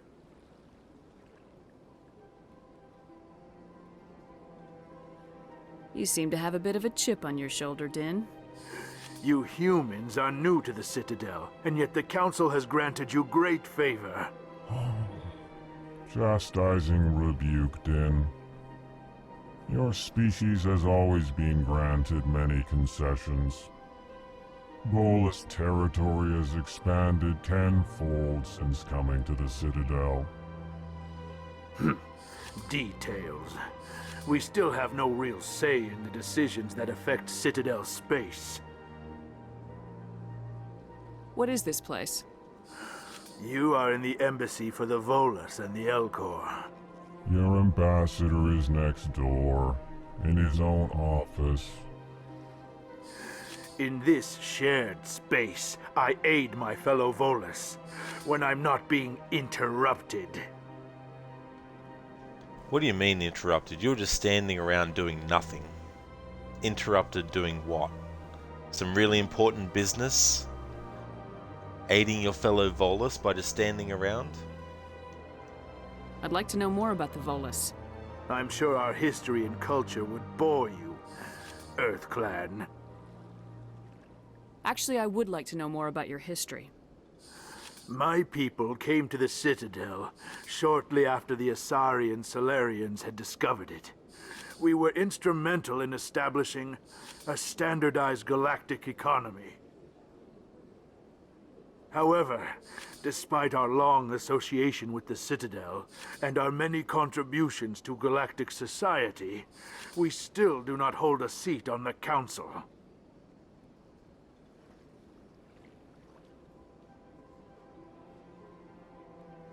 What is it you do here? I look out for the best interests of the Volus people. No easy task considering how often we are overlooked by the Council. Chastising rebuke, Den. The Council favors your species greatly. You are naive. The Earth Clan will be invited to the Council long before our species will. Why aren't the Elcor or Volus part of the Council? All species must prove themselves before they join the Council. All but the Earth Clans, it would seem. Dismissive. Ignore the Volus ambassador, human. He is incorrect in his assessment. Really? How long have we been waiting? How long do you think we'll continue to wait? Bah, this talk is wasted on the humans. Alright, now I'm actually curious about his voice actor. Din Korlak.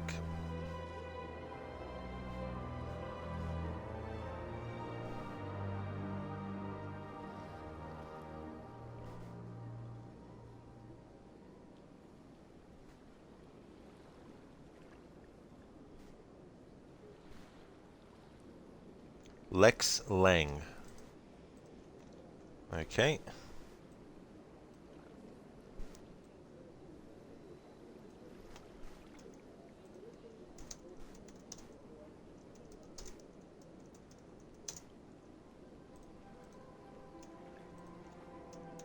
And there's his IMDb.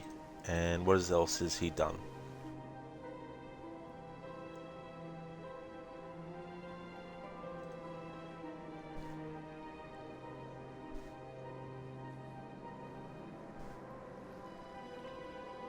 Okay, World of Warcraft Shadowlands, Crash Bandicoot 4, It's About Time, Final Fantasy VII Remake, Star Wars Jedi Fallen Order, Shenmue 3, God of War 2018, Star Wars Battlefront 2, it was in the Resident Evil Vendetta animated movie.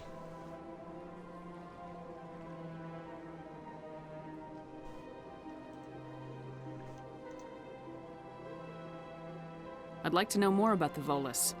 I'm sure our history and culture would bore you, Earth Clan.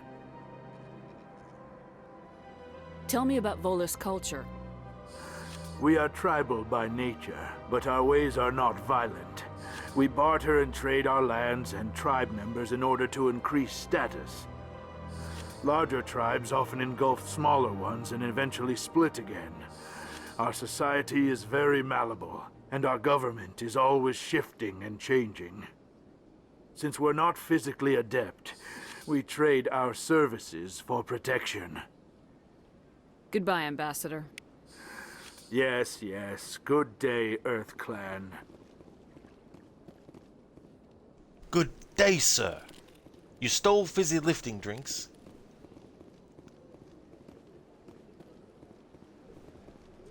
You dirtied the ceiling, which now needs cleaning. I can't remember the full quote. So you get nothing. Good day, sir. Good day, sir. Day, sir. Day, sir.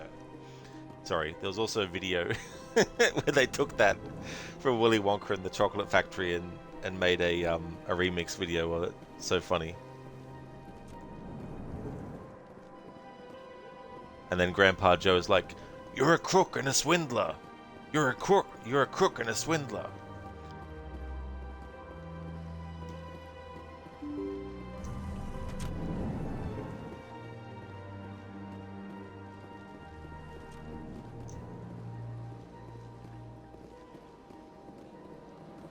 Oh yeah, so this was here. Alright, let's have a look at the map. Alright, so that's the destination. That's Avina. Now that's the person that I wanted to go and speak to.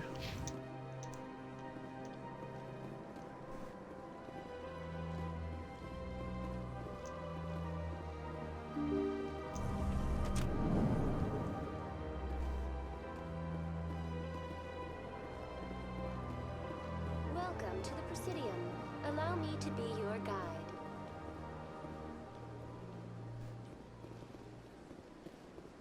Greetings and welcome to the Presidium. My name is Avina, and I am pleased to be your virtual guide throughout this level of the Citadel Space Station.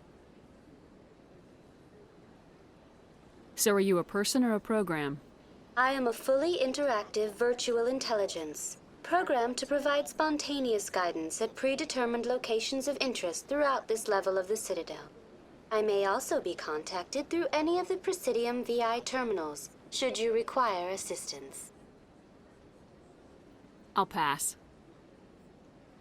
I apologize if you found my service unsatisfactory. Please submit any complaints in writing to the Citadel Tourist and Visitor Board. Have a nice day. Welcome to Presidium Tourism Terminal 1. There are many points of interest here, including the Citadel embassies and CSEC headquarters. On the far end of this level, you can see the Citadel Tower, where the Council meets regularly to discuss matters of interstellar importance. I want to know more about Citadel security. Citadel security serves as law enforcement for all regions of the Citadel, though the majority of officers serve in the wards. Executor Palin, a Turian, is the current head of CSEC, but individuals from virtually every species across Citadel space serve as officers beneath him. If you wish to learn more, Executor Palin's office is located in the CSEC headquarters just across the lobby. Tell me about the embassies. Each species in Citadel space important enough to be consulted on matters of galactic politics maintains an embassy on the Presidium. The Volus were the first non-council species to be granted an embassy, roughly 2,384 galactic standard years ago. As Citadel space has expanded, more embassies have been added. The most recently added embassy belongs to your own species, humanity. It was added 19 galactic standard years ago, despite some rather vocal opposition. Why were people trying to keep my species out? Some species felt humanity was given preferential treatment. It often takes a century or more before a new species is granted an embassy. The Council gave a great deal of thought to this matter. In the end, they decided humanity's impact on Citadel space was significant enough to warrant an embassy. Do you agree with their decision? I am not programmed to make that kind of qualified judgment. My code is limited to information and simple interaction simulations. Why were people trying to keep my species out? Some species felt humanity was given preferential treatment. It often takes a century or more before a new species is... The Council gave a great deal of thought to this matter. In the end, they decided humanity's impact on Citadel space was significant enough to warrant an embassy. How come the Volus were the first species given an embassy? In the early years following the formation of the Council, the Volus were, apart from the Asari and Solarians, the most populous and widespread species in Citadel space. They established many new colonies and trading outposts, and they petitioned the Council for a greater role in determining interstellar policy. In recognition of their work to expand interstellar trade and establish a standardized galactic economy, the Volus were granted an embassy here on the Citadel. Why weren't they made a council race? The council races have extensive responsibilities. They must provide personnel and ships for the Citadel fleets. They often provide economic aid in times of disaster. It would be unfair to demand such an enormous burden of a species unable to meet these obligations. The embassies allow lesser species to have a voice on the Citadel. That's pretty damn arrogant. I apologize if my personality has offended you. Please submit all formal complaints in writing to the Citadel Tourist and Visitor Board.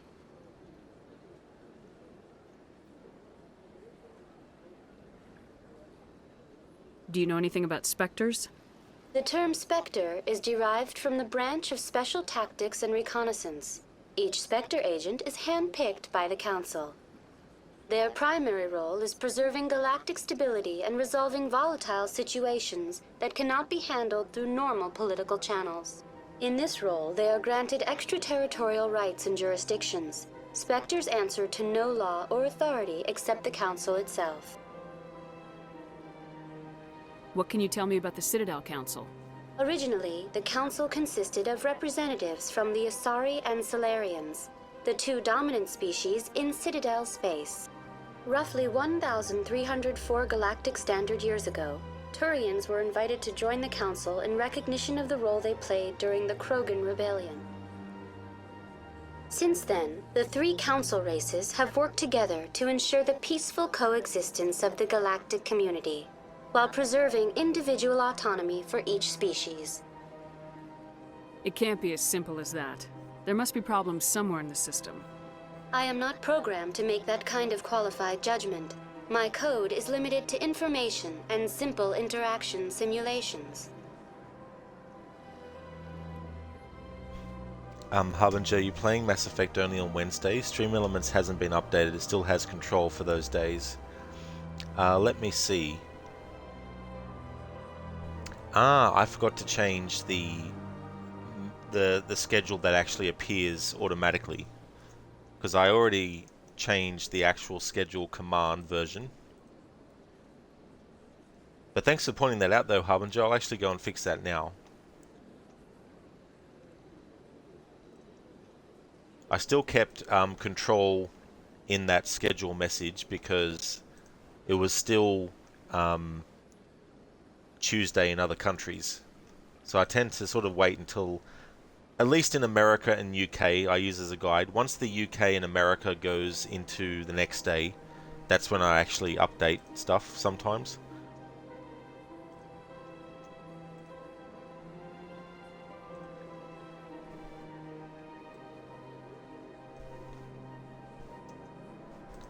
And then once it becomes Thursday here, and then when it catches up to Wednesday in other countries, that's when I'll change it so it's Monday, Tuesday, and Wednesday Mass Effect.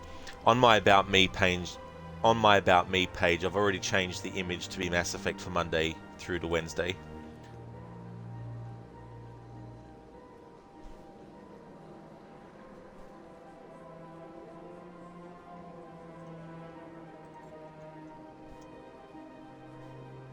There we go. So the automatic schedule message that pops up every so often should be updated now to match the command version. Harbinger, I thought you finished Control, was trying to avoid spoilers. Yeah, Control's all done, dude. Yeah, Control's all finished.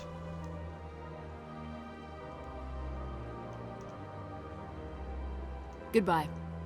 Goodbye, and thank you for using Avina. Please enjoy your visit to the Citadel.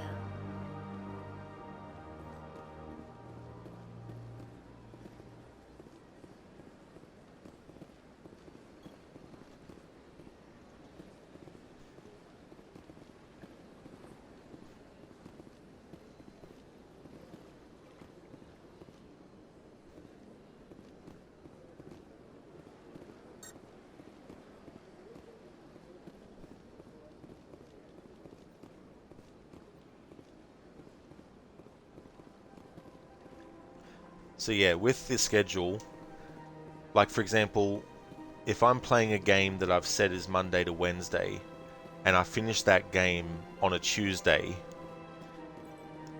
on my About Me page, I'll replace what game is Monday, Tuesday, and Wednesday on that. But because other places around the world have not yet become Wednesday, for example, that means that I'll update the schedule so that Monday and Tuesday is the game that was Monday, Tuesday, and Wednesday, and then make the game that I'm jumping to be Wednesday, and then when it's Wednesday in other countries, that's when I'll update it again and then change it to the Monday to Wednesday thing. It's kind of the best way I've tried to figure it out, so that if someone, let's say someone wants to see what I'm streaming on a Tuesday when it's Tuesday in their country, it'll be Wednesday for me by that point. So if they come in and see me streaming a game that isn't the one that's on Tuesday, then at least they'll know that, oh, okay, so it must be Wednesday for him now. That's why he's playing this other game and not the one that I thought he'd be playing.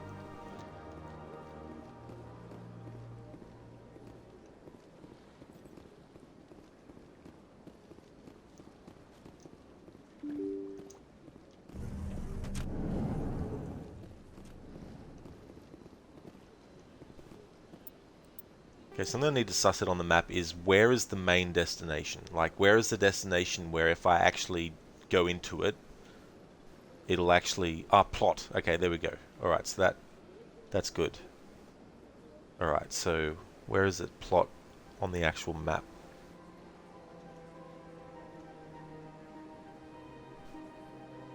Okay, so it's not on here, so that's good.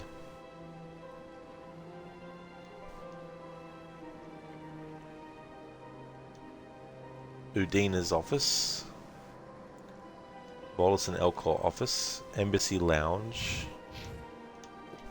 Want to go back here. Where are we? Here we go. Oops, no, this is a completely different spot. Back here. This is where I want to go. To speak to the receptionist. Good day, Commander. The human ambassador is up the stairs, first room on the right. You know who I am? Yes, I receive reports on all newly arrived dignitaries and notable people. What's your name? What do you do here? My name is Safiria. I'm the administrative assistant for the embassies. You seem to be distracted. The embassies are the hub of all Citadel politics. When you represent trillions of citizens, it tends to get a little busy. What is this place? This is the Presidium. More specifically, you are at the Citadel embassies. If you have more questions, please access Avina. What's that? Oh, Avina is the virtual guide for the Citadel. Feel free to access the terminal yourself. I should be going now. Have a pleasant day.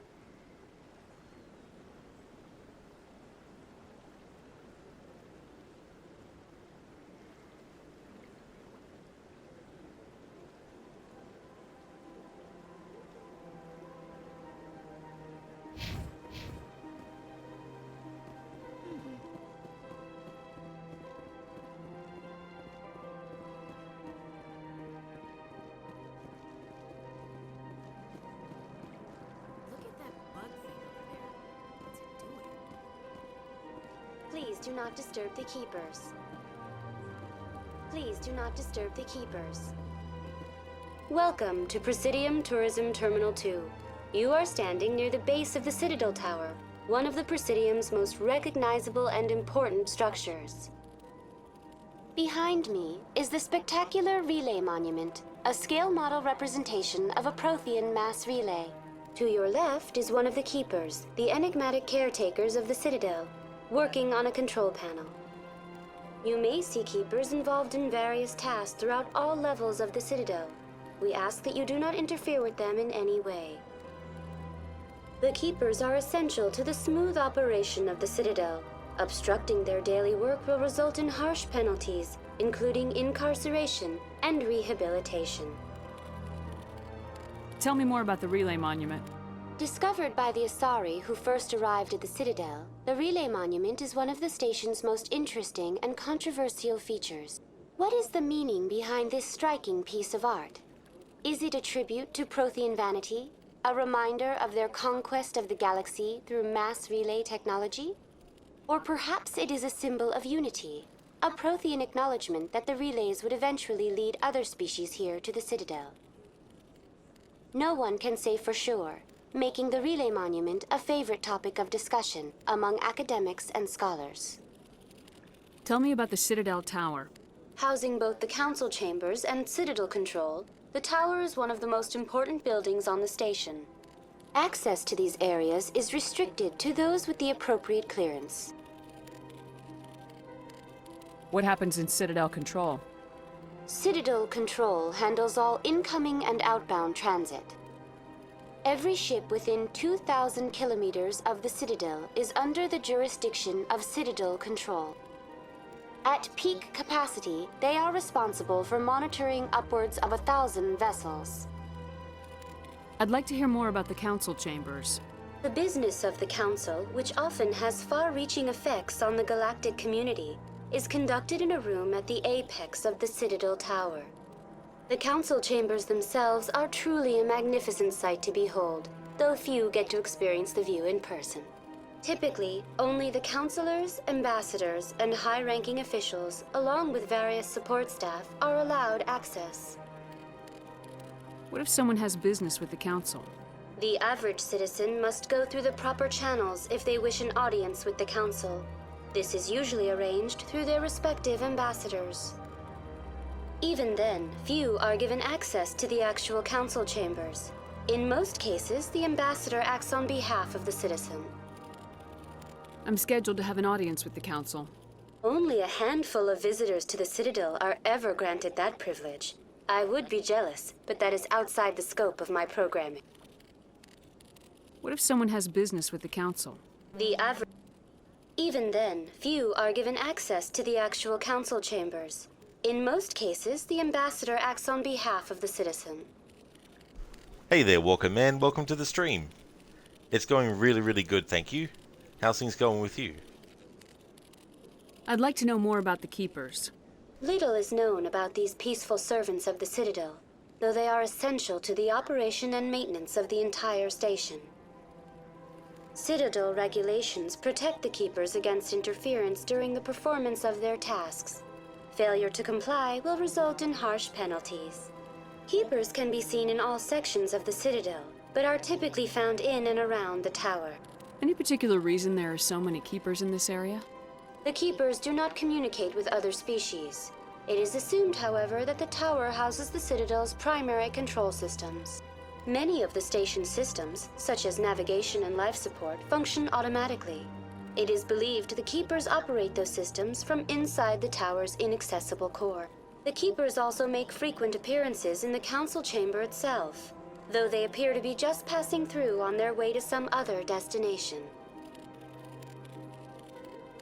That's all for now. Thank you for using Avina. Have a pleasant day.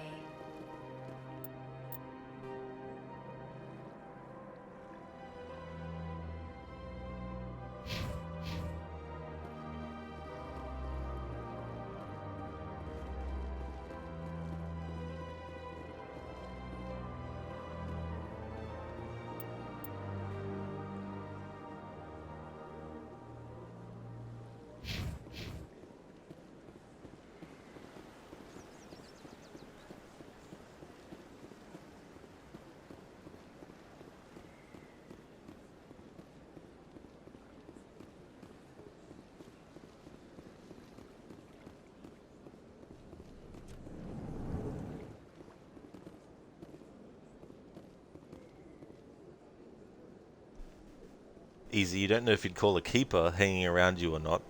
If you'd like a keeper hanging around you or not. You reckon he'd have to carry around a can of Raid with you? It's interesting that they're kind of like giant insect-looking things.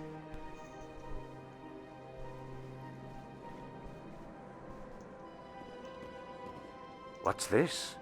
One of the Earth Clan. Ah, a very famous one, yes? You are the one called Shep. You were at Torfin, correct? You led the final assault against the enemy base, if memory serves. I don't like strangers keeping tabs on me. Forgive me, Earth Clan. My name is Barla Vaughn. My job makes it necessary for me to keep informed. I am a financial advisor to many important clients here on the Citadel. When someone as important as yourself arrives on the station, I take notice. Tell me more about your job. Galactic finance is incredibly complex. A mix of laws and regulations from dozens of interstellar economies. I'm an expert in how all these economies interact. For a fee, I share my expertise. I also offer premium services for those clients who need someone to conduct business without drawing unwanted attention. Discreet and efficient. That's my motto. Sounds pretty shady. Everything I do falls completely within the bounds of interstellar commerce law. Even so, many of my clients would prefer their transactions remain undisclosed. For example, suppose a Hanar ambassador was petitioning the Council to reduce tariffs on Hanar goods. How would it look if he had money invested in a Hanar exporting company? Even if his true motives were to help his people, he would be accused of advancing the petition for his own personal gain. I can keep his personal finances private. Still sounds shady to me. Then we can only hope you will never be cursed with a large enough fortune to require my services. What's it like living here on the Citadel? The station is without a doubt the greatest wonder in the galaxy. It is a technological marvel, but its true splendor goes much deeper than the hull and engines. From the Presidium to the wards, the entire station is a testament to the success of the Council. All the species of Citadel spaced together in a single strong community. Mux, will you play Mass Effect 2 after you finish this? Not actually sure yet, Mux. It depends on what I feel like doing after I finish the game, because if this ends up being a playthrough that takes me like a month or more, then I don't know if I'm going to be wanting to jump straight into Mass Effect 2 and dedicate, you know, another month and a half or more. So we'll just have to wait and see how it goes. What makes the Presidium so special? It is the political center of Citadel space. 80% of all intelligent species in the known galaxy acknowledge the Council's authority on interstellar matters. But only the most powerful and influential species have embassies here on the Presidium. This level of the station is reserved for the elite, Shepard. People like us.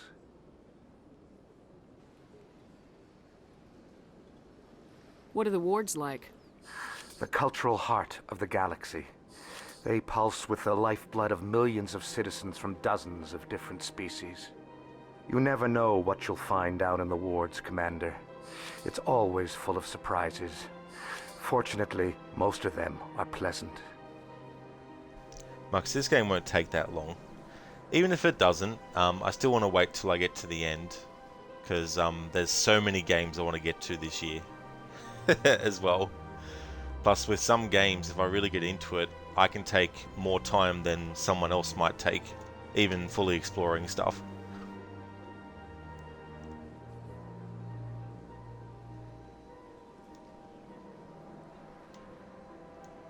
I should go. Goodbye, Commander. Harbinger, Mass Effect 2 is by far the best one in the series, is it? Oh, that's cool. That's definitely understandable.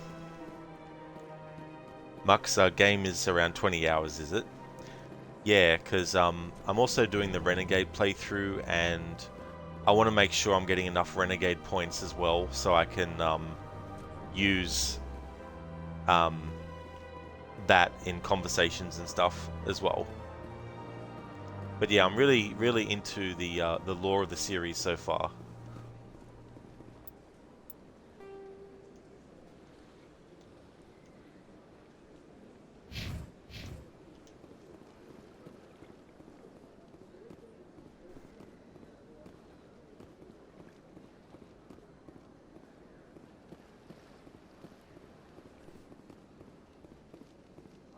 Ah, human. This one is greatly pleased to see you here in my decadent emporium. Decadent emporium.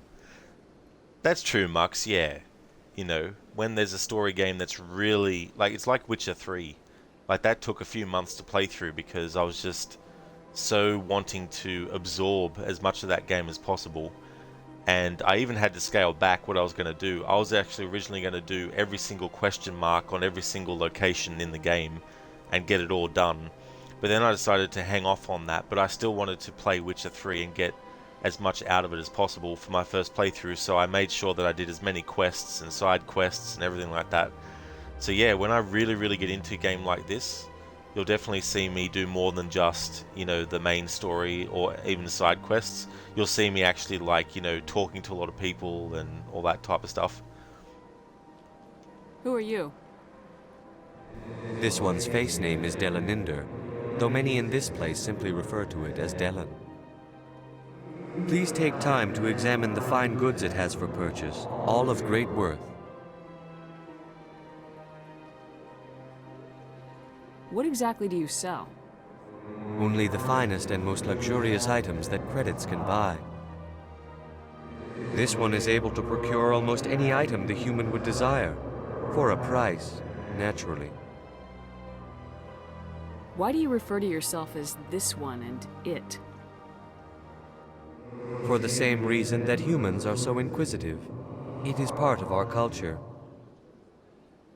Specifically, Hanar only refer to themselves in the first person with family or intimates. And we rarely do so with other species. It is just our way. Who are you? Please take time to examine the fine goods it has for purchase, all of great worth. Show me your items. Oh, this one is pleased to do so, human. You will not be disappointed.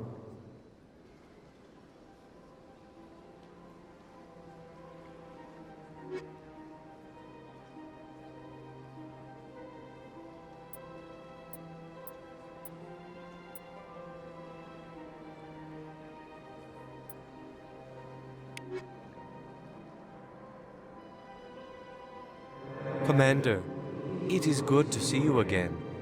Would you care to see some of its fantastic items today? Show me your items. Oh, this one is pleased to do so, human. You will not be disappointed.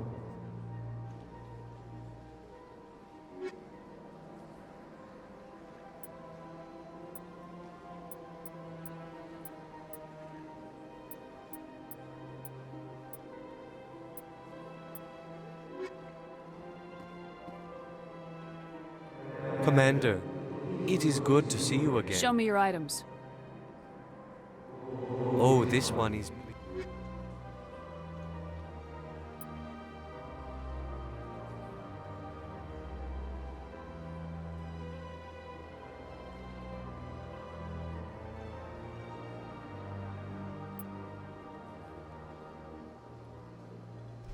Harbinger, Mass Effect 3 felt rushed, just like Dragon Age 2. You will see for yourself when you get there.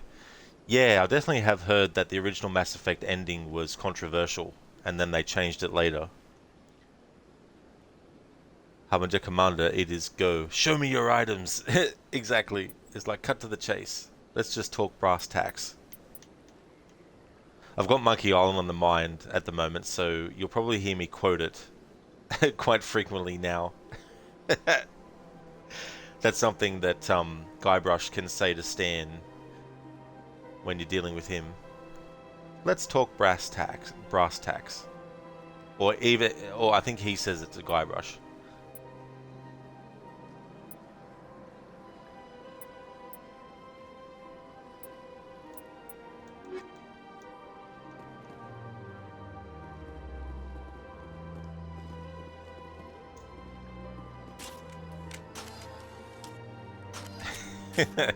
Give us all your stuff. No, just kidding. Alright, let's have a look at the map again. Emporium. Let's speak to this Avina, I mean.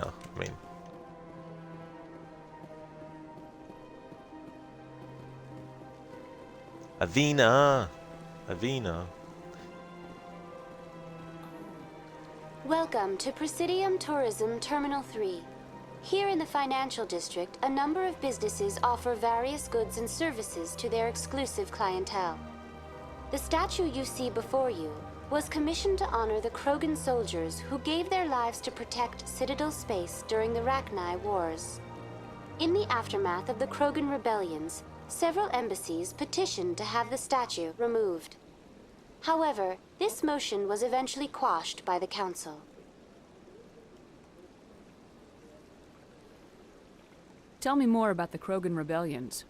In recognition of their efforts during the Rachni Wars, the Krogan were granted several new colony worlds by the Council. Over the next 400 years, the Krogan species began to expand. Blessed with an extremely high birth rate, their numbers began to swell.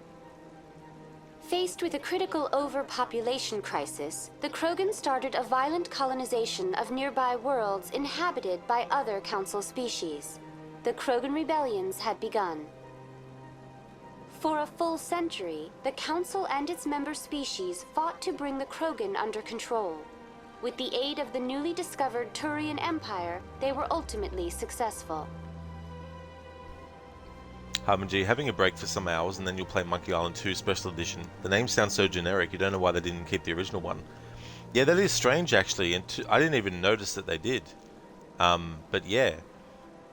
Monkey Island 2 LeChuck's Revenge, I think that's a better title than is Monkey Island 2. Wonder why they didn't use all of it.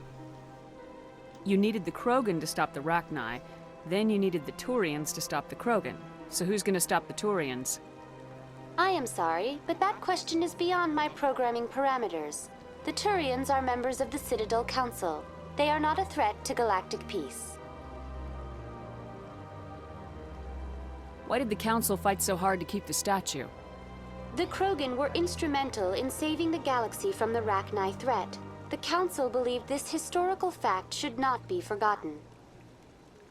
The Council also hoped that preserving the memorial would improve diplomatic relations with the Krogan and bring about a peaceful resolution to the rebellions. Unfortunately, the Krogan refused to negotiate and only surrendered after their population and homeworlds had been ravaged by the Turians. Sounds like they got what they deserved. I am sorry, but a value judgment of that nature goes beyond my programming. What were the Rachni Wars? Nearly 2,200 years ago, explorers seeking to expand a highly intelligent and aggressive. The emergence of the Krogan then pursued their retreating fleets.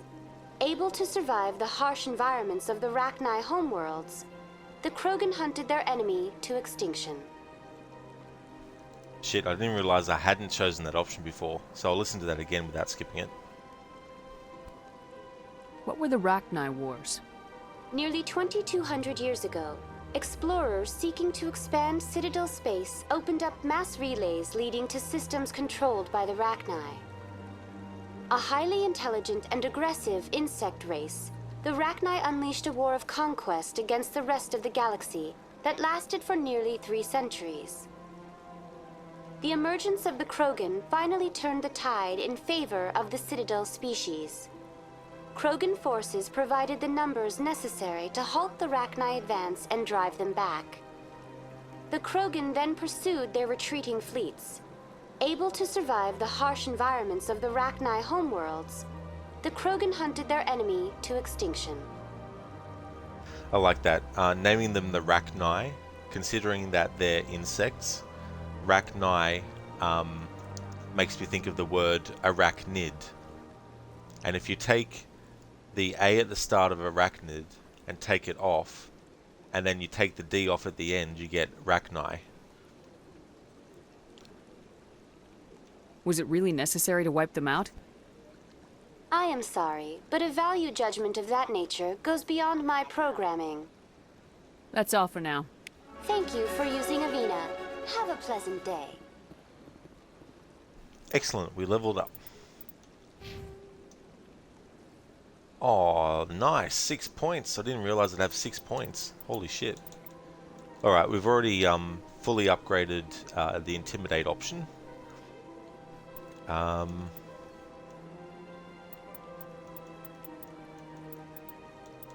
Sniper rifles.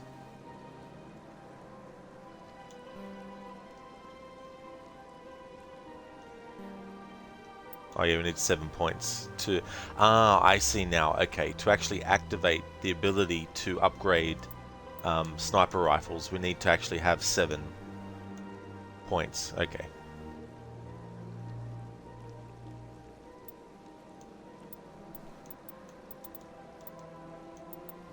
Well, let's increase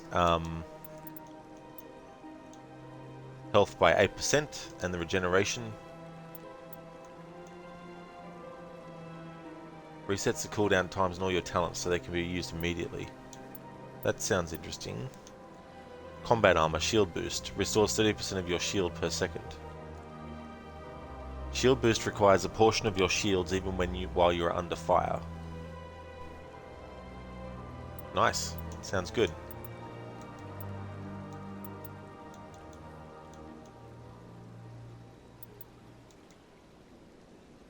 Fitness. Increase your health by 10. Okay, we can't get that yet for some reason, but that's okay. Aha, unlock fitness. There we go. Alright, that'll do for now. I'll bank those points that I currently have. Hippie, poor Jenkins. He would have liked these history lessons, especially if they came with some homework. Oh yeah, he would have loved it, you know. He would have loved all that. Jenkins is now no longer with us. He is dead.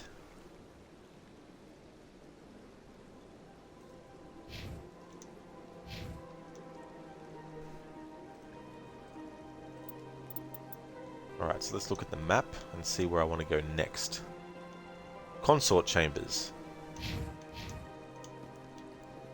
This might be where that consort will be.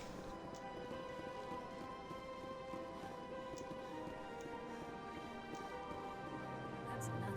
I've had my office rearranged 5 times now. 5 times?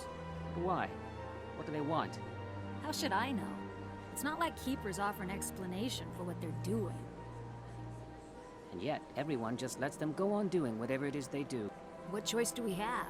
If you try to stop them, they just shut down and another one replaces it. Just strange that we know so little about them. Not to mention frustrating. Just want to check something for a moment.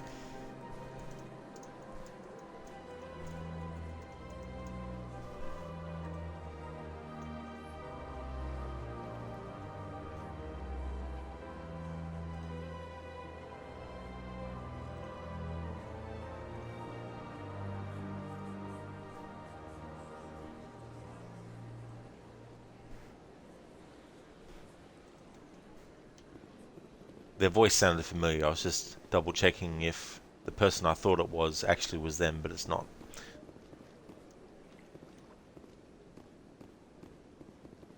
Welcome. I am Naylina. I don't recognize you as one of our expected clients today. Would you like me to see when the consort will be able to meet with you? Can't I just go in? I'm afraid not. Yeah, you must understand there are many who seek the consort services. But if you wish to leave your name, she'll make every effort to meet with you. What do you do here, Naylina? I'm one of the consort's acolytes. Many of the people here today will not see the consort, but they expect to be attended to just the same. It's our job to ensure that they leave contented. What exactly do you attend to? Well, each acolyte has her unique abilities. Some soothe with song, others with conversation. As much as possible, we seek to match the needs of our clients to the skills of our acolytes. My specialty is touch. My fingertips can find every tension point in your body and relieve it. What is the consort? What does she do? It's difficult to explain. She's many things to many people and something different for each. Some seek her for advice, some for entertainment, others still for pleasure. Most of the time, our clients won't realize what they were seeking until after she has provided it for them. You make her sound like some kind of oracle. No, not in the usual sense. She's merely a woman with remarkable compassion and a generous spirit. I suggest you make an appointment and see for yourself. I think I'm done here. Oh, well, I hope you'll return again in the future. We always enjoy seeing new clients. Nelina. Yes, Shaira? Send the commander up to see me. I wish to speak with her. Yes, of course, mistress.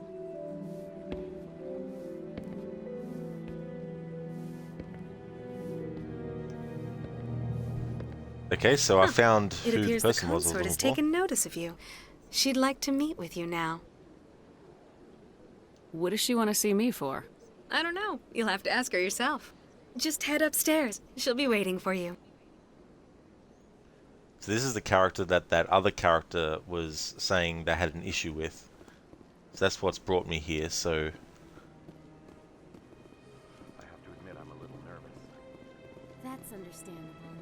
Many are a little unsure what to expect their first time. Don't get me wrong.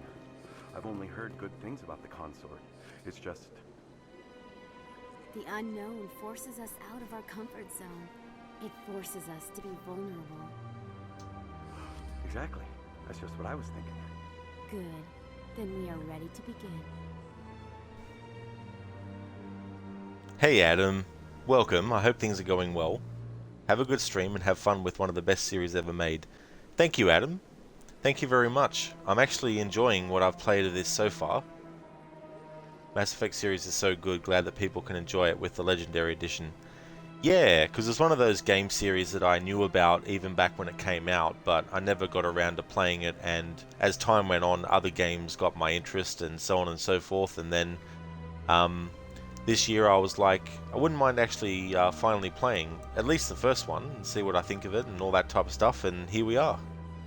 But yeah, I'm really enjoying it so far. I think it's pretty good. I see even the humans find the consort irresistible. This is my first time. I can't believe I didn't come sooner. You think the Legendary Edition is perfect for console players with all the graphic updates? Yeah, because I figured that would be the way to go. I mean, I don't know if there's anything different in terms of like the story that's not in the original version, but I felt that I may as well go with the Legendary Edition. The original versions of Mass Effect 1, 2, and 3 are actually on Game Pass as well, but I figured I'd go with the Definitive Edition, or the Legendary Edition. I don't know why I referred to it as Definitive. Definitive, Legendary, Ultimate, Super Duper. Same difference, it's a better version than the original. Welcome. It is a pleasure to see you. You're with the Alliance? My brother's a private back on Earth.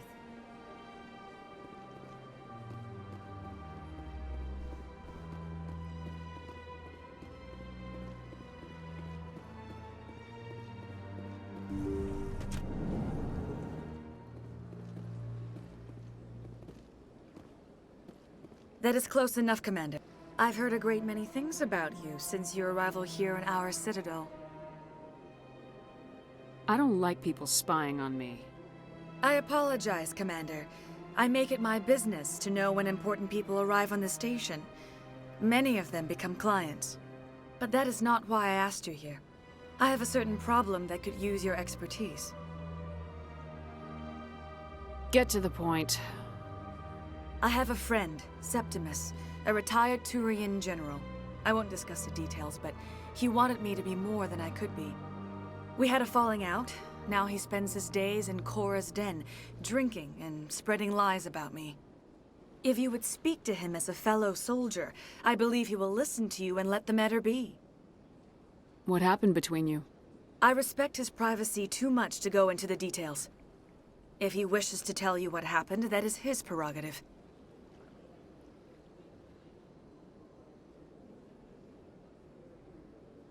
I don't make any promises, but I'll see what I can do. Thank you, Commander. That is all I can ask. Appeal to a sense of honor. Remind him of his position as a general. If you can convince him to stop spreading lies about me, I would be very grateful. Now I must ask you to take your leave. I have many clients waiting to see me.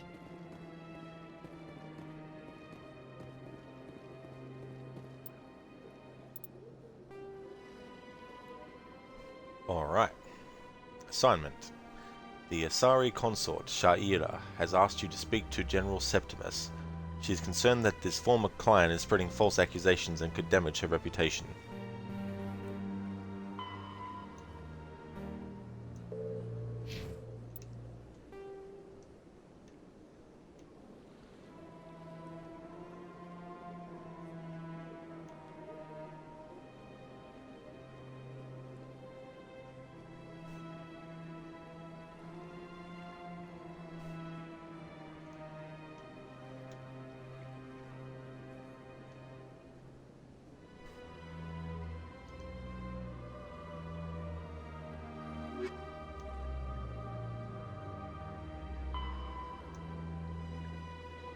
Okay, the general is at Cora's den in the lower wards.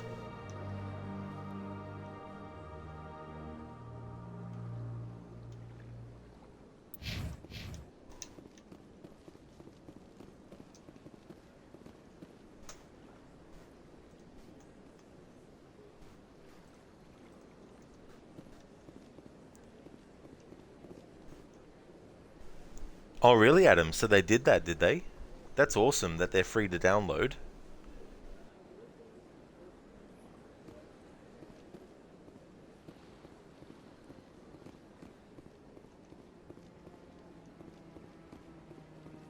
Few are ever asked to aid Sha'ira.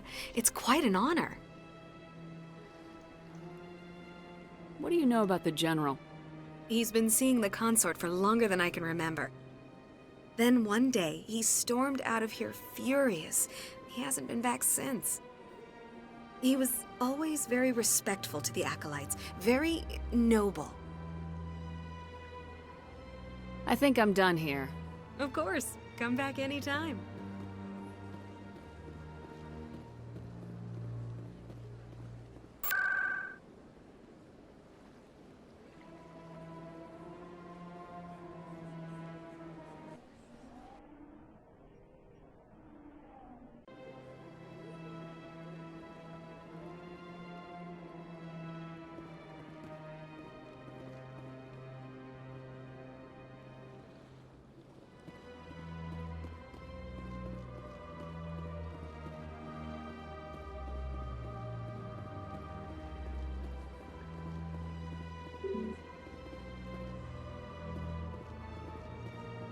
Ah, there we go. Okay, so we can't do that until we've done the other main objective.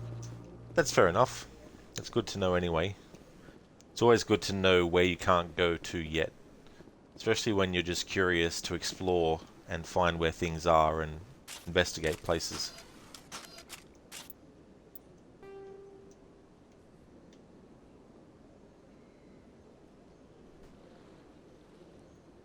But let's have a look at where else we can explore in the Presidium. Oh, I see now, of course, yeah. So, just to those places. Alright, in that case, let's go back to the embassies.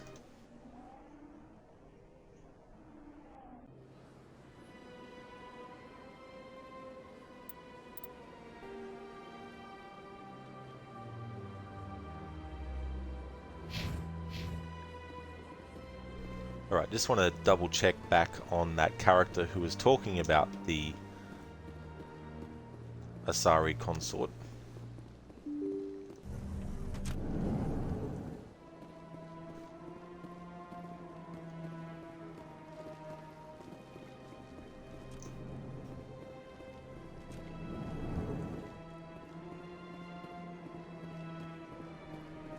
Strained greeting, human. This is really not a good time.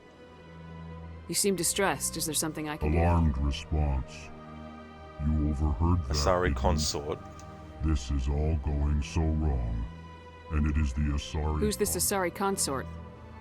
Curious, you have not heard. I'll show you. I cannot Okay. speak more about this problem. It is too sensitive. Suffice it to say, Good luck with your problem. thanks to you, human. Good day. Ah, the Earth Clan again. What is it now? Goodbye, Ambassador. Yes, yes. Good day, Earth Clan. Surprised welcome. You have returned, human. Genuine inquiry. What may I do for you this day? Goodbye, Ambassador. Sincere farewell.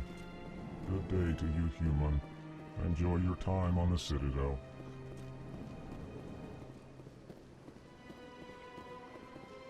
Alright, that's the starting spot.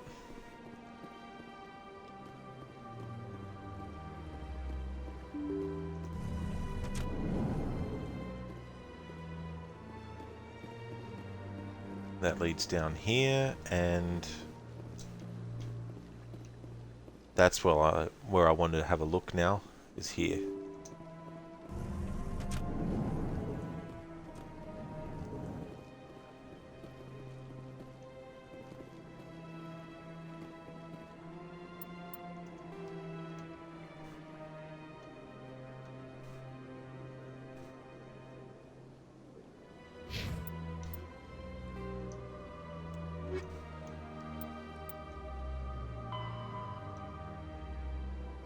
Oh yes, so go to the... Alright, so that's not where we need to go yet, so that's good.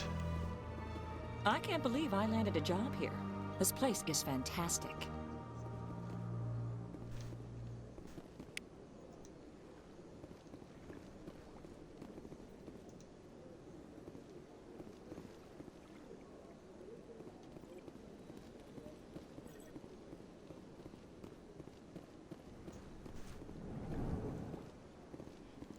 The Citadel layout can be very confusing and intimidating at the start. Yeah, I often find in games when there's so many different pathways that it can get easy for me to get lost. But as long as there's a waypoint system in a game, then it makes it a lot easier for me, because then I can just put a waypoint and then at least have some idea of where to go to get to where I want to go. Hippie T, what year is this game in? So if I have a look, it did actually mention it, I think, before.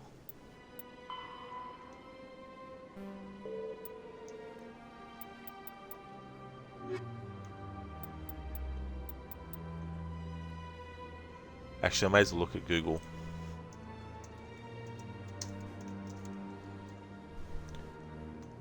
$2,183.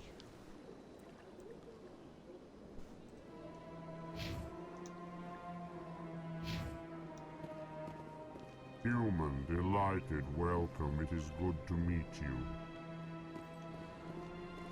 Alright, so there's nothing else in here, but I'm glad I came in here though, because of the XP that we got from collecting that stuff. And that's what I like about games too, just simply collecting something and gives you XP goes a long way. Because even in a casual playthrough of something, it doesn't take long to just, rush by and grab something and then go to where you need to go. That's one of the reasons why the Tomb Raider trilogy, the reboot trilogy, is really good for casual playthroughs as well, because if you just pick up an item, you don't even have to listen to the item description or the journal entry. You still get the XP for it. So you may as well just pick it up as you're going along.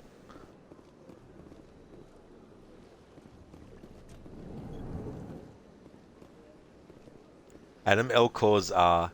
Yeah, it's actually interesting. Like, they seem a very peaceful race, but I also like the way that they talk as well. Hello there. How are you today?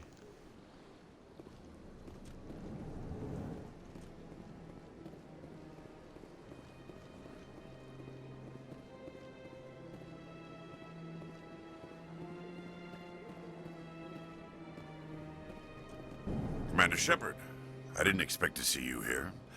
Did Ambassador Udina send you? Have we met before? No, but I know you well enough. I'm Executor Palin, head of CSEC. It's my job to know when someone like you arrives on the Citadel. Was there something you needed, Commander? I get the feeling you're not too fond of humans. No, I just don't trust your kind. Not yet. You humans are eager to take all the power you can get, and you're being given a lot.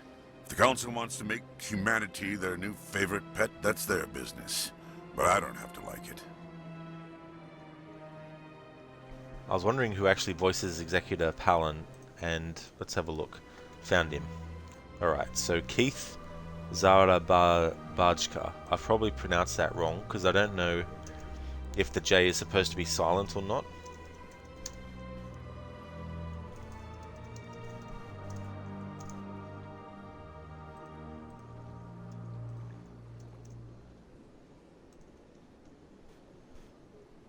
Okay, so what games has he done as well?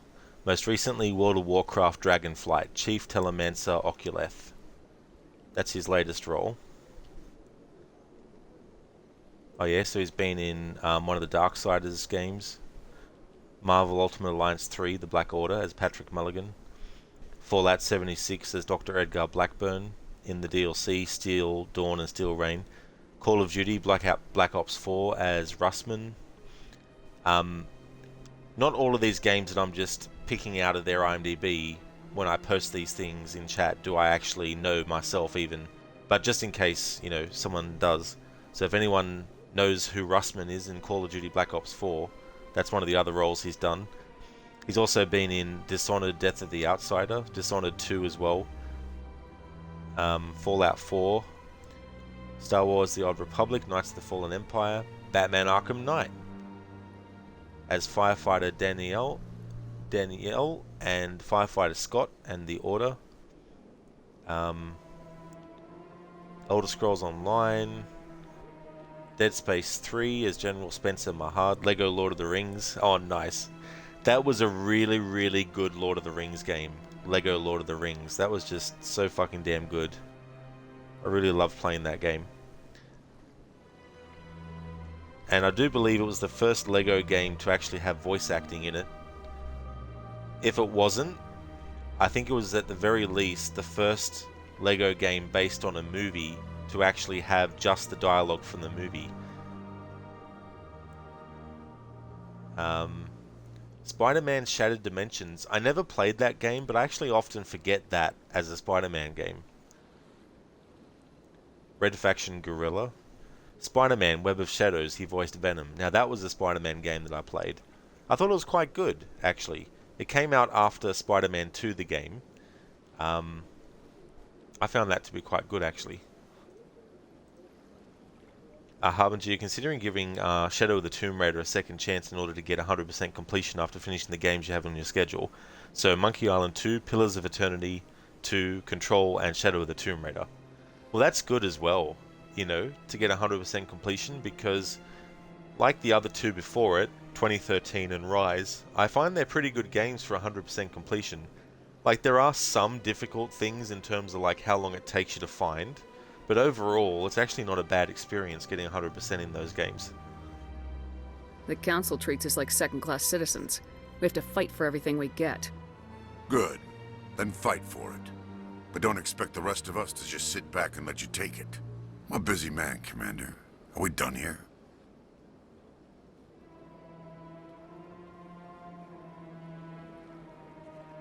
What do you know about the Spectres? They're the right hand of the Council, or so they like to be called. More like the underhanded side of the Council. What do you have against the Spectres?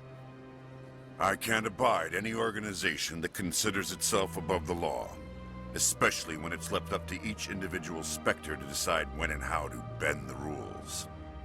Sometimes you have to bend the law to keep people safe. I've been with CSEC for 30 years. I've never had to break the law to do my job, not once. Yeah, right. You expect us to believe none of your officers are corrupt? There are over 200,000 CSEC agents. Some of them are going to be bad. But we don't turn a blind eye to corruption like the Spectres do. We do our best to find and punish any officer who breaks the law. Spectres? They'll never come under that kind of scrutiny. The galaxy needs people like that. People who do the dirty jobs. I agree. But they need to be held to a higher standard. They need to be accountable. Saren's out of control. We both know that. But because he's a Spectre, the Council doesn't want to do anything about it. Is that the kind of person this galaxy needs? Absolutely. The only thing that matters is accomplishing the task. Maybe. But I've never had to cross that line to get the job done. Never. Tell me about CSEC. CSEC provides necessary police and security services throughout the Citadel. We're a civilian government agency, though many of our members have had military training. Of course, as the CSEC representative to the Council, I spend most of my time liaising between the two. Tell me about your investigation into Saren. Sorry, Commander. I don't make a habit of giving out details about ongoing investigations. I'll be going now. Goodbye, Commander.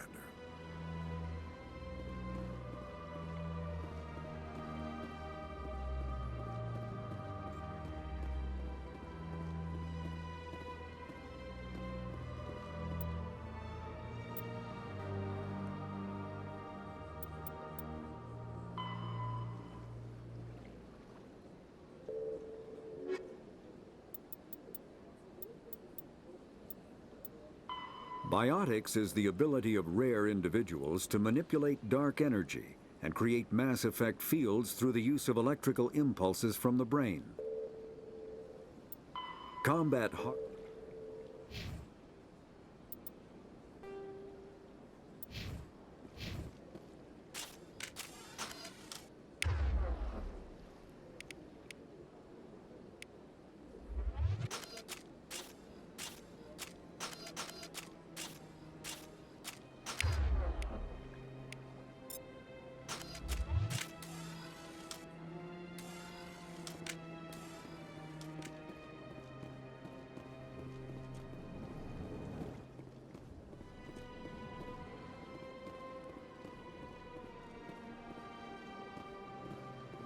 This place seems strange.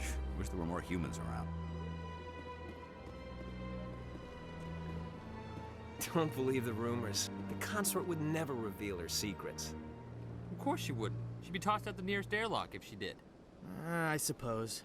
Besides, Nick, the consort's nothing like the girls back on the colonies. She's... You don't have to do it with her.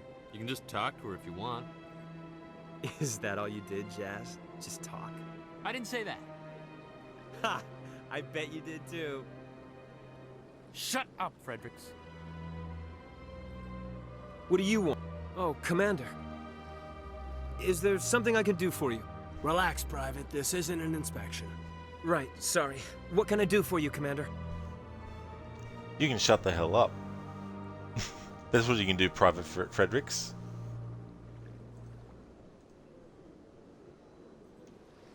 What can you tell me about the Asari consort? Well, she's an Asari who works here that is, she helps people with things. You never went to see her, did you, Fredericks? No, I never did. I couldn't afford it. It costs half a year's credits just to go in and talk to her. So this dude is Private Fredericks. I want to check up his voice actor. Thrusters, check. Navigation, check. Internal emission sync engaged. All systems online. Drift, just over 1,500k.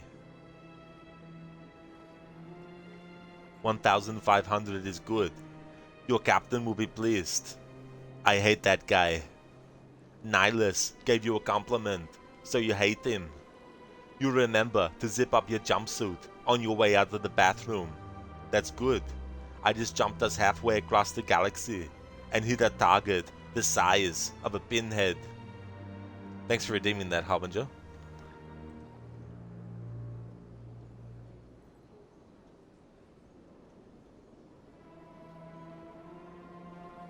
Cam Clark plays Private Fredericks.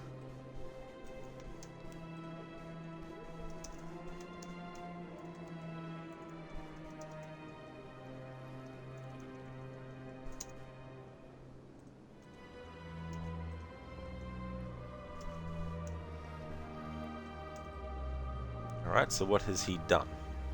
Okay, his most recent role was as someone, because they don't say who, in the Callisto Protocol. He was in Teenage Mutant Ninja Turtles Shredder's Revenge as Leonardo and Rocksteady. I need to play that game actually, because I do have a fondness for side-scrolling beat-em-up games. And what else? World of Warcraft Shadowlands.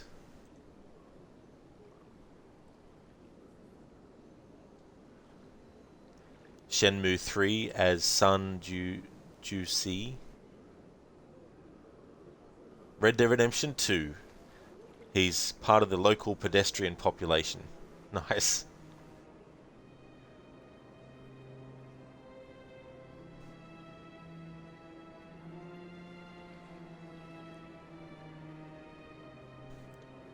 Let's see what else he might have been in around this time that this game came out as well.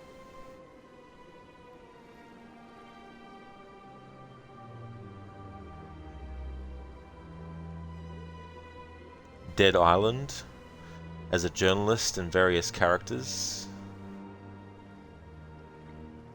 Aha! He was in an Assassin's Creed game. That's why his voice was familiar to me. In Assassin's Creed Brotherhood, he plays Subject 16, doctors, and art merchants in Brotherhood. No wonder why his voice was familiar to me. And in Assassin's Creed 2, he also voiced Subject 16, Florentine Guardsman, San Gimignano Guardsman. The Secret of Monkey Island Special Edition. He voices Meat Hook and his tattoo in video game. Yep, now that I see that he's in Monkey Island, the Special Edition, I can hear in my mind his voice as that character too. There we go, so that's cool. Can you at least tell me where I can find her? Sure. She's across the bridge from the embassies. Thanks, kid. Have fun. Try not to get into too much trouble. I will. Have fun, that is. Commander, good to see you again.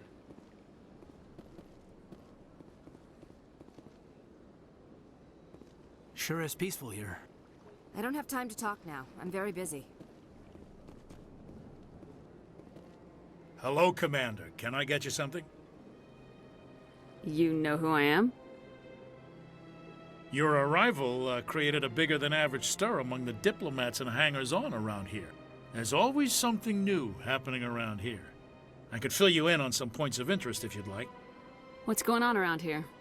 Well, you found the embassies, not much going on here. Across the bridge, you'll find the bank, the Emporium, and Shaira's. If you haven't heard of her, you soon will. If you need supplies, you can try the markets one level below. For entertainment, I'd try Flux or Cora's Den. What is Shaira's? The consort, she entertains clients who can afford her services. Most of the diplomats and ambassadors have visited her at one time or another. She's a very powerful woman, but also very respected. Tell me about Flux and Cora's Den.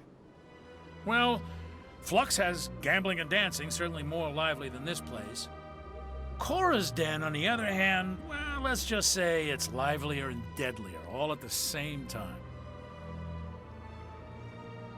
Goodbye. So long, Commander. Have a pleasant day. Harbinger, you were waiting for Automod to approve the message because it had the word hate in it. Yeah.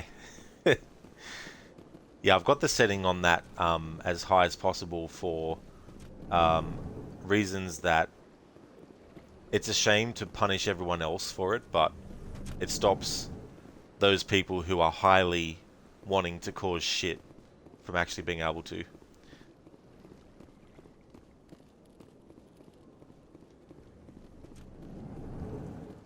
But yeah, sometimes the words it flags, though, are a bit ridiculous, like hate.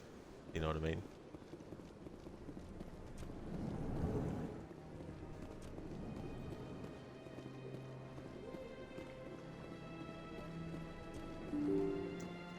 Okay, so I think I've explored as many places as I can possibly go at this point in the story, spoken to as many people as I can, asking them as much stuff as possible. So now I think it's time to actually do the next part of the main story. Cora's Den and everything like that is off limits to me at the moment. I can't actually go there until we get this next main mission done, so I'll jump to that now.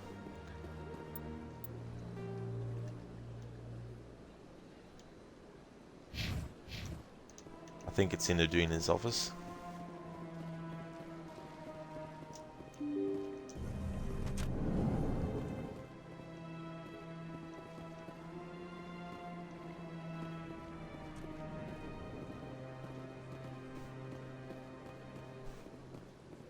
Oh no, I've been here. He wasn't actually here. Okay.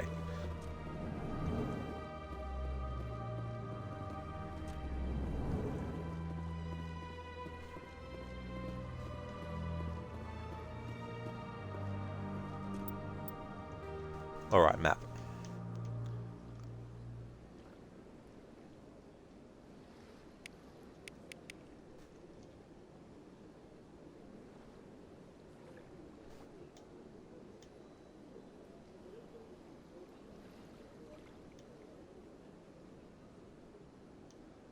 Ah, hang on. Hang on.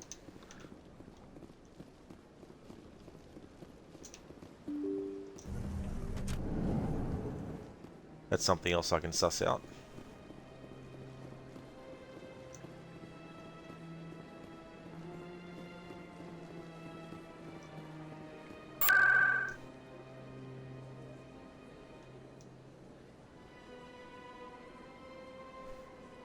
Ah, okay. Misunderstood that. Whoops. Sometimes I have a brain fart and press that button instead of the map button. To CSEC Academy.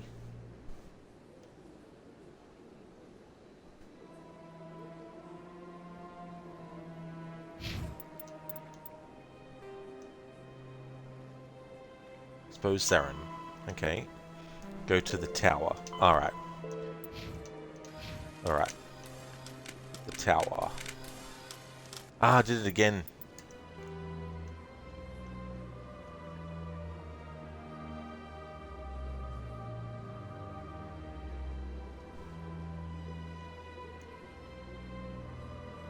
There we go.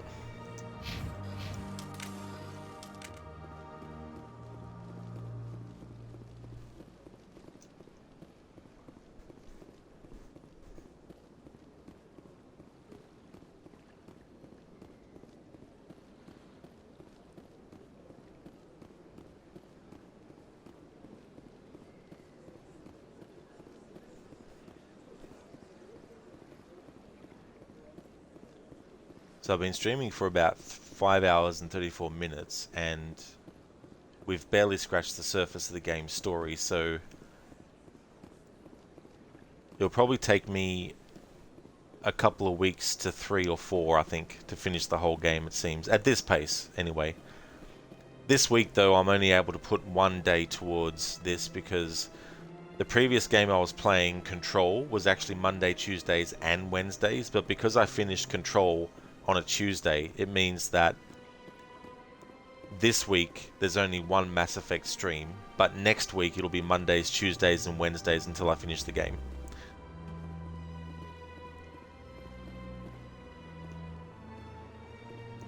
Just Shadow of the Tomb Raider is the only game in the latest trilogy that you haven't played to 100% completion. 36 hours in Tomb Raider 2013, 48 hours in Rise, and only 20 in Shadow of the Tomb Raider.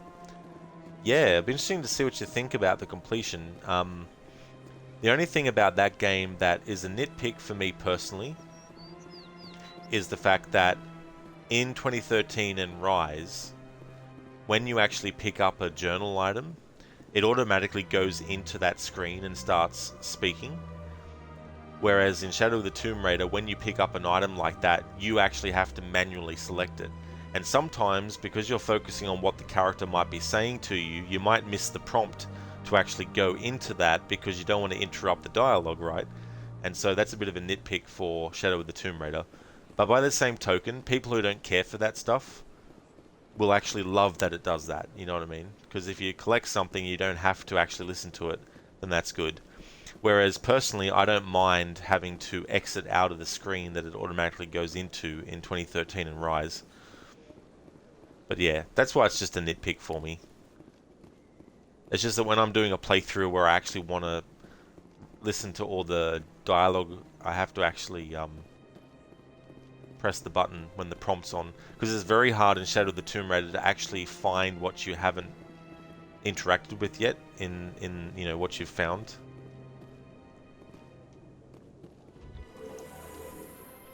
You know, those are rookie numbers compared to you.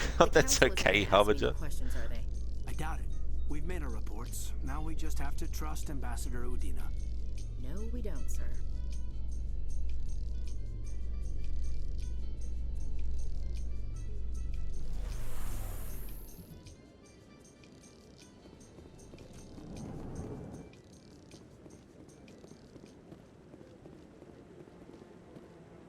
Harbinger, ah yeah, Citadel elevators. Have fun spending 10 hours in the elevator. Listen to the elevator music. Saren's hiding something. Give me more time. Stall them. Stall the council? Don't be ridiculous. Your investigation is over, Garrus.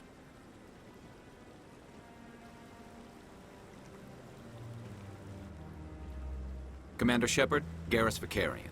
I was the officer in charge of the CSEC investigation into Saren. Okay, so the actor who plays Garrus is Brandon Keener, and here is his IMDb. So let's see. Division 2 as Isaac. He's also been in movies and shows, but I'm just focusing on games at the moment. Red Dead 2 in the local pedestrian population. XCOM 2 collection as Advent Speaker. Mass Effect Andromeda. Dishonored 2 as Howler. Mafia 3 as additional voices. What else?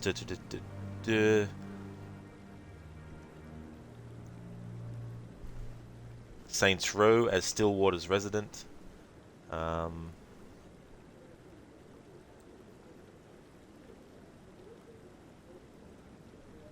There we go. Sounds like he came up empty. Saren's a Spectre. Most of his activities are classified. I couldn't find anything solid. But I know he's up to something. Like you humans say, I feel it in my gut. I think the council's ready for us, Commander. Good luck, Shepard. Maybe they'll listen to you. You don't want to keep the council waiting. I think a Renegade Shepherd would want to keep the council waiting. Because Renegade Shepherd is more important than the council, so they will actually wait until she is ready. Not the other way around.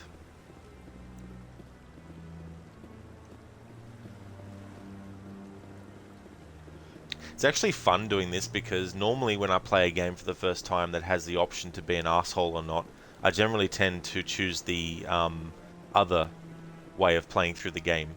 Either that or just like a general thing. Like for example in Red Dead Redemption 2 and Red Dead Redemption 1, I always play the main characters as high honor. In my in my current Red Dead 2 playthrough though, I'm actually doing something different and antagonizing all the camp members throughout the whole game to get as much dialogue as possible. But when it came to this game, because I wasn't sure if I was going to like it or not, I figured if I don't end up liking it, to make it interesting enough to me to keep going and to, you know, persevere through it, if I made the character an asshole to people, that would help me along in that regard. And even though I've actually found myself to like it a lot, I still want to stick to that playstyle for this first playthrough.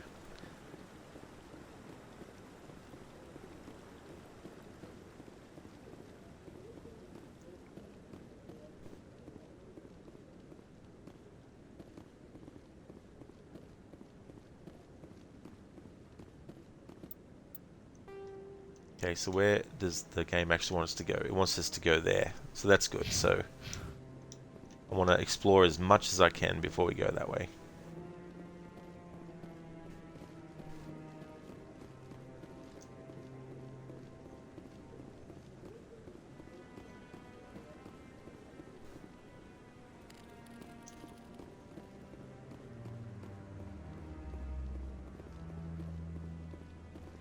Alright, all of these doors are most likely... The Volus won't be joining the Council for years. I'm not so sure. The humans are making a strong push, and you can bet the Volus will be right on their coattails if they succeed. Allowing the humans to join us is a sound strategic move. But the Volus? No. The Hanar are likely to be next, then the Elcor. You may be right, though the Hanar need to lighten up a bit first. You just don't like them because you have trouble understanding them.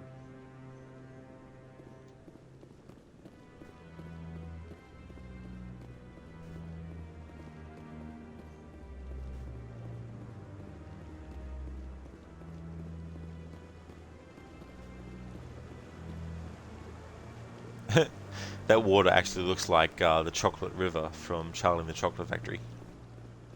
Augustus Gloop would be diving right into that.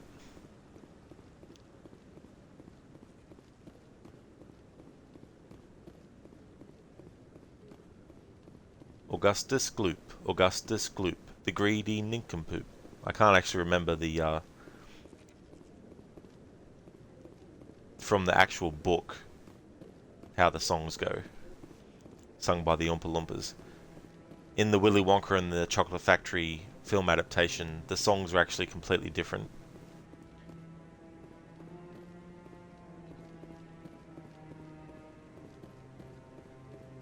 Actually, I think it's Augustus Gloop, the great big greedy nincompoop, I think is how it goes.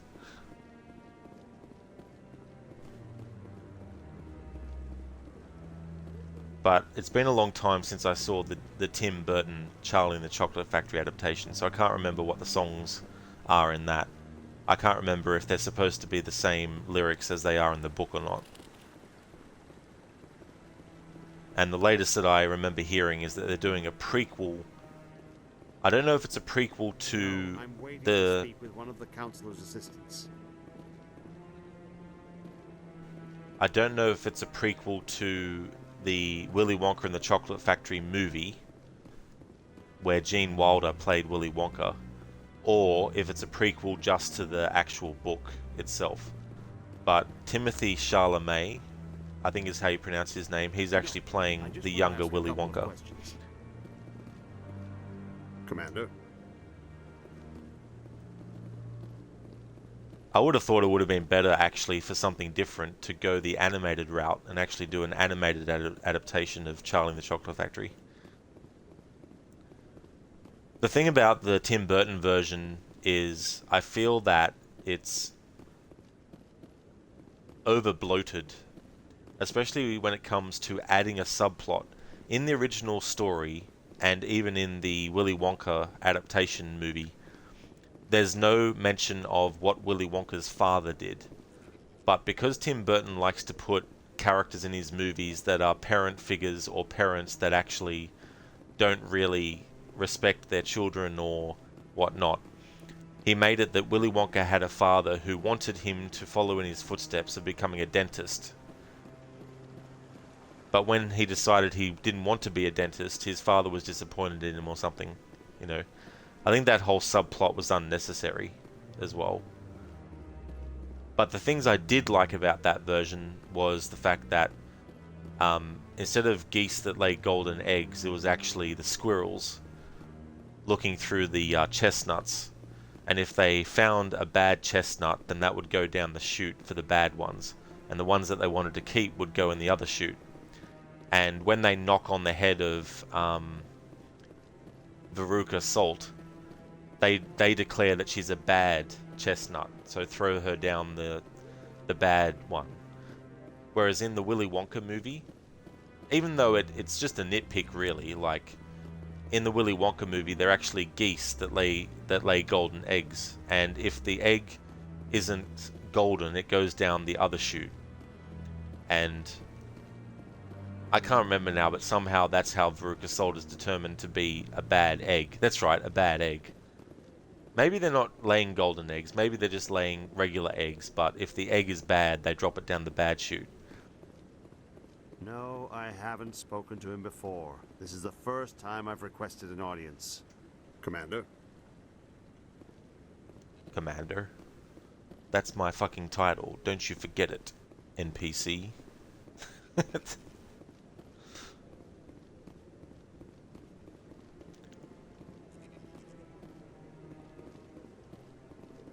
Alright, so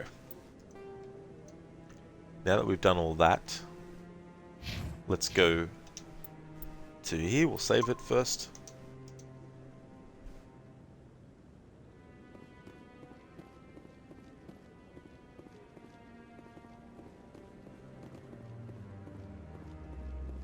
The hearing's already started. Come on.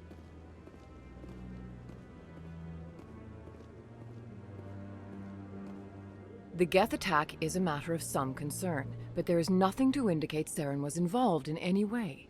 The investigation by Citadel Security turned up no evidence to support your charge of treason. An eyewitness saw him kill Nihilus in cold blood. We've read the Eden Prime reports, Ambassador. The testimony of one traumatized dock worker is hardly compelling proof. I resent these accusations. Nihilus was a fellow Spectre and a friend. That just let you catch him off guard. Captain Anderson, you always seem to be involved when humanity makes false charges against me. And this must be your protege, Commander Shepard, the one who let the beacon get destroyed. You're the one who destroyed the beacon, then you tried to cover it up. Shift the blame to cover your own failures, just like Captain Anderson. He's taught you well. But what can you expect from a human? You can expect me to kill you the next time we meet. Your species needs to learn its place, Shepard. You're not ready to join the Council. You're not even ready to join the Spectres. He has no right to say that. That's not his decision. Shepard's admission into the Spectres is not the purpose of this meeting. This meeting has no purpose. The humans are wasting your time, Counselor, and mine. You can't hide behind the Council forever. There is still one outstanding issue. Commander Shepard's vision. It may have been triggered by the beacon. Are we allowing dreams into evidence now? How can I defend my innocence against this kind of testimony? I agree. Our judgment must be based on facts and evidence, not wild imaginings and reckless speculation. Do you have anything else to add, Commander Shepard? You've made your decision. I won't waste my breath.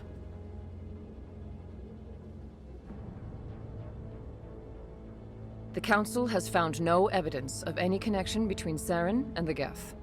Ambassador, your petition to have him disbarred from the Spectres is denied. I'm glad to see justice was served.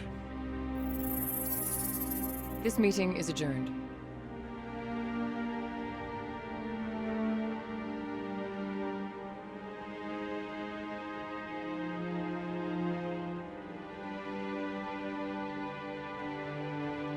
It was a mistake bringing you into that hearing, Captain. You and Saren have too much history. It made the Council question our motives. I know Saren. He's working with the Geth for one reason. To exterminate the entire human race.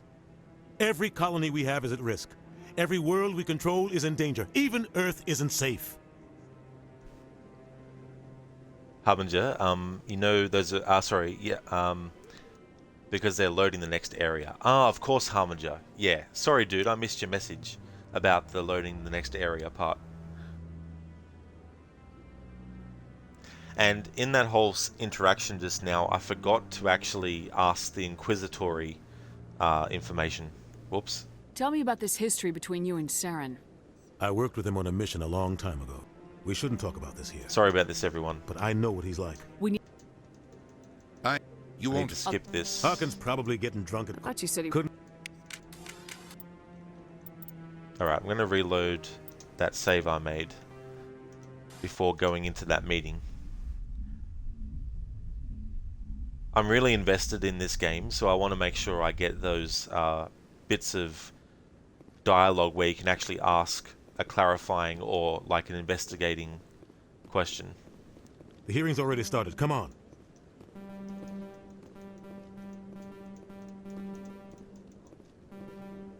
The Geth attack is a matter of some concern. The investigation by Citadel An Security. eyewitness saw him kill Nihilus in cold blood.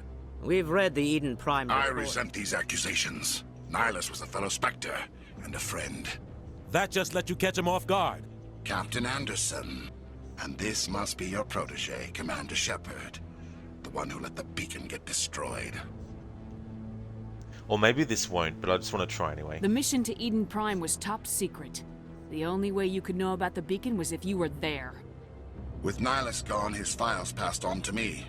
I read the Eden Prime report. I was unimpressed. But what can you expect from a human? You can expect me to kill you the next time we meet. Your species needs to learn its place, Shepard. He has no right to say that! Shepard's admission into the Spectres is not the purpose of this meeting. This meeting has no purpose. The humans are wasting your time, Counselor, and mine. You can't hide behind the Council forever. There is still one outstanding issue. Are we allowing dreams into evidence now? I agree. Do you have anything else to add, Commander Shepard? You've made your decision. I won't. The Council has found... I'm glad to see justice. This meeting is adjourned.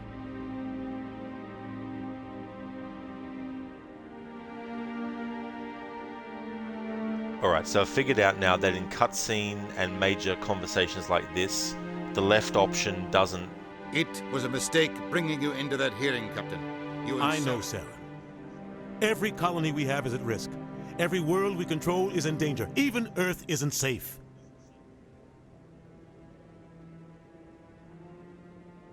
Tell me about this history between you and Saren. I worked with him on a mission a long time ago. Things went bad. Real bad. We shouldn't talk about this here. But I know what he's like. And he has to be stopped. We need to deal with Saren ourselves. As a Spectre, he's virtually untouchable. We need to find some way to expose him. What about Garrus, that CSEC investigator? We saw him arguing with the Executor. That's right. He was asking for more time to finish his report. Seems like he was close to finding something on Saren. He's a Turian. I don't want him on our side. Not all Turians are like Saren. If he can help, we need to find him. I have a contact in CSEC who can help us track Garrus down. His name is Harkin. Forget it. They suspended Harkin last month, drinking on the job. I won't waste my time with that loser. You won't have to. I don't want the Council using your past history with Saren as an excuse to ignore anything we turn up. Shepard will handle this. You can't just cut Captain Anderson out of this investigation. The Ambassador's right. I need to step aside. I need to take care of some business. Captain, meet me in my office later. Harkin's probably getting drunk at Cora's Den. It's a dingy little club in the lower section of the wards. Maybe there's another way to find evidence against Saren. You should talk to Barla Vaughn over in the financial district. Rumor has it he's an agent for the Shadow Broker. The Shadow Broker? An information dealer. Buys and sells secrets to the highest bidder. I've heard Barla Vaughn's one of the top representatives. He might know something about Saren, but his information won't come cheap. You and Saren have a history. What happened? About 20 years ago, I was part of a mission in the Skillian Verge. I was working with Saren to find and remove a known terrorist threat. Saren eliminated his target, but a lot of people died along the way, innocent people. And the official records just covered it all up. But I saw how he operates. No conscience, no hesitation. He'd kill 1,000 innocent civilians to end a war without a second thought. Sometimes 1,000 people must die so 1,000,000 can live. But only if there's no other way. Saren doesn't even look for another option. He's twisted, broken. He likes the violence, the killing. And he knows how to cover his tracks. Sometimes 1,000 people must die But only if there's no other way. Saren doesn't even... You don't think much of Harkin. The guy joined CSEC about 20 years ago. He's been an embarrassment to our species ever since. Roughing up suspects in custody, bribery accusations, alcohol and drug use. The embassy used to step in when he got in trouble. But I guess enough was enough. Guy's a scumbag. He should have been cut loose a long time ago. He was one of the first human CSEC officers. Guess it would have looked bad if he got fired. A lot of backroom deals were worked out over the years to keep him on the force. Politics is a dirty business sometimes, but it looks like his time's run out. We've got enough humans in CSEC now to stop protecting him. Hey there, Sprocket. Welcome in. I hope things are going well. As far as I know, because I've never played the original version or this version before, as far as I know, it's just a graphics update. But I don't know if they've actually done anything different in terms of like adding any extra quests or maybe fixing up some dialogue or anything like that, or adding some extra, sections that might have been deleted from the original game or not. So I'm not too sure on the other aspects. You're doing well, Sprocket? Excellent. That's good to hear. It's great to hear that you're doing well. So I've just realized that when you're actually choosing dialogue options, pressing the X button, even though it skips what the person's saying, it will also select as well. I only thought that A was the select button, so I have to be careful of doing that next time. I thought this embassy was supposed to help humans. Harkin may be human, but he's also an ass. He's had more than his share of chances. If the embassy wasn't protecting him, he would have been fired 15 years ago. C-Sec is better off without him. Our ambassador doesn't seem to get along with the council. He's just frustrated. The council's always preaching that we need to be part of the galactic community. But for them, it's a one-way street. They want us to expand and settle unstable regions like the Skillian Verge and the Attican Traverse. But when we run into trouble, they don't want to help us out. Everyone knows it's only a matter of time until we get a seat on the council. The ambassador just thinks it should happen sooner rather than later. And I agree.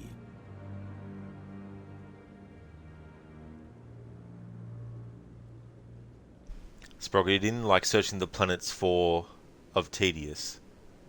I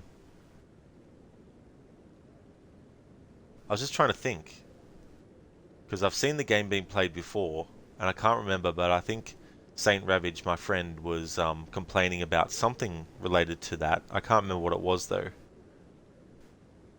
I want to know more about the Spectres. They're not your typical government agency. They tend to work alone, behind the scenes. They take care of problems the Council can't. It's not easy preserving peace across an entire galaxy. The Council prefers to use diplomacy and negotiation. But sometimes more extreme measures are needed. Yeah, never, Sprocket. This is actually also my first Mass Effect game ever. Never played the sequels. Never played any of the original versions. How do they decide who becomes a Spectre? You can't just apply to join. There's no training program. Spectres aren't made. They're born. The Council's always looking for exceptional individuals. People who can get the job done, like you. They've been watching you for years. They see something in you. They want you on their side. Nihilus was supposed to give them a final recommendation, but with him gone, things are still up in the air. What's their command structure like? There is no command structure. Each Spectre answers directly to the Council. Sometimes they're sent on specific missions. Other times, they act on their own. They tend to operate outside the law, do whatever it takes to accomplish their goals. The Council just turns a blind eye. Spectres have a lot of power, Shepard. No worries, Sprocket. Thank you. You played the first two, never fully got into the third one. That's understandable, yeah. Sometimes there's just sequels that you don't really gravitate towards, or even if you do, when you really get into it, as in start playing it, you start to think, not really feeling it. That's definitely happened with games to me before.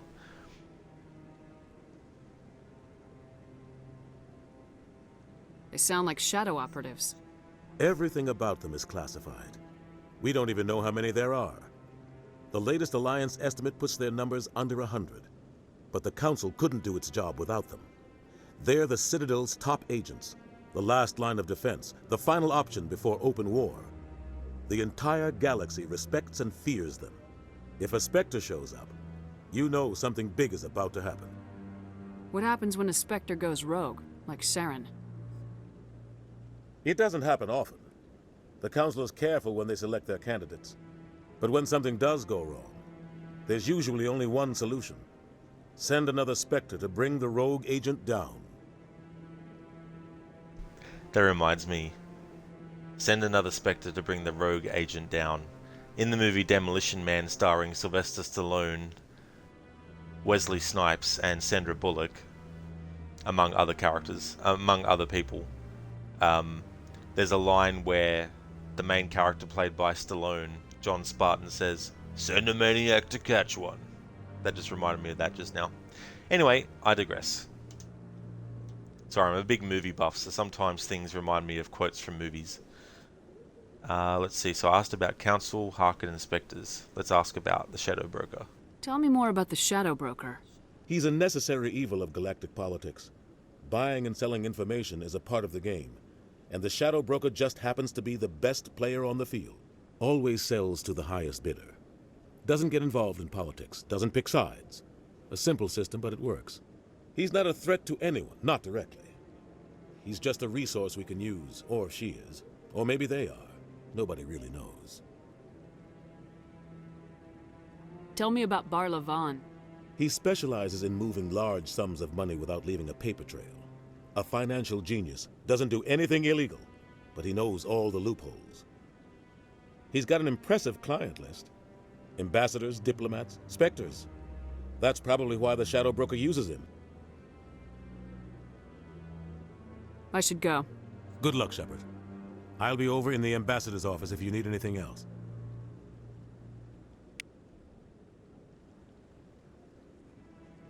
No worries, Spawn. Captain Anderson is voiced by Keith David, a great actor who also voiced Spawn in the '97 animated series of it. So, this is where the Council passes judgment on all us little folk, huh? Ever get the feeling we ran over our heads, Commander? This is it. The very heart of the Citadel, the pinnacle of galactic power. Kinda makes your head spin if you think about it too much. Alright, so now we have some more places that we can actually investigate and explore, now that we've done that part.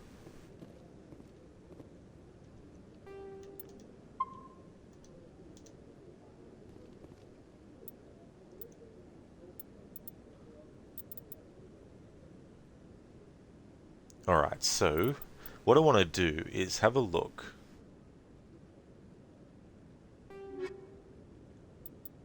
at something.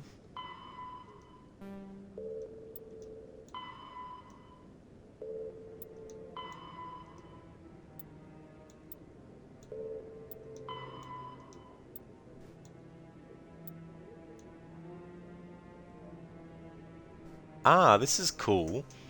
I didn't realize this. I was talking earlier about how in some games I personally wouldn't mind it if there was a glossary that you could look at. In the context I was thinking of it in, when I mentioned it earlier, I was thinking in the context of having a narration where it actually says how to pronounce certain words. So if there was like a place name or a person's name that was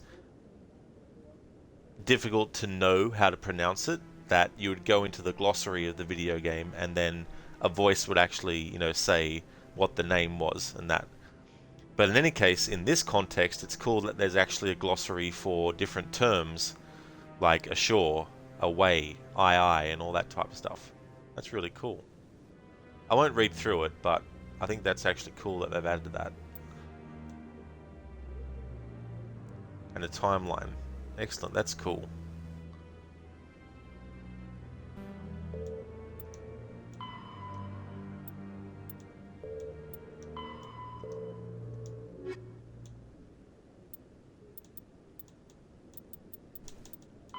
Biotic. The Terminal. The Citadel is an ancient deep space station, presumably constructed by the Protheans. Since the Prothean extinction, numerous species... Alright, so I've already listened to some of those. What I want to do is take the time to actually listen to these, and that way I can also take a little bit of a break while I do that. But I'm not taking like a proper break as in like I normally would, where I would pause the game and then go off, have my break and then come back. But I'll incorporate a break into just going through these things and letting the game read them, which is a really cool thing. Like sometimes as a streamer I prefer not to have, like if I'm doing a playthrough where I really want to read stuff out, then I will. But if I'm doing a playthrough and there's actually voice narration for some things, it actually makes it a lot better, because then I can do things like have something to eat or drink while it's going on and that type of stuff. So that's what I'll be doing as we go through this.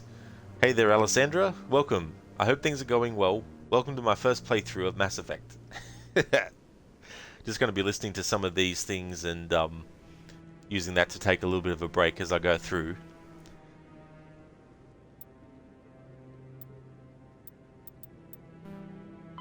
The Asari were the first species to discover the Citadel. When the second species to join the Citadel, the Solarians are warm-blooded amphibians with a hyperactive metabolism. Solarians think fast, talk fast, and move fast. To Solarians, other species seem sluggish and dull-witted. Unfortunately, their metabolic speed leaves them with a relatively short lifespan. Solarians over the age of 40 are a rarity. The Solarians were responsible for advancing the development of the primitive Krogan species to use as soldiers during the Rachni Wars. They were also behind the creation of the genophage bioweapon the Turians used to quell the Krogan rebellions several centuries later. Solarians are known for their observational capability and non-linear thinking. This manifests as an aptitude for research and espionage. They are constantly experimenting and inventing, and it is generally accepted that they always know more than they are letting on. The Asari, roughly 1,200, 50,000, though now extinct, the Rachni once threatened every species in Citadel space. Over 2,000 years ago, explorers foolishly opened a mass relay to a previously unknown system and encountered something never seen before or since. A species of spacefaring insects guided by a hive mind intelligence. Unfortunately, the Rachni were not peaceful, and the galaxy was plunged into a series of conflicts known as the Rachni Wars. Attempts to negotiate were futile, as it was impossible to make contact with the hive queens that guided the race from beneath the surface of their toxic home world. The emergence of the Krogan ended the Rachni Wars. Bred to survive the harshest environments, the Krogan were able to strike at the queens in their lairs and reclaim conquered Council worlds. But when Krogan fleets pressed them back to their homeworld, the Rachni refused to surrender, and the Krogan eradicated them from the galaxy. The Elcor, the Geth, the Hanar are a Citadel species known for excessive politeness. They speak with scrupulous precision and take offense at improper language. Hanar that expect to deal with other species take special courses to help them unlearn their tendency to take offense at improper speech. All Hanar have two names. The face name is known to the world. The soul name is kept for use among close friends and relations. Hanar never refer to themselves in the first person in conversation with someone they know on a face name basis. To do so is considered egotistical, so instead they refer to themselves as this one, or the impersonal it. Their homeworld, Kaje, has 90% ocean cover and orbits an energetic white star, resulting in a permanent blanket of cloud. Due to the presence of Prothean ruins on the world, many Hanar worship them, and Hanar myths often speak of an elder race that civilized them by teaching them language. When the Asari discovered the Citadel, they also discovered the Keepers, a docile, multi-limbed insect race that seemingly exists only to maintain and repair the Great Prothean Station. Early attempts to communicate with or study the Keepers were failures, and it is now illegal to interfere with or impede Keeper activity. Because they are completely non-threatening, Keepers have become virtually invisible to everyone else. Similarly, they seem indifferent to other species, except for their tendency to help new arrivals integrate themselves into the Citadel. No matter how many Keepers die due to old age, violence, or accident, they maintain a constant number. No one has discovered the source of new Keepers, but some hypothesize they are genetic constructs, biological androids created somewhere deep in the inaccessible core of the Citadel itself. The Volus are a member species of the Citadel with their own embassy, but they are also a client race of the Turians. Centuries ago, they were voluntarily absorbed into the hierarchy, effectively trading their mercantile prowess for Turian military protection. Erun, their homeworld, lies far beyond the normal life zone of its star. However, the world has a high-pressure greenhouse atmosphere that traps enough heat to support an ammonia-based biochemistry. As a result, the Volus must wear pressure suits and breathers when dealing with other species, as conventional nitrogen-oxygen air mixtures are poisonous to them, and in the low-pressure atmospheres tolerable to most species, their flesh will actually split open. Volus culture is tribal, bartering lands and even people to gain status. This culture of exchange inclines them to economic pursuits. It was the Volus who authored the Unified Banking Act, and they continue to monitor and balance the Citadel economy. The Citadel, the Council, is an executive committee composed of representatives from the Asari Republics, the Turian Hierarchy, and the Solarian Union. Though they have no official power over the independent governments of other species, the Council's decisions carry great weight throughout the galaxy. No single Council race is strong enough to defy the other two, and all have a vested interest in compromise and cooperation. Each of the Council species has general characteristics associated with the various aspects of governing the galaxy. The Asari are typically seen as diplomats and mediators. The Solarians gather intelligence and information. The Turians provide the bulk of the military and peacekeeping forces. Any species granted an embassy on the Citadel is considered an associate member, bound by the accords of the Citadel Conventions. Associate members may bring issues to the attention of the Council, though they have no input on the decision.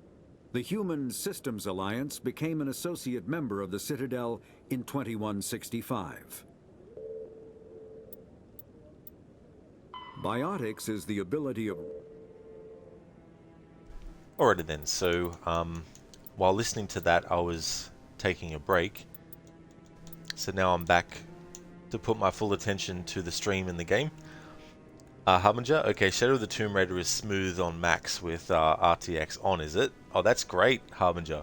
That'll be cool too, to play through it with that experience.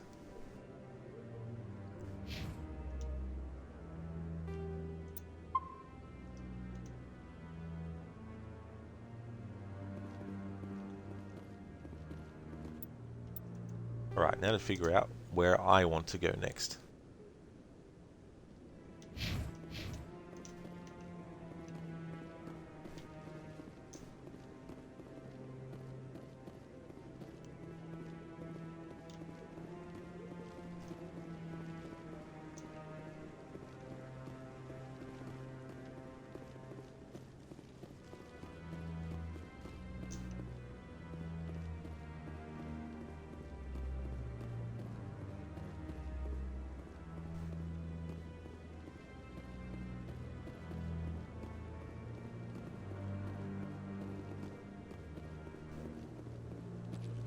Guy's up to something.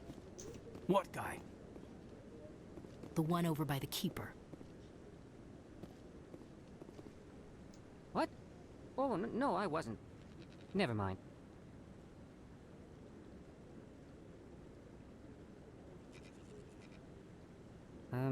Yes, is there something you want? Why are you so interested in the Keepers? Keepers? I've got no interest in the... Don't get coy. I know what I saw. I'm not so sure I should be talking to you about this. We're just talking. Is there something wrong with that? No. I guess it wouldn't hurt to tell you. I'm using a small scanner to gather readings on the Keepers. So far I've had mixed results. I find it difficult to get near the creatures. Why were you being so secretive about it, though? Well, technically we're not supposed to disturb the Keepers. I don't really think my scanning disturbs them, but the authorities might disagree. I'd like to do it more openly, but it's not really worth getting arrested over. I can help you out. I'm not worried about the authorities. I don't even know who you are. I'm Commander Shepard with the Alliance military. Well, I suppose I could use the help. You'll need this. It's the scanning device I developed. Activate it each time you see a Keeper. All collected data will automatically upload to my database. I'll even send a few credits your way for each unique scan. What are you doing with the data once you've scanned it? Trying to learn whatever I can about the Keepers. We see them working everywhere, yet we know so little about them. I'm a scientist. I want to know what makes them tick. I should get going then. Yes, I have much work myself. So long, and good luck with the scanning.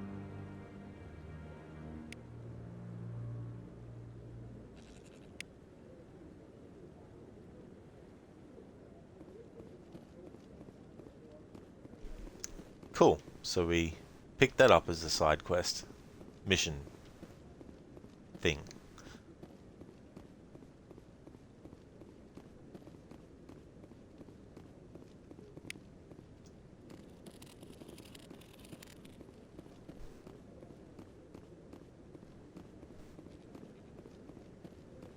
I mean, maybe it's not something a renegade shepherd would do, i.e. helping someone, but my idea is that getting XP, but also maybe there are some where we can do renegade options in dialogue and such that will actually help get renegade points.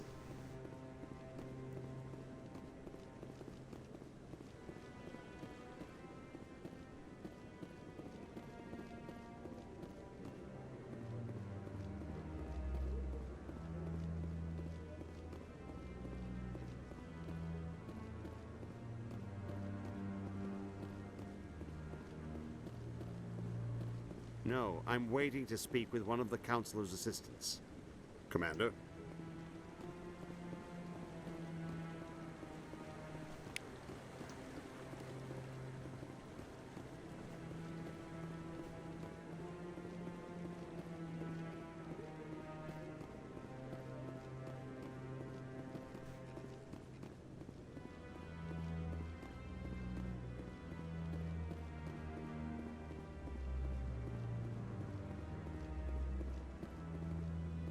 Maybe. But I wouldn't believe everything you hear. That's just it. I'm hearing it everywhere. It's not just isolated rumors. Do you really think Saren could be involved in something like that without the Council knowing it? Maybe the Council does know. Everyone already assumes he's just doing their dirty work. That's dangerous talk. I'd be careful who you mention that to. I know. But if it's true, shouldn't we be doing something about it? No. And I'll thank you to keep me out of it if you do.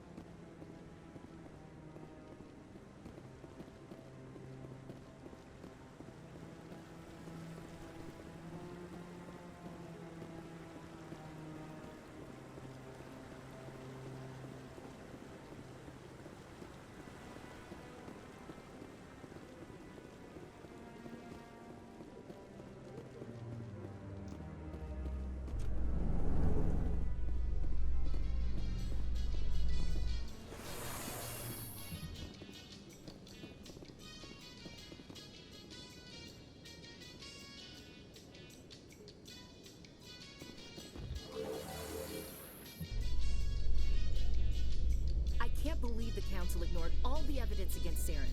Saren's one of their best operatives. It's only natural they'd take his word over ours. Oh, so now we just chase leads while this smug Turian runs around with his Geth troopers. That's politics, Chief. I hate politics.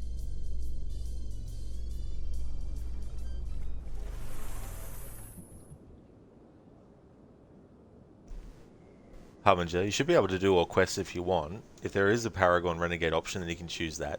Yeah. Yeah, so, it's good that I can, do that. Like, I know there are some things that are optional, that if you don't speak to the person, if there is a Renegade option. So I'm making sure to get all that. But, I've actually got a morality guide from the wiki that I've got loaded up. So I can keep checking that whenever I need to double check to make sure what to expect. Huh.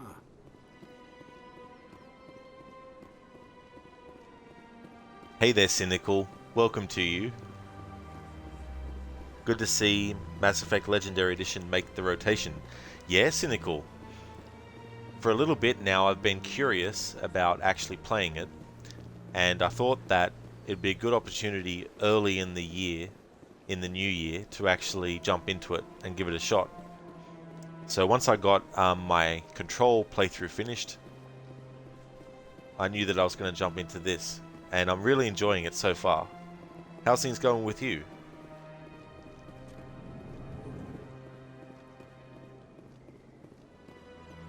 So I need to speak to Bar Levon, but I'm not going to do that just yet.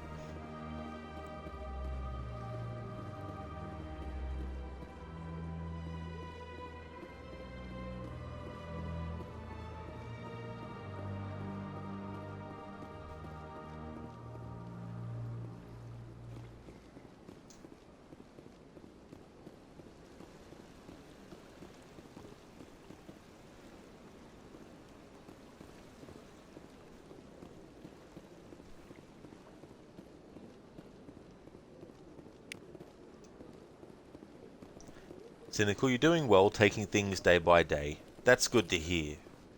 And that's always a good way to take it as well. Sometimes it's very easy to sort of like get too overwhelmed by, you know, what's coming up in a week or a month, you know, if there's something that you know you need to work towards or whatnot. Sometimes it's good just to be like, right, just take it one day at a time.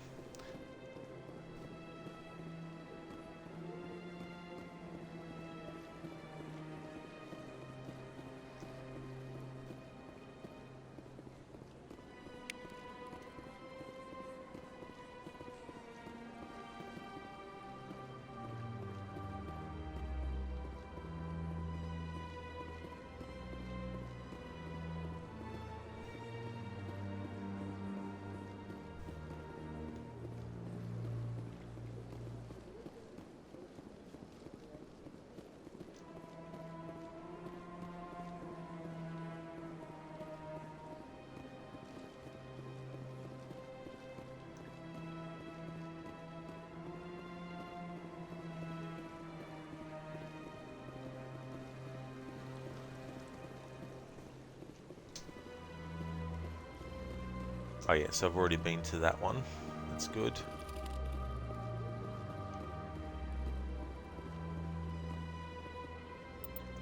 So I wonder about this.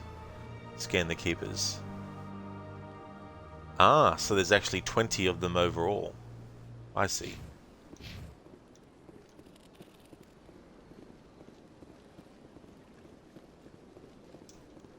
Harbinger, you're glad that you can play a game that supports RTX and have decent frame rate. Cyberpunk and Portal weren't so kind when you tried them, but you're not paying a small fortune for just 2 games.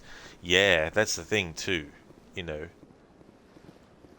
I don't blame you at all, I'd be the same. If it's only just for 2 games, then it's not worth spending that money for just for those 2 games.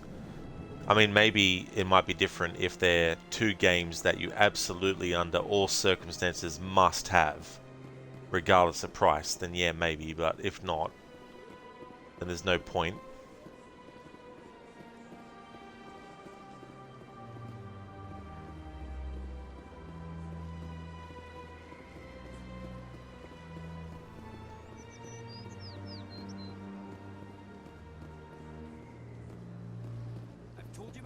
You're not allowed in here. This one believes it has the right to move freely through this area. You're creating a public disturbance. It's against Citadel regulations. This one is unsure why the other would not wish word of the Enkindlers to be spread. That Hanar refuses to listen to reason. Why can't it act in an orderly and lawful manner? Because it's a big stupid jellyfish. How can I convince my superior that I deserve a promotion if I cannot convince this annoying jelly to leave? I am not unreasonable. The Hanar is free to spew its nonsense once it purchases an evangelical permit. So if the Hanar gets a permit, it's allowed to preach? No. Registered evangelicals must follow regulations. There are specific areas where preaching is legal. Failure to follow the regulations results in the forfeiture of the license. Why don't you just arrest the Hanar? I could arrest the jelly, but my superior has requested that I find a solution that does not anger the Hanar. The Hanar become vocal when they feel their religious beliefs are being suppressed. What's the purpose behind the evangelical permits? Forcing religious evangelicals to register for a permit weeds out undesirables. It keeps the area safe. The Citadel is too important to become a battleground for a religious war. If you can't solve this problem, you don't even deserve to be in CSEC. I didn't ask for your help, human. I can deal with this myself. How can I convince my superior that I deserve a promotion if I cannot convince this annoying jelly to leave? I am not unreasonable. The Hanar is free to spew its nonsense once it purchases an evangelical permit. If you'd like, I could talk to the Hanar for you. I have argued with the stubborn jelly all afternoon. You are certainly welcome to try. Do you desire to learn of the Enkindlers? Or has the Honorable CSEC officer enlisted assistance? Are you allowed to preach here in the Presidium? The words this unworthy one speaks are merely observations of the truth. The CSEC officer requests that this one purchase an evangelical permit to spread the truth of the Enkindlers. This is the Presidium, not a church. Evangelize somewhere else. This one's beliefs will not be suppressed. If others wish to try, they are welcome to do so. The CSEC officer states that preaching in this place is forbidden, and preaching anywhere on the Citadel requires a permit. This one humbly submits that it is not preaching to state the truth of the Enkindlers, and thus no permit should be necessary. Who are the Enkindlers? Your people know them as the Protheans. They are the true creators of this one's people. The Enkindlers raised the Hanar from ignorance into consciousness by granting this one's people the gift of speech. So you're breaking the law by preaching without a permit right now? The CSEC officer states that preaching in this place is forbidden, and preaching anywhere on the Citadel requires a permit. This one humbly submits that it is not preaching to state the truth of the Enkindlers, and thus no permit should be necessary. If that's all the CSEC officer wants, why not just buy the permit? The truth of the Enkindlers is universal. This one humbly believes that the truth should not be suppressed. Exacting payment as a means of imposing limits upon the truth is an abrogation of this one's religious freedom. The CSEC officer is just doing his job. You're causing trouble. This one is too humble to suggest that the CSEC officer is personally biased. This one only wishes to spread the truth to any who will listen. There is no intent to cause trouble.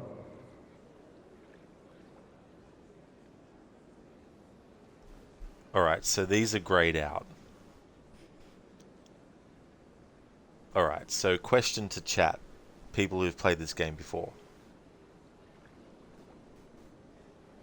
I know that I can't select these, but this is unworthy of you, and there's trouble anyway. So it told me that when it comes to Paragon and Renegade points, if you don't have enough Paragon points, certain things will be grayed out for you, and if you don't have enough of the Renegade points, the same thing. So does this then mean that these options are Paragon options? Or does it mean that the top one is a Paragon option and the bottom one is a Renegade one? I'm just not sure.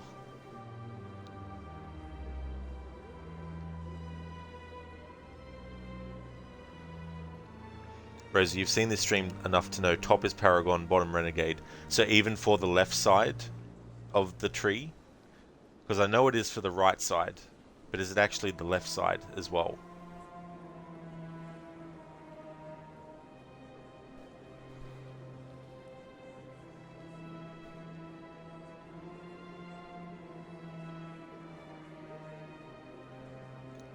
Yeah, Cynical. So the bottom is Renegade, yep.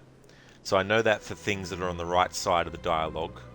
Just wasn't sure if it was the same for things on the left as well. Sprocket, that's a detail you can't possibly remember from when you played. That's fair enough, Sprocket. That's no worries. Rosie, if coloured, yes, or greyed in this instance because you don't have the points. No worries. I'll be back. This one will continue to spread its message. Because if I go and show what I have... Currently I have Commander Shepard with Intimidate all the way up until 3. That's what made me question why those ones were grayed out, because if I have the full Intimidate, then why don't I have the option to Intimidate? That is if the left side bottom was actually the Renegade option.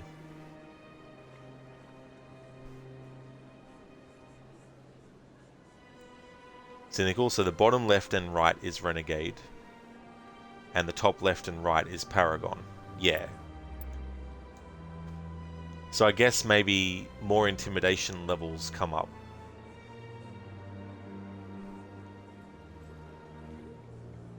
Ah, I got you now, Rosie, so it's in conjunction with that. Alright, so you need to fill the meters by your face.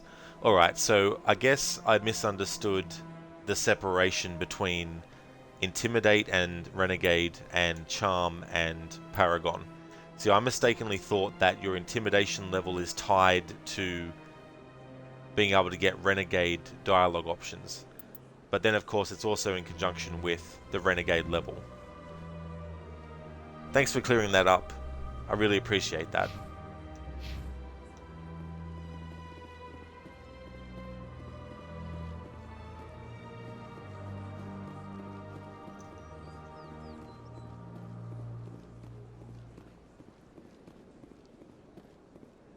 Please do not disturb the keepers. Alright, so I've already scanned that one.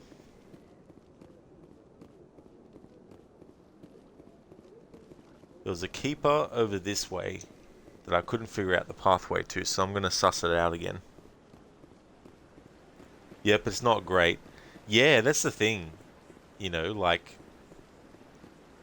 I would have thought that the Charm and Intimidate was tied into Paragon and Renegade, but if they're separate things, then it must just mean that you'll get the... If you want to do the Charm, then you'll get as many Charm options as possible throughout the game, but if you want the other, then you'll get that. I know, it can be kind of confusing for me with this when it comes to that, because it sends a mixed message, because it's like... just creates a convoluted situation where it's like, okay, so does it actually mean this, or does it mean that instead? What's the delineation between the two as well? Like, if you had, like, let's say you didn't have any points on Charm or Intimidate, you know, but you had heaps of Paragon points and heaps of Renegade points, would that then just mean that you get all those options anyway? Like, I don't know.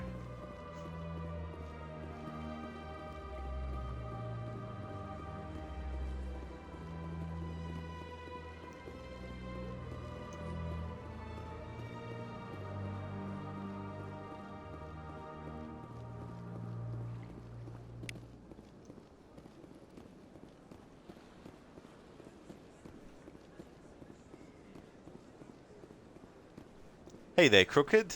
How's Mass Effect going? You might have fallen asleep again. That's no trouble at all, Crooked. If you're tired, dude, that's definitely understandable. That's for sure. But yeah, it's going really well. We're actually still in this whole Citadel area.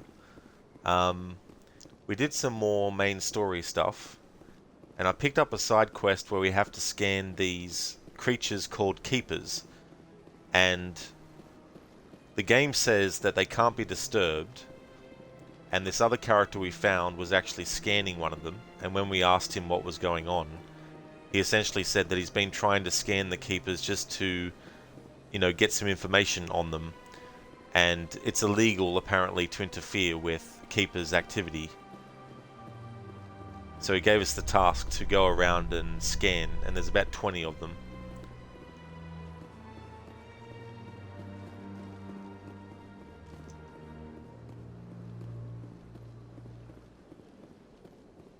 That's not ideal, no.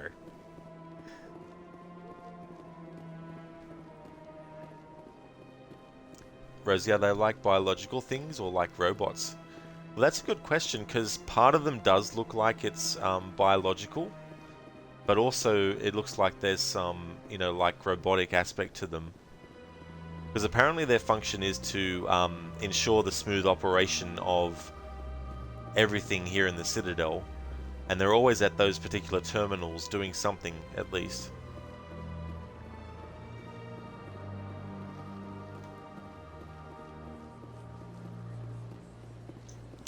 Hippie, you not alone, Crooked. You've had a weird day. You missed like 5 alarms this morning. Oh, did you really? 5 in a row? Damn. Yeah, it's funny, you know, like...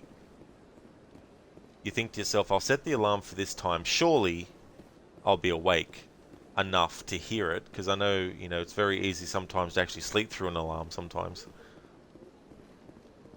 Is there something else I can help you with, Commander? I should be going now. Have a pleasant day. Renegade Shepherd should say, what's so pleasant about it?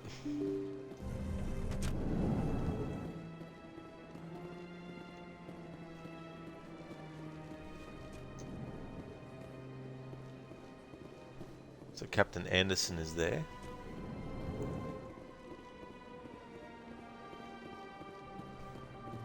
These characters. Crooked, you know the trolls in Witcher 3, how they have a very deliberate way of speaking? These characters here, this race of beings, I like the way that these ones talk in this. Strange greeting, human. This is really not a good time. You seem distressed. Is there something I can do to help? Alarmed response. You overheard that, did you? This is all going so wrong, and it is the Asari consort's fault. She's the one who started all this. She's the one that started all this. I just love how deliberately and slow they speak. I need to be going. Yes, I must speak more with the ambassador myself. Good day, human.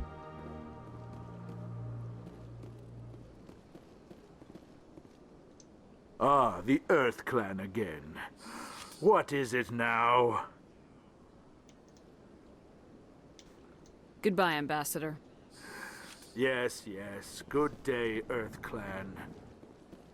Good day. What's so good about it? No, just kidding.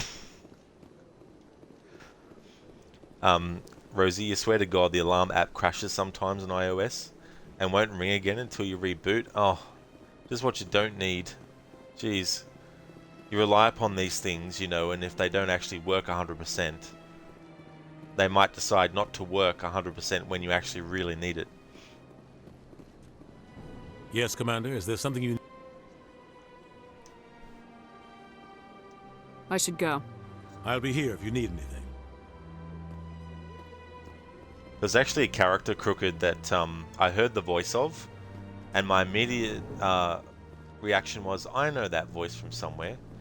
And it turns out that this particular character in this game was the voice for Subject 16 in Assassin's Creed 2 and Brotherhood.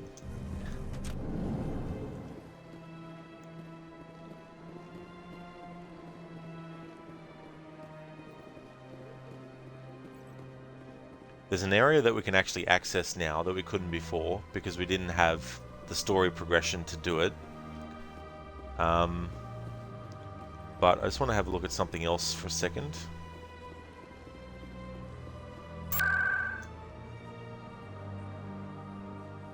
Okay, now we have the wards locations opened up to us. Financial District, that's where I want to go.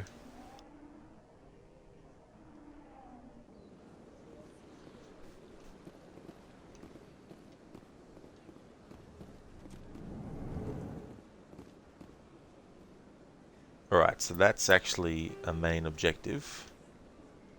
Because that's for plot reasons. Okay, So now that I've sussed that out, hang on.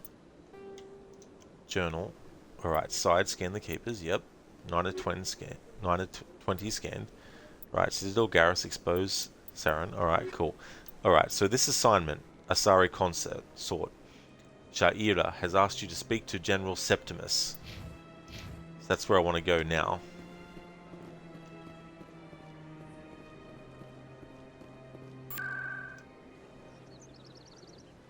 Awards. And Cora's Den. Hippie, is this game subjective to investigate around, or you're playing it different than usual? You haven't seen the map change too much in a while. Yeah. Well, the way I'm playing this game at the moment, because I'm really invested in it, is exploring around to speak to everyone I can. When there's dialogue options in conversations, I'll choose as much as I can to inquire about stuff, and also choose the most negative response as well. So yeah, when I really like a game, that's when I start to do that stuff a lot.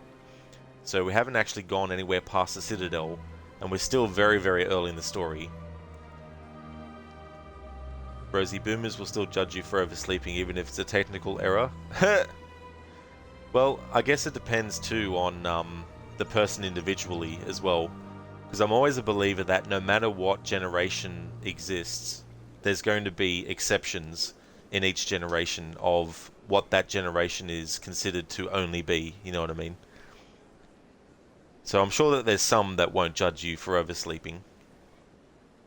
But you never know. Crooked, nice. You really liked his performance for the glyphs, the way he portrayed being as distressed as he was. He didn't play Clay and Lost Archive Revelations though, did he? He didn't, Crooked, no. That was someone else who played him in that game. I think in some ways though, because Subject 16 is really distressed in those two games, but in Revelations he seems to be a bit more stable, it kind of actually works really well that they're different voice actors. But both of them, it almost sounds like the actor that they got for Revelations could potentially sound the same way if he was actually doing a distressed performance, you know what I mean? Rosie, you wake up at 5:30 every morning all by yourself. What are you, a hippie? But given your anecdote today, yes? Oh, who's that referring to, Rosie, sorry? Me or hippie? I'm just not sure.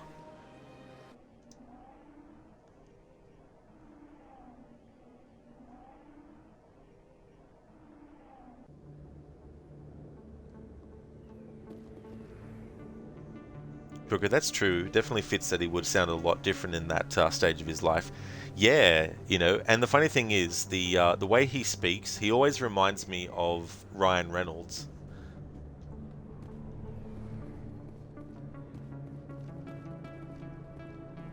That's her. Hang on. What? That's who? Game. Who is this that we're trying to kill?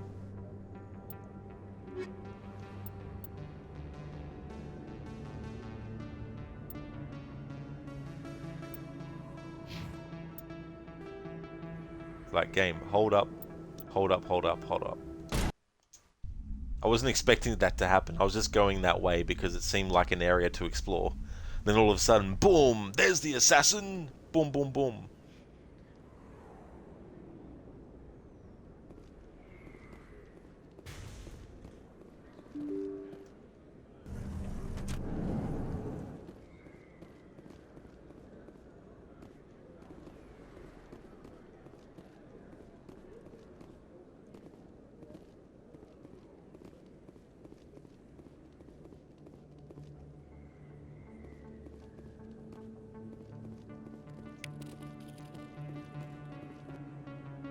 Alright, so I think that's 10 of those now done.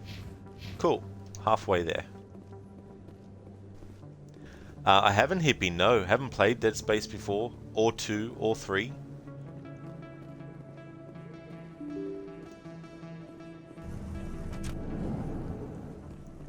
Apparently they might be doing a live-action movie of it.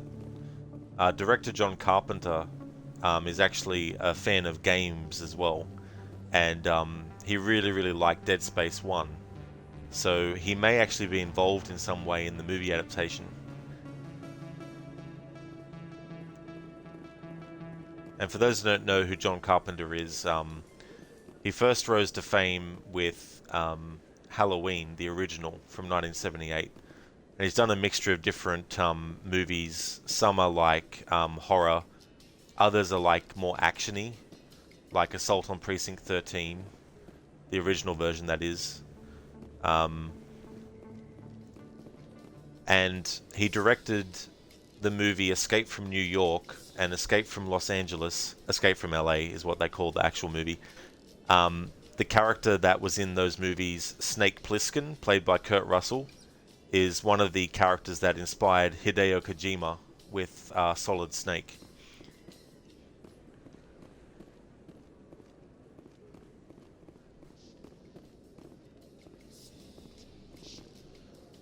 Okay, so that goes to the Presidium. Alright.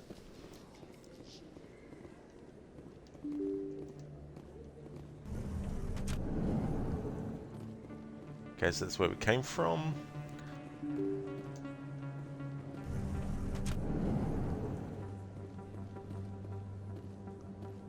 Cool, so this is the CSEC Academy. Yeah, Rosie, 80s John Carpenter would crush it. Yeah, the one thing I love about his movies too is his use of widescreen when filming, but also his music, you know, because like there's some movies where he himself alone did the music. There's some movies where he did the music with someone named Alan Howarth as well. But yeah, there's some really cool movies that he's done, you know, that became cult classics. Ones like The Thing and Big Trouble in Little China, Prince of Darkness, In the Mouth of Madness. Movies like that. Commander Shepard? Excuse me, Commander Shepard! Yeah, Jez Lamp, Escape from New York. I love how at the start of that movie, when they basically are telling him about what's happened with the president and all that, I like how he's like, the president's been kidnapped, and then Snake is like, president of what? Because Snake is not very patriotic, we'll put it that way. Commander Shepard? Excuse me, Commander Shepard!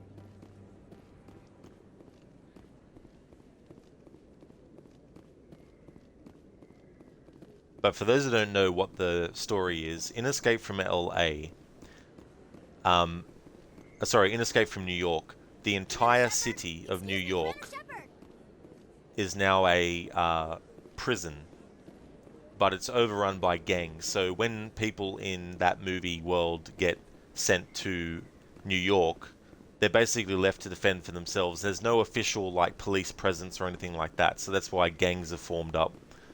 And Snake Plissken, the main character, he gets forced to actually rescue the President of the United States, who crash lands in New York, and these gangs kidnap him. And there's a special recording that he has to play at this special, not a celebration, but at this special kind of venue, because apparently the information he has could actually stop the world from going to war or stop some major conflict. So they force Snake Plissken to actually go to and do this mission by injecting him in the neck with something that will actually kill him in a certain amount of time if he doesn't get the job done.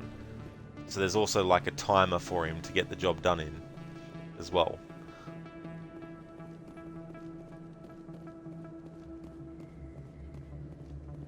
And in the sequel, Escape from LA, I don't sell this model. Look, I know it was you. I remember your face. Really, that's impressive. Usually you humans can't tell one Turian from another. This was the place. Now, are you going to give me a refund or not? Do you have your proof of purchase? What? No, I don't think you ever gave me one. I'm sorry, then. I can't help you. But, what do you... Can't help you. but in Escape from LA, It's a very similar kind of story. There are some differences to it, aside from being set in Los Angeles by that point. Many consider it to be a bad sequel. However, I'm actually in the group of people that actually like it quite a lot. It's quite interesting. It does rehash a lot of plot points from Escape from New York, though, as well. Sorry, I've just gone off on a whole tangent. Hey there, Horn Pub. One of your old favorite movies. That's awesome. I actually haven't seen it for a long, long time. Crooked, you were thinking again about your annual AC run and were considering doing a no-HUD stealth full sync and missions challenge for the AC games, but then you thought it would defeat the purpose of saving time for other games, lol, plus that challenge would be insane. Yeah, that really would be, Crooked. Like, that would be a really difficult and very testing kind of challenge to do if you're doing that, that's for sure. Have you thought of doing like a playthrough that is no dying? Because obviously you've got desyncing, and dying in Assassin's Creed means you desync, but if you do a separate thing where where you're not allowed to die in a memory, it's only for when you literally die, not for when you desync because the target got too far away or something like that. Deslamp, it'll come out no more. What? Huh? What'll come out no more? Damn it. I love that movie so much. I don't actually have... I didn't look actually for a BTTV emote on it, but I do have my own one from that. It's from the movie when Jack Burton fires above him and the rubble from the roof knocks him out before he rushes into the fight. And then of course I got my one, which is just the greeting that they do in that. Let's see if I can find it. I mustn't have it available. Oh no, here it goes. Rosie, The Thing is literally a favorite movie. Oh, that's cool, Rosie.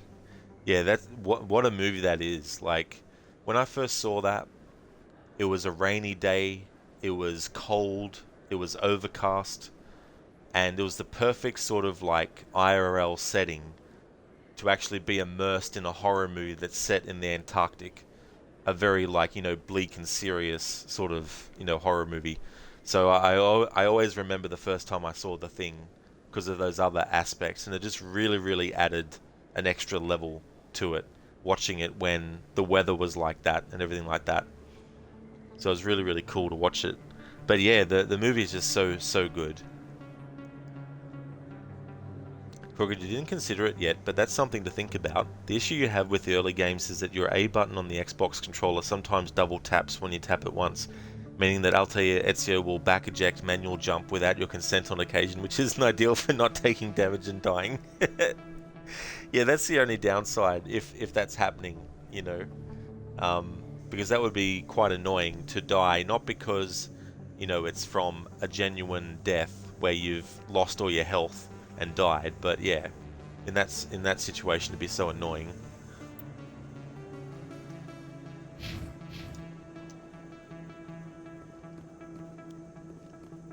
I just want to backtrack a little bit just to get my bearings.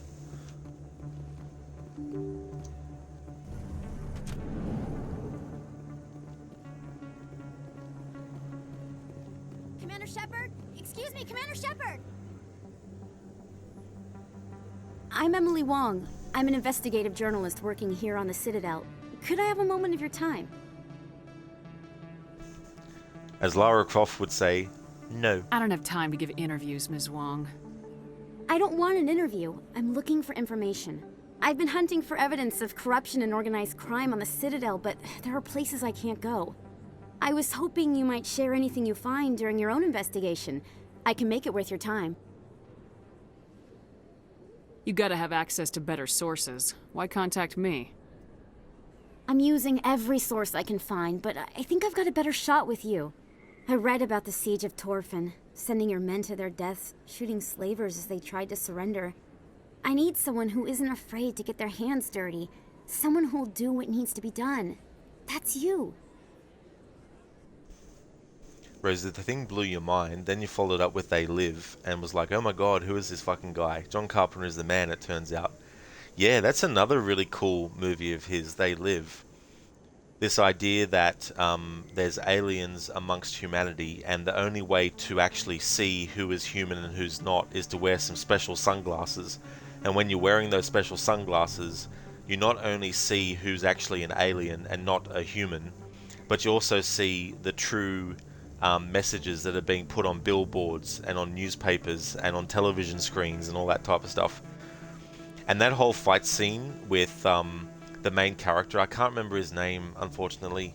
Wrestler Rowdy Piper played him, but I can't remember the name of the actual character he played.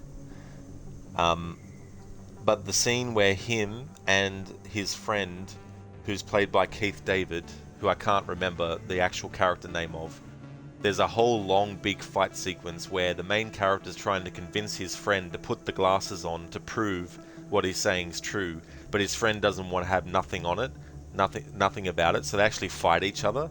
I think it's actually still one of the longest fight scenes ever filmed in movies. And speaking of Keith David, he's actually in the Mass Effect games. He actually voices Captain Anderson as well.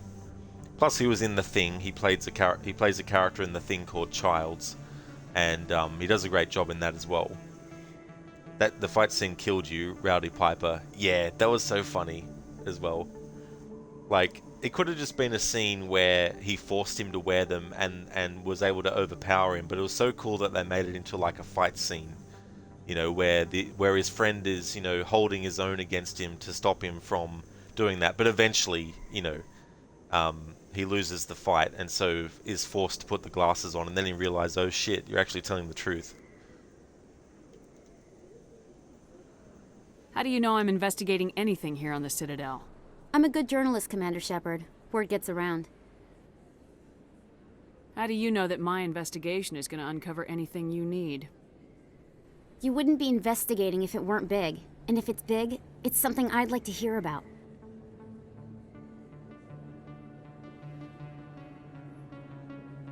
I'm here to do my job, not yours. Goodbye, Ms. Wong. I see, Commander. I apologize. I am going to do the quest. I just wanted to get that dialogue out of the way with her. Although, in this instance, it seems like a character that will literally leave you alone if you say no. Well, that backfired. That's the first character I've come across who's done that. The other one who did that, like the other one that I said, you know, no way to a quest for, was still there. But this one actually disappears. Whoops.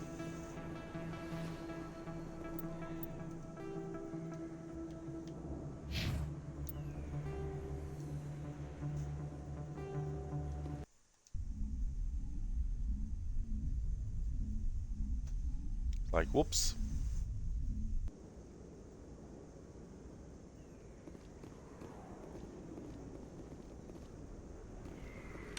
That's her. Oh my god, game. I'm not ready to do that thing yet.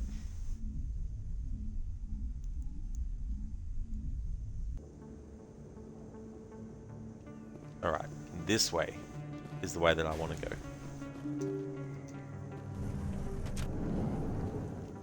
I have to remember to scan that thing again because this autosave was before I did all that.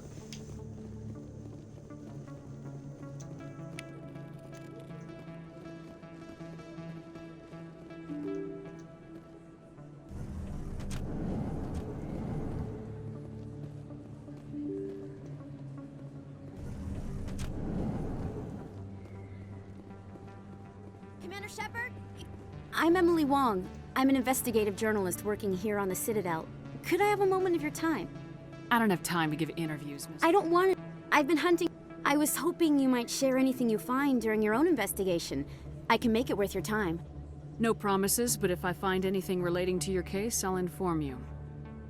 Thank you, Commander. You won't regret it. Alright, now we got that. Okay. Now let's suss out this way over here.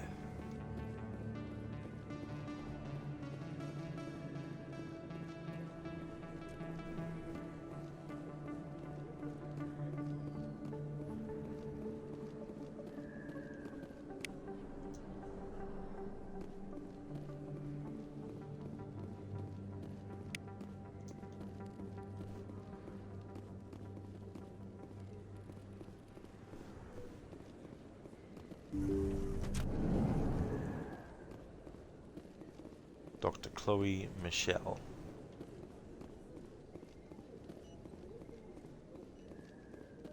Fire containment system? Hello there, Commander. I'm Dr. Chloe Michel. Is there something I can do for you? You're a doctor. How did you end up here on the Citadel? My parents brought me here when I was young. My father was a medic with the Alliance. I chose to keep the medical tradition alive, but not the military. Fixing up wounded soldiers isn't my idea of fun. Okay, this is Dr. Chloe Michelle. Just curious who voices them.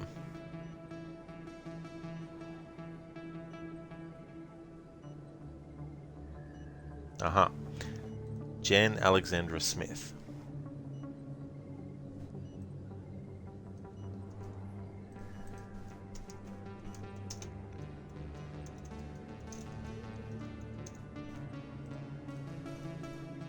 Okay, and there's their IMDb, and let's have a look at it quickly. Okay, so they were in the Mass Effect trilogy, Dragon Age Origins Awakening as Delilah Howe, Lady Liza Pacton as well.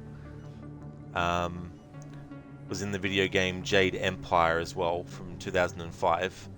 Aishi the Mournful Blade, Forest Shadow additional voices. So it looks like she hasn't done any new games since Mass Effect 3.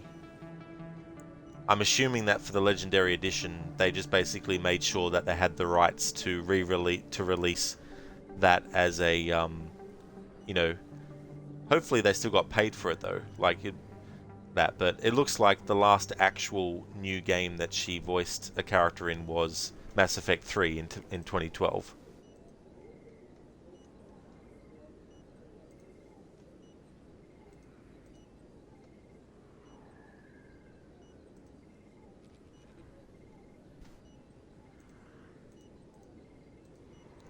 Pub, you don't see much difference with the original Mass Effect 1 and this legendary graphics. Oh really? Yeah, because I haven't actually played the original version even. So the only thing that I could probably figure that really has changed a lot is the definition, of course, of like the character models, because maybe they redid the character models, I'm not sure though. And then things like the text. Like earlier in the game, there was some in-game footage being shown to the characters of what was happening down on the planet's surface.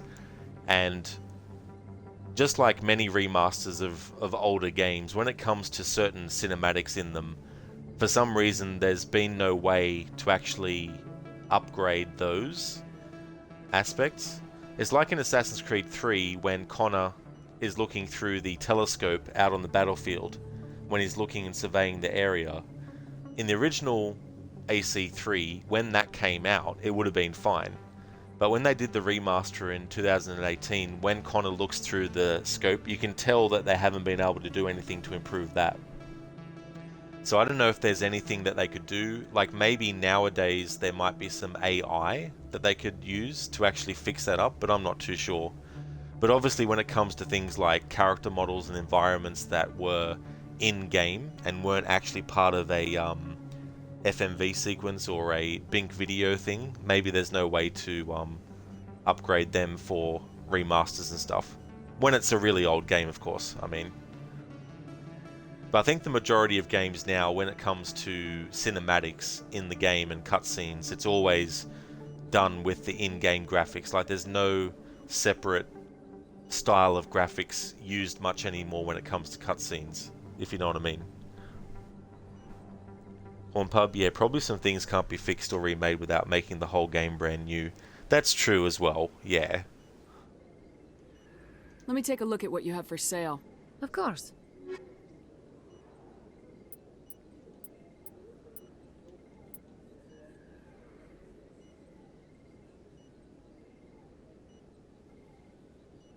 Oh, that's kind of cool having these armor upgrades.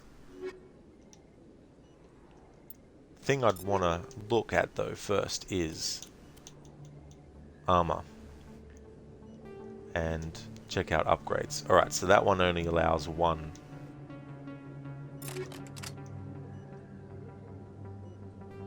Hang on.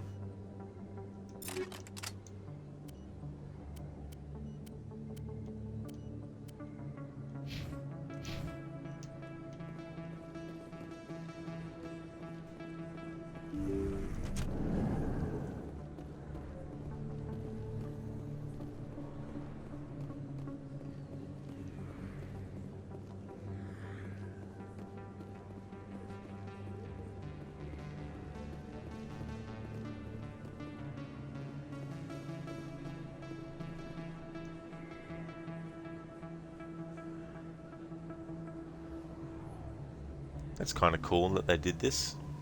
That's something you can do if you want. Place. That your professional opinion, sir? How can they keep tabs on all of this? The Presidium may as well be on another planet. There is definitely a gap between their presentation and what's here. Tracking arrivals must be a nightmare. This makes Jump Zero look like a porta-john, and it's the largest deep space station the Alliance has. Jump Zero is big, but this is a whole nother scale. Look at the ward arms. How do they keep all that mass from flying apart? No wonder the Council treats us like outsiders. We'd be just another drop in a bucket they already can't carry. They must figure us for one more gang of F&Gs looking for a handout. I doubt it's personal. It's gotta be a balancing act, like every other government.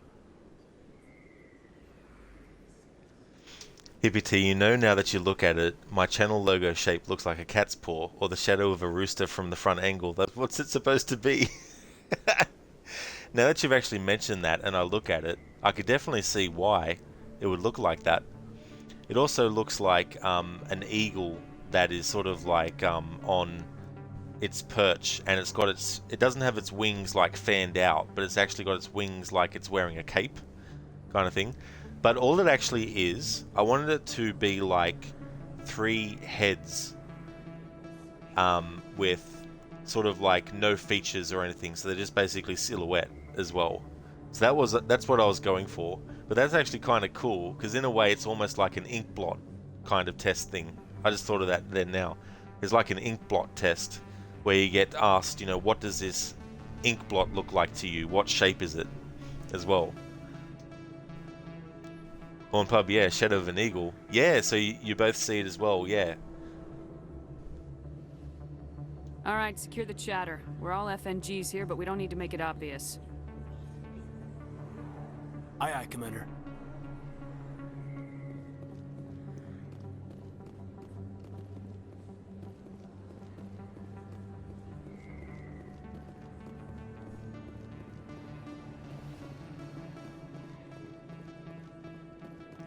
Alright, so now let's go this way.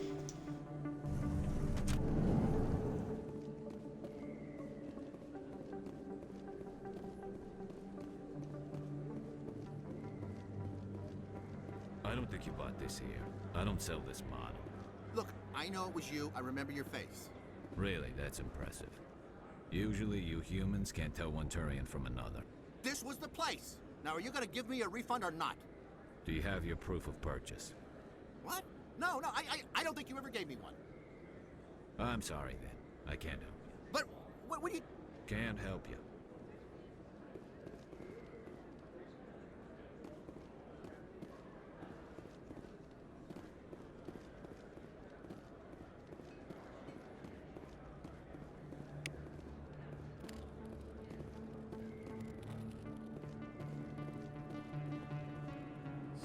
Best place on this ward to buy upgrades.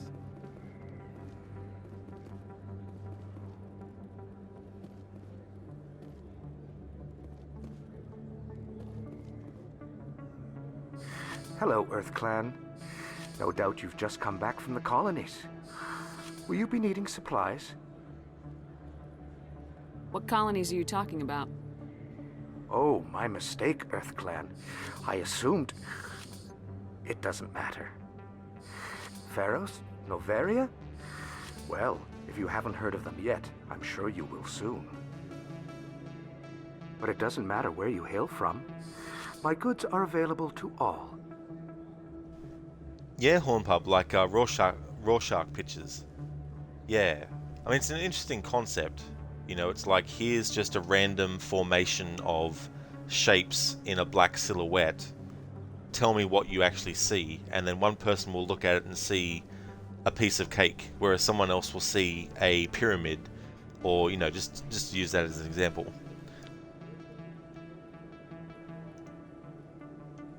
What can you tell me about Noveria? The corporate capital of the Attican Traverse. Very cold. Very snowy. I don't get too many clients from there. They all have their own private suppliers. I'd like to know more about Pharos. It's an old Prothean world. Their buildings still litter the surface. The humans aren't the first to colonize it, but they are the most recent. I just realized I haven't heard from my contact on that planet for some time. Ah, well, I'm sure he's fine. Show me what you got. Most excellent. I am sure you will find something pleasing.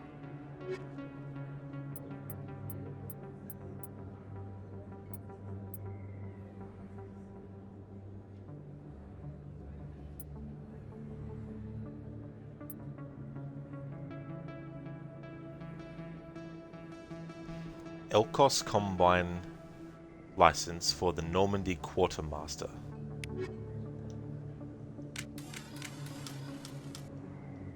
Freeze, this is a stick up. No, just kidding.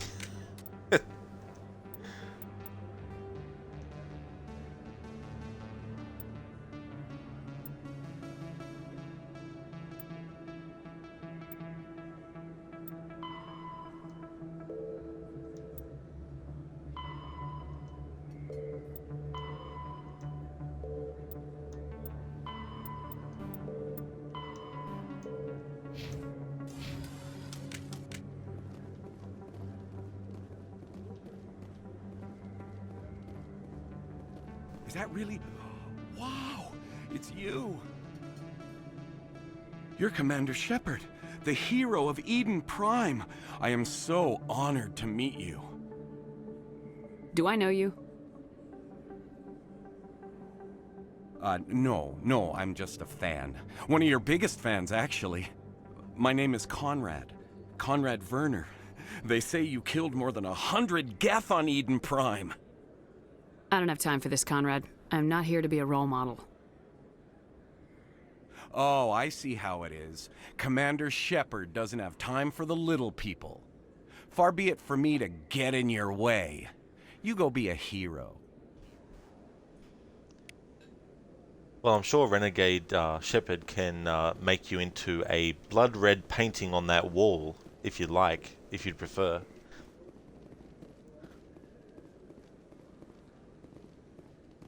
That's the life of a Renegade Shepard, though. People are going to be like, oh, you don't have time for us then. Well, fuck you. Goodbye. It's like, fuck you.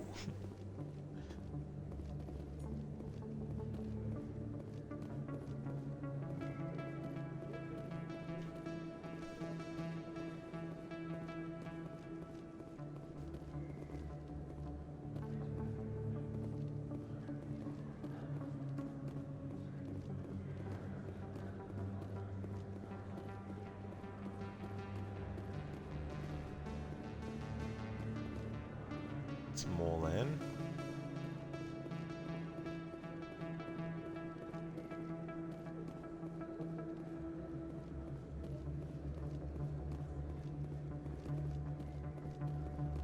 Hello there. Welcome to Moorland's famous shop. You want many good supplies, yes? Let me see what you have. Oh, you will be pleased, I think. Very good things I have. You will see.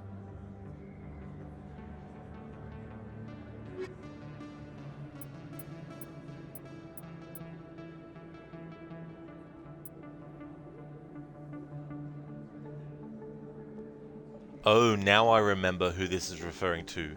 The Quartermaster on the Normandy, the ship that Shepard and everyone else is from. Okay, now I got it. Earlier I was thinking, Normandy Quartermaster. There we go, boom.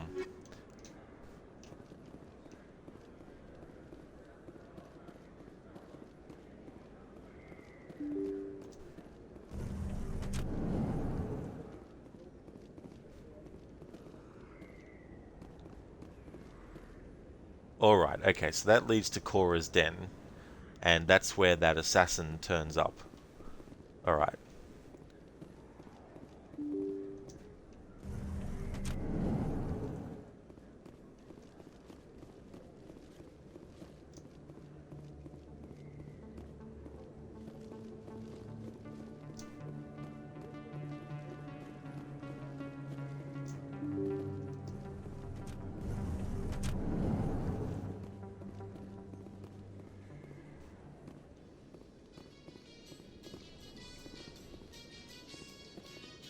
Ah, that goes to the Presidium.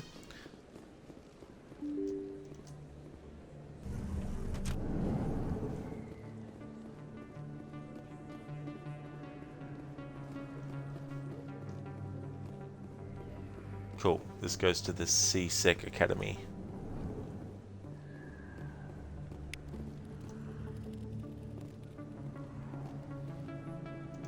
Hey, I know you. You're Shepard, right?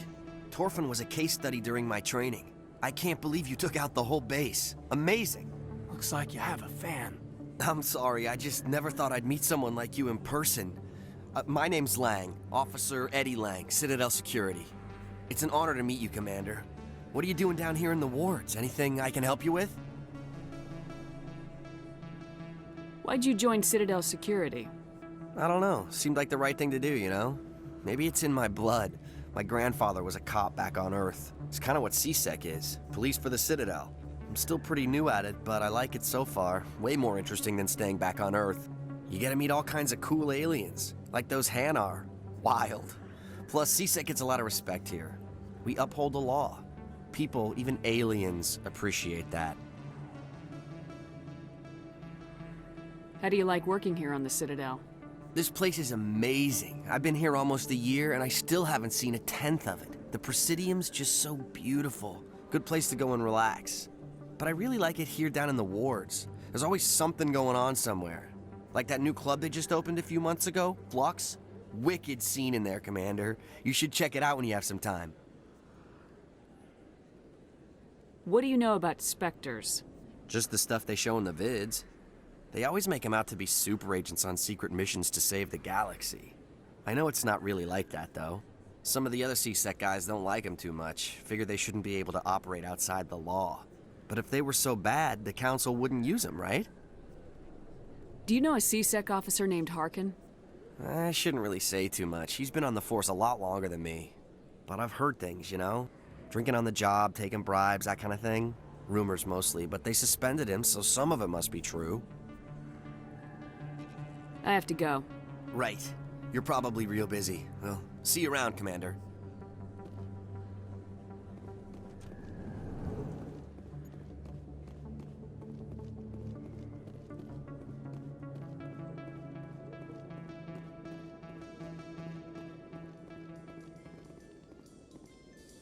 How you holding up, Lieutenant?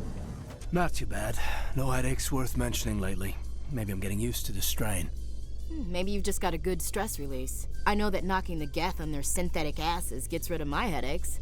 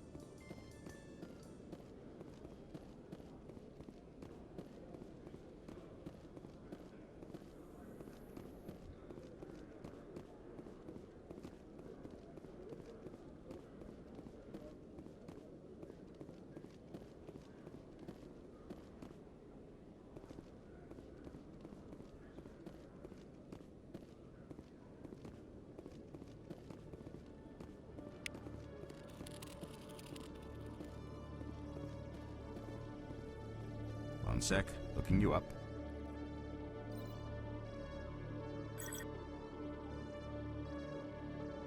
Commander Shepard, here with the Alliance military. First time on the Citadel, that about right? Hornpub, now those pictures are new. Oh, sorry Hornpub, it's been a while since you posted that message as to what you were probably commenting on. So which picture, Hornpub, were you referring to? Like the logo for my channel or something else that was in the game? Who wants to know? Just checking for CSEC records. I can only sell goods to authorized personnel. So, will you be purchasing anything today, Commander Shepard? Show me what you got. Excellent. I hope you find what you're looking for.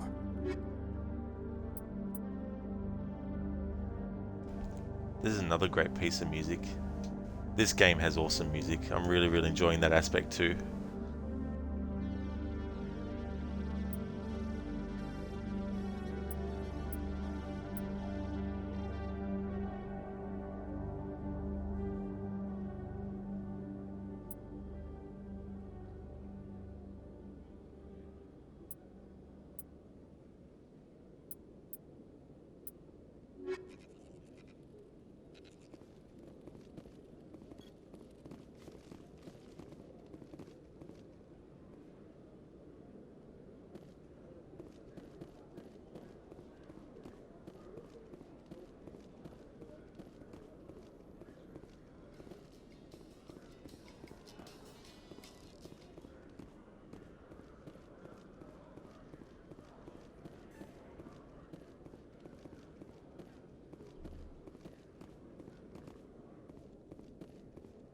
Okay, Jalid. Let me get this straight. Your business partner, Shorban, he's threatened you? Well, no, not exactly. But he wants to meet with me. I think he's going to kill me. And why do you think that? I can't really get into the details. But Shorban will kill me if I leave here unprotected. I can't help you. Not unless you give me something more to go on. I can't. I'm sorry. Then I've got other work to do. But But nothing. Don't bother me unless you're willing to give me details.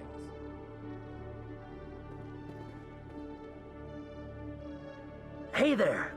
Oh, you're not C-Sec, are you? Did you want something?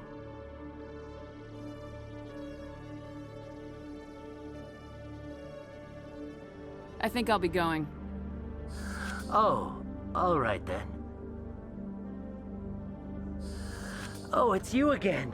They still won't believe me, you know. Nobody believes me. What won't anybody believe?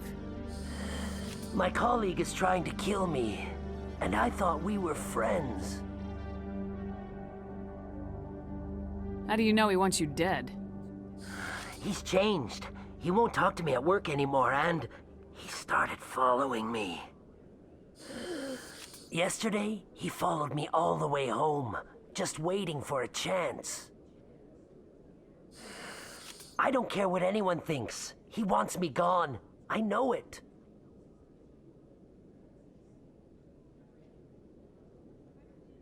I don't have time for this right now.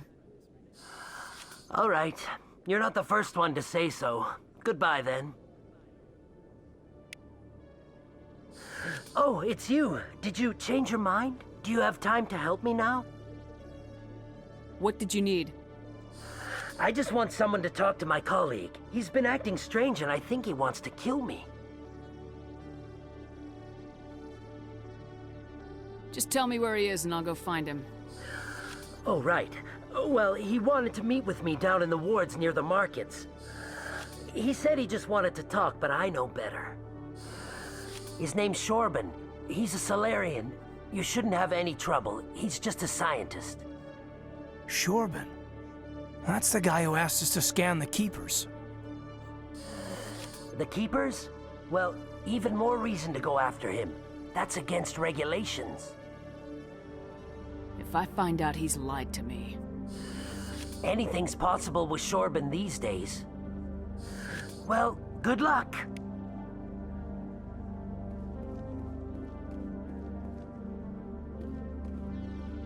Hello, Commander.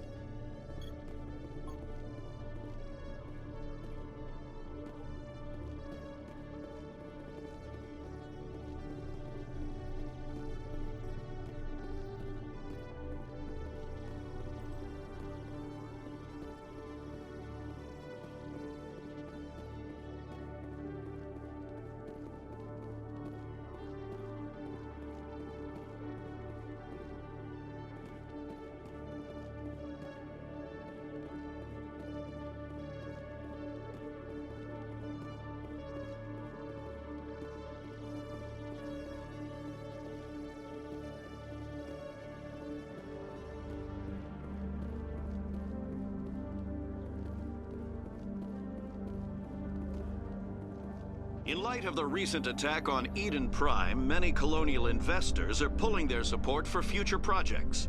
Proponents of expanded human colonization insist that Eden Prime was an isolated case. Nevertheless, colonist enrollment has dropped sharply. Many colonial proposals are on hold until backers have some reassurance that human colonies will be adequately protected.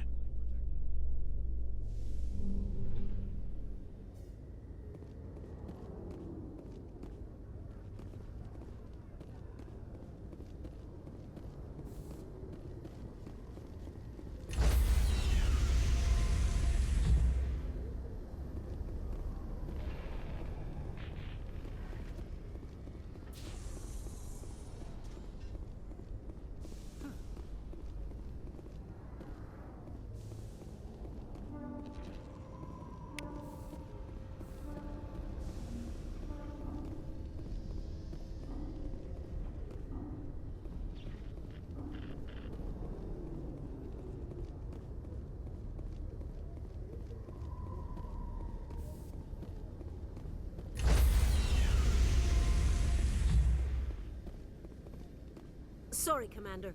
Nobody's allowed on the Normandy right now. Doing some routine maintenance. Sorry, Commander. Nobody's allowed on the Normandy right now. Doing some routine maintenance.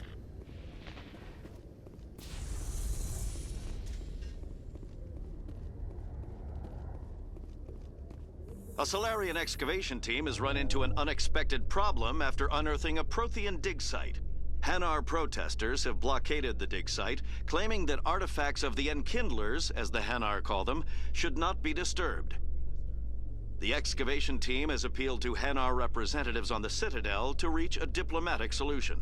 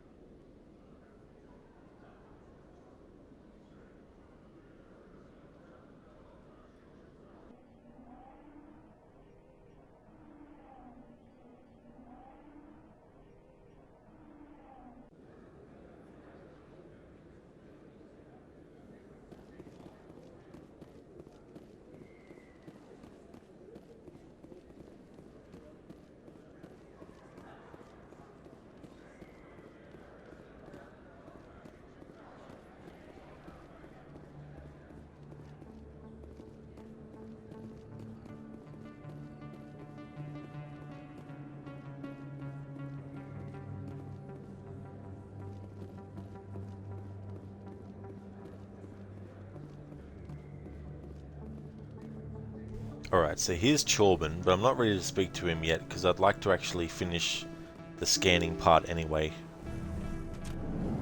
for his side quest that he gave.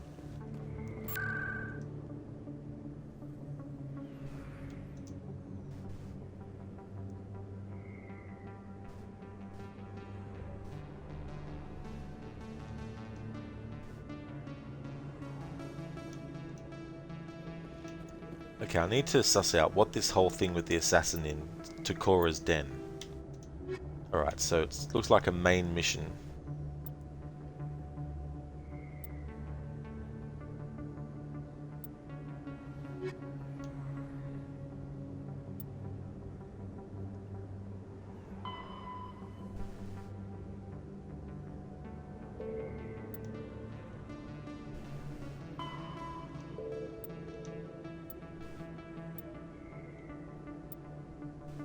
Speaking of the scans, we need 4 more.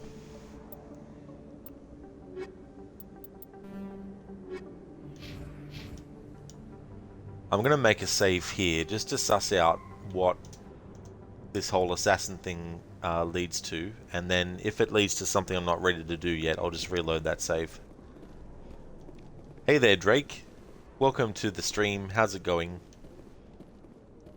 Oh, that's right. That's from this game, isn't it? That quote, yeah. Is it only the male shepherd that says it too? Better bring him some KFC then. Yeah, KFC would be awesome. Right about now.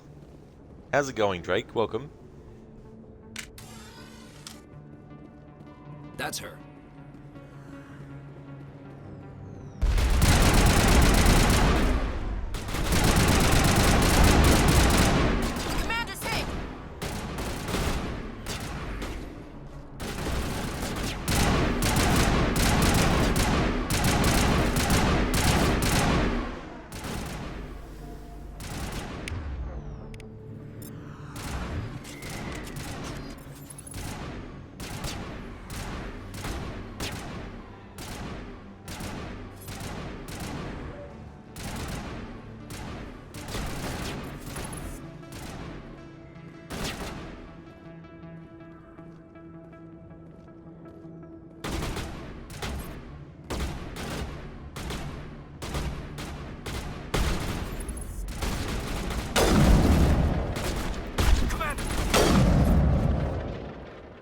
those were Saren's men.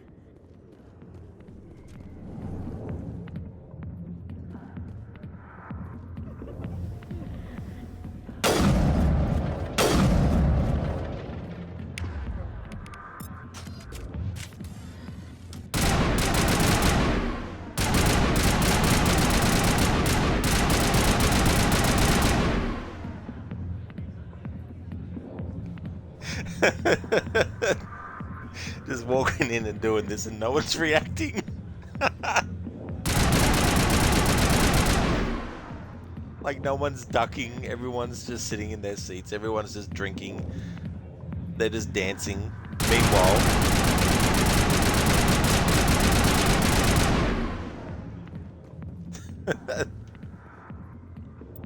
alright, so now that I've done that, I just want to suss out what this is. Alright, so that's main mission stuff.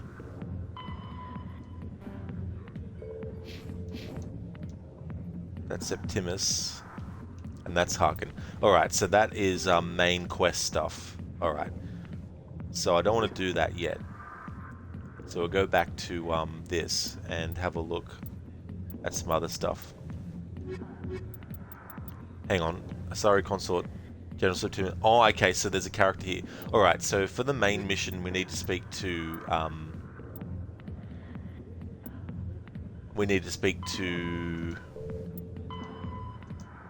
Harkin, but for one of the side things, assignments, we need to speak to Septimus.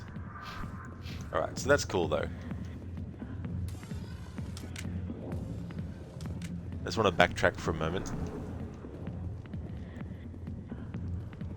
Drake, you're good, man. Just got home from Manila. Oh, that's cool, Drake. That's good that you're going well. I hope you had a good time.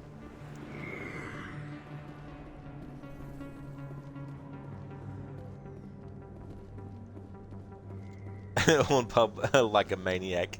Exactly. Dude, it's so funny when you can do stuff in games like that and then there's no real kind of like, you know, repercussion for it or anything like that. Alright, so what I want to do is do this final assignment, or not this final assignment, but I think what I want to do is do this assignment where we talk to General Septimus, and I think that's the last thing I'll do for this stream. Next week though there'll be 3 streams, because starting next week this game will be Monday, Tuesdays and Wednesdays. It's just that I finished Control on Tuesday and the game to replace Control is this, and so this week there's only 1 stream of it, which is my Wednesday, but next week it'll be Monday, Tuesdays and Wednesdays until I finish this playthrough.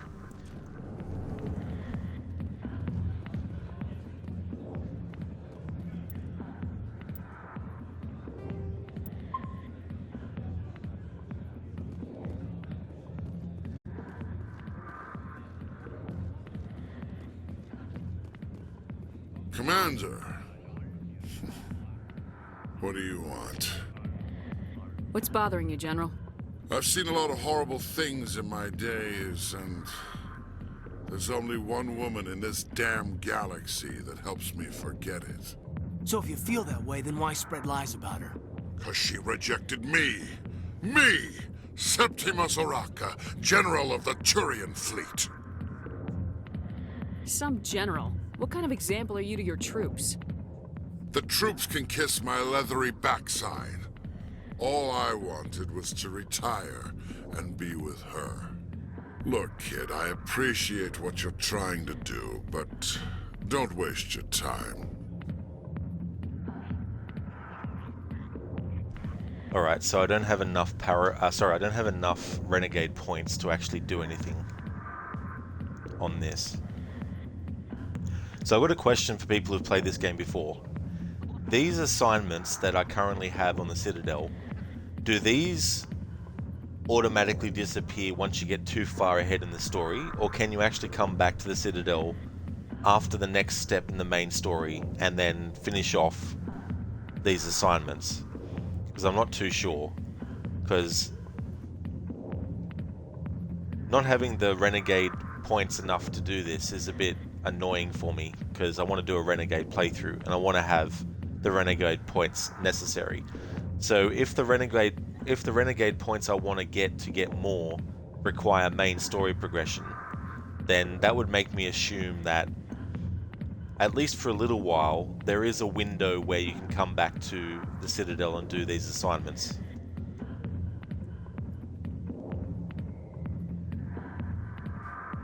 You need to start acting like a general if you want to beat this. I spent all my life acting like a general, and what did it get me? Huh? No, those days are over. I'll just be what I am. A tired, lonely, worn-out soldier. You're a damn general. Quit your whining. Ha! You got balls, kid. There are only 5 people in this damn galaxy who talk to me like that. So you think it's that easy? Just straighten up and act like a general? I don't think it could hurt. Huh. Maybe you're right, Commander. Shaira's worth the effort. Even if she won't have me back. Now get up and get moving, General. All right. I'll go to her. After I've had a cold shower or 2. Say, you're a bright kid. Would you be interested in earning a few extra credits? What do you want me to do?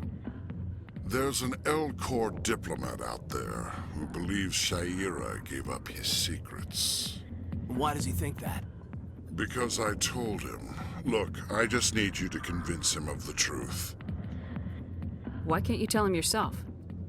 Well, the last time he saw me, I was disparaging his ancestors and shouting his secrets in public. Take this datapad. It shows where I got my info. It will exonerate Shaira and convince the L-Corps. Who am I taking it to, and where is he? His name is Zaltan. He's an L-Corps diplomat. He's over in the embassies complaining about Shaira. Well, here's to soldiers acting like soldiers. Thanks, Commander. You know, you might make a good general yourself one day. Hard to imagine a general like that getting so upset about a woman. That's because you don't understand women, Kate. Alrighty then, so I'll figure out myself off stream about stuff like that. So, how do I actually exit to the main menu? This is something that was not really shown. Like, I want to just go back to the main menu.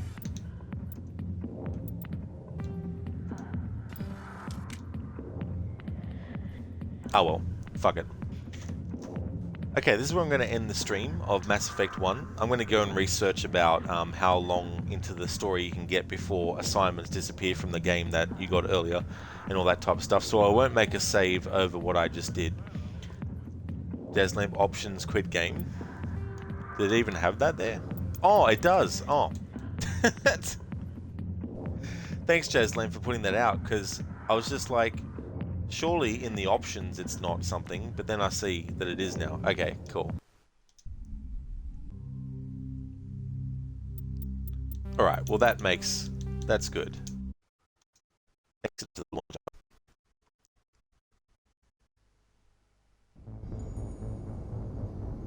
Excellent. Okay, so I just want to thank everyone so much for watching the stream. We're going to go and raid Crocodiles, who's playing some Secret of Monkey Island. Just want to thank everyone so much for being here.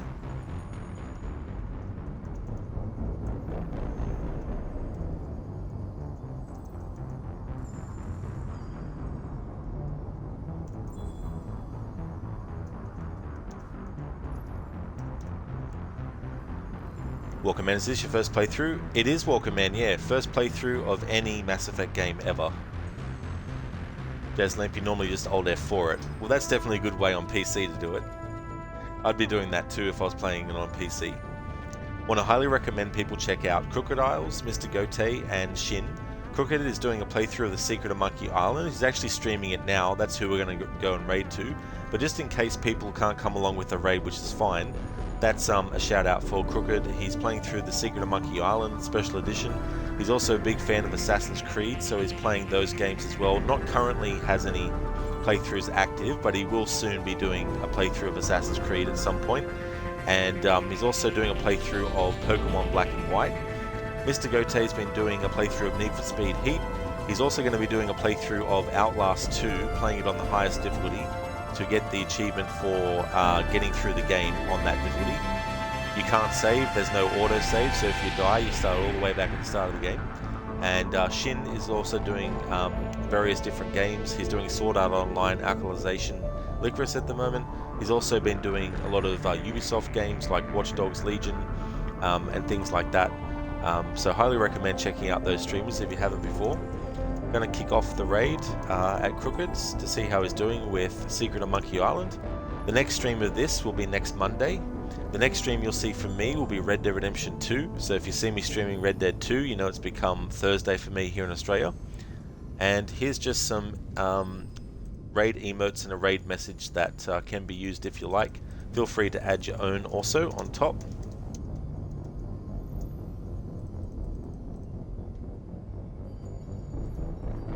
There's that, so feel free to copy and paste that, but also add your own if you'd like to. Thanks everyone for watching, until next time.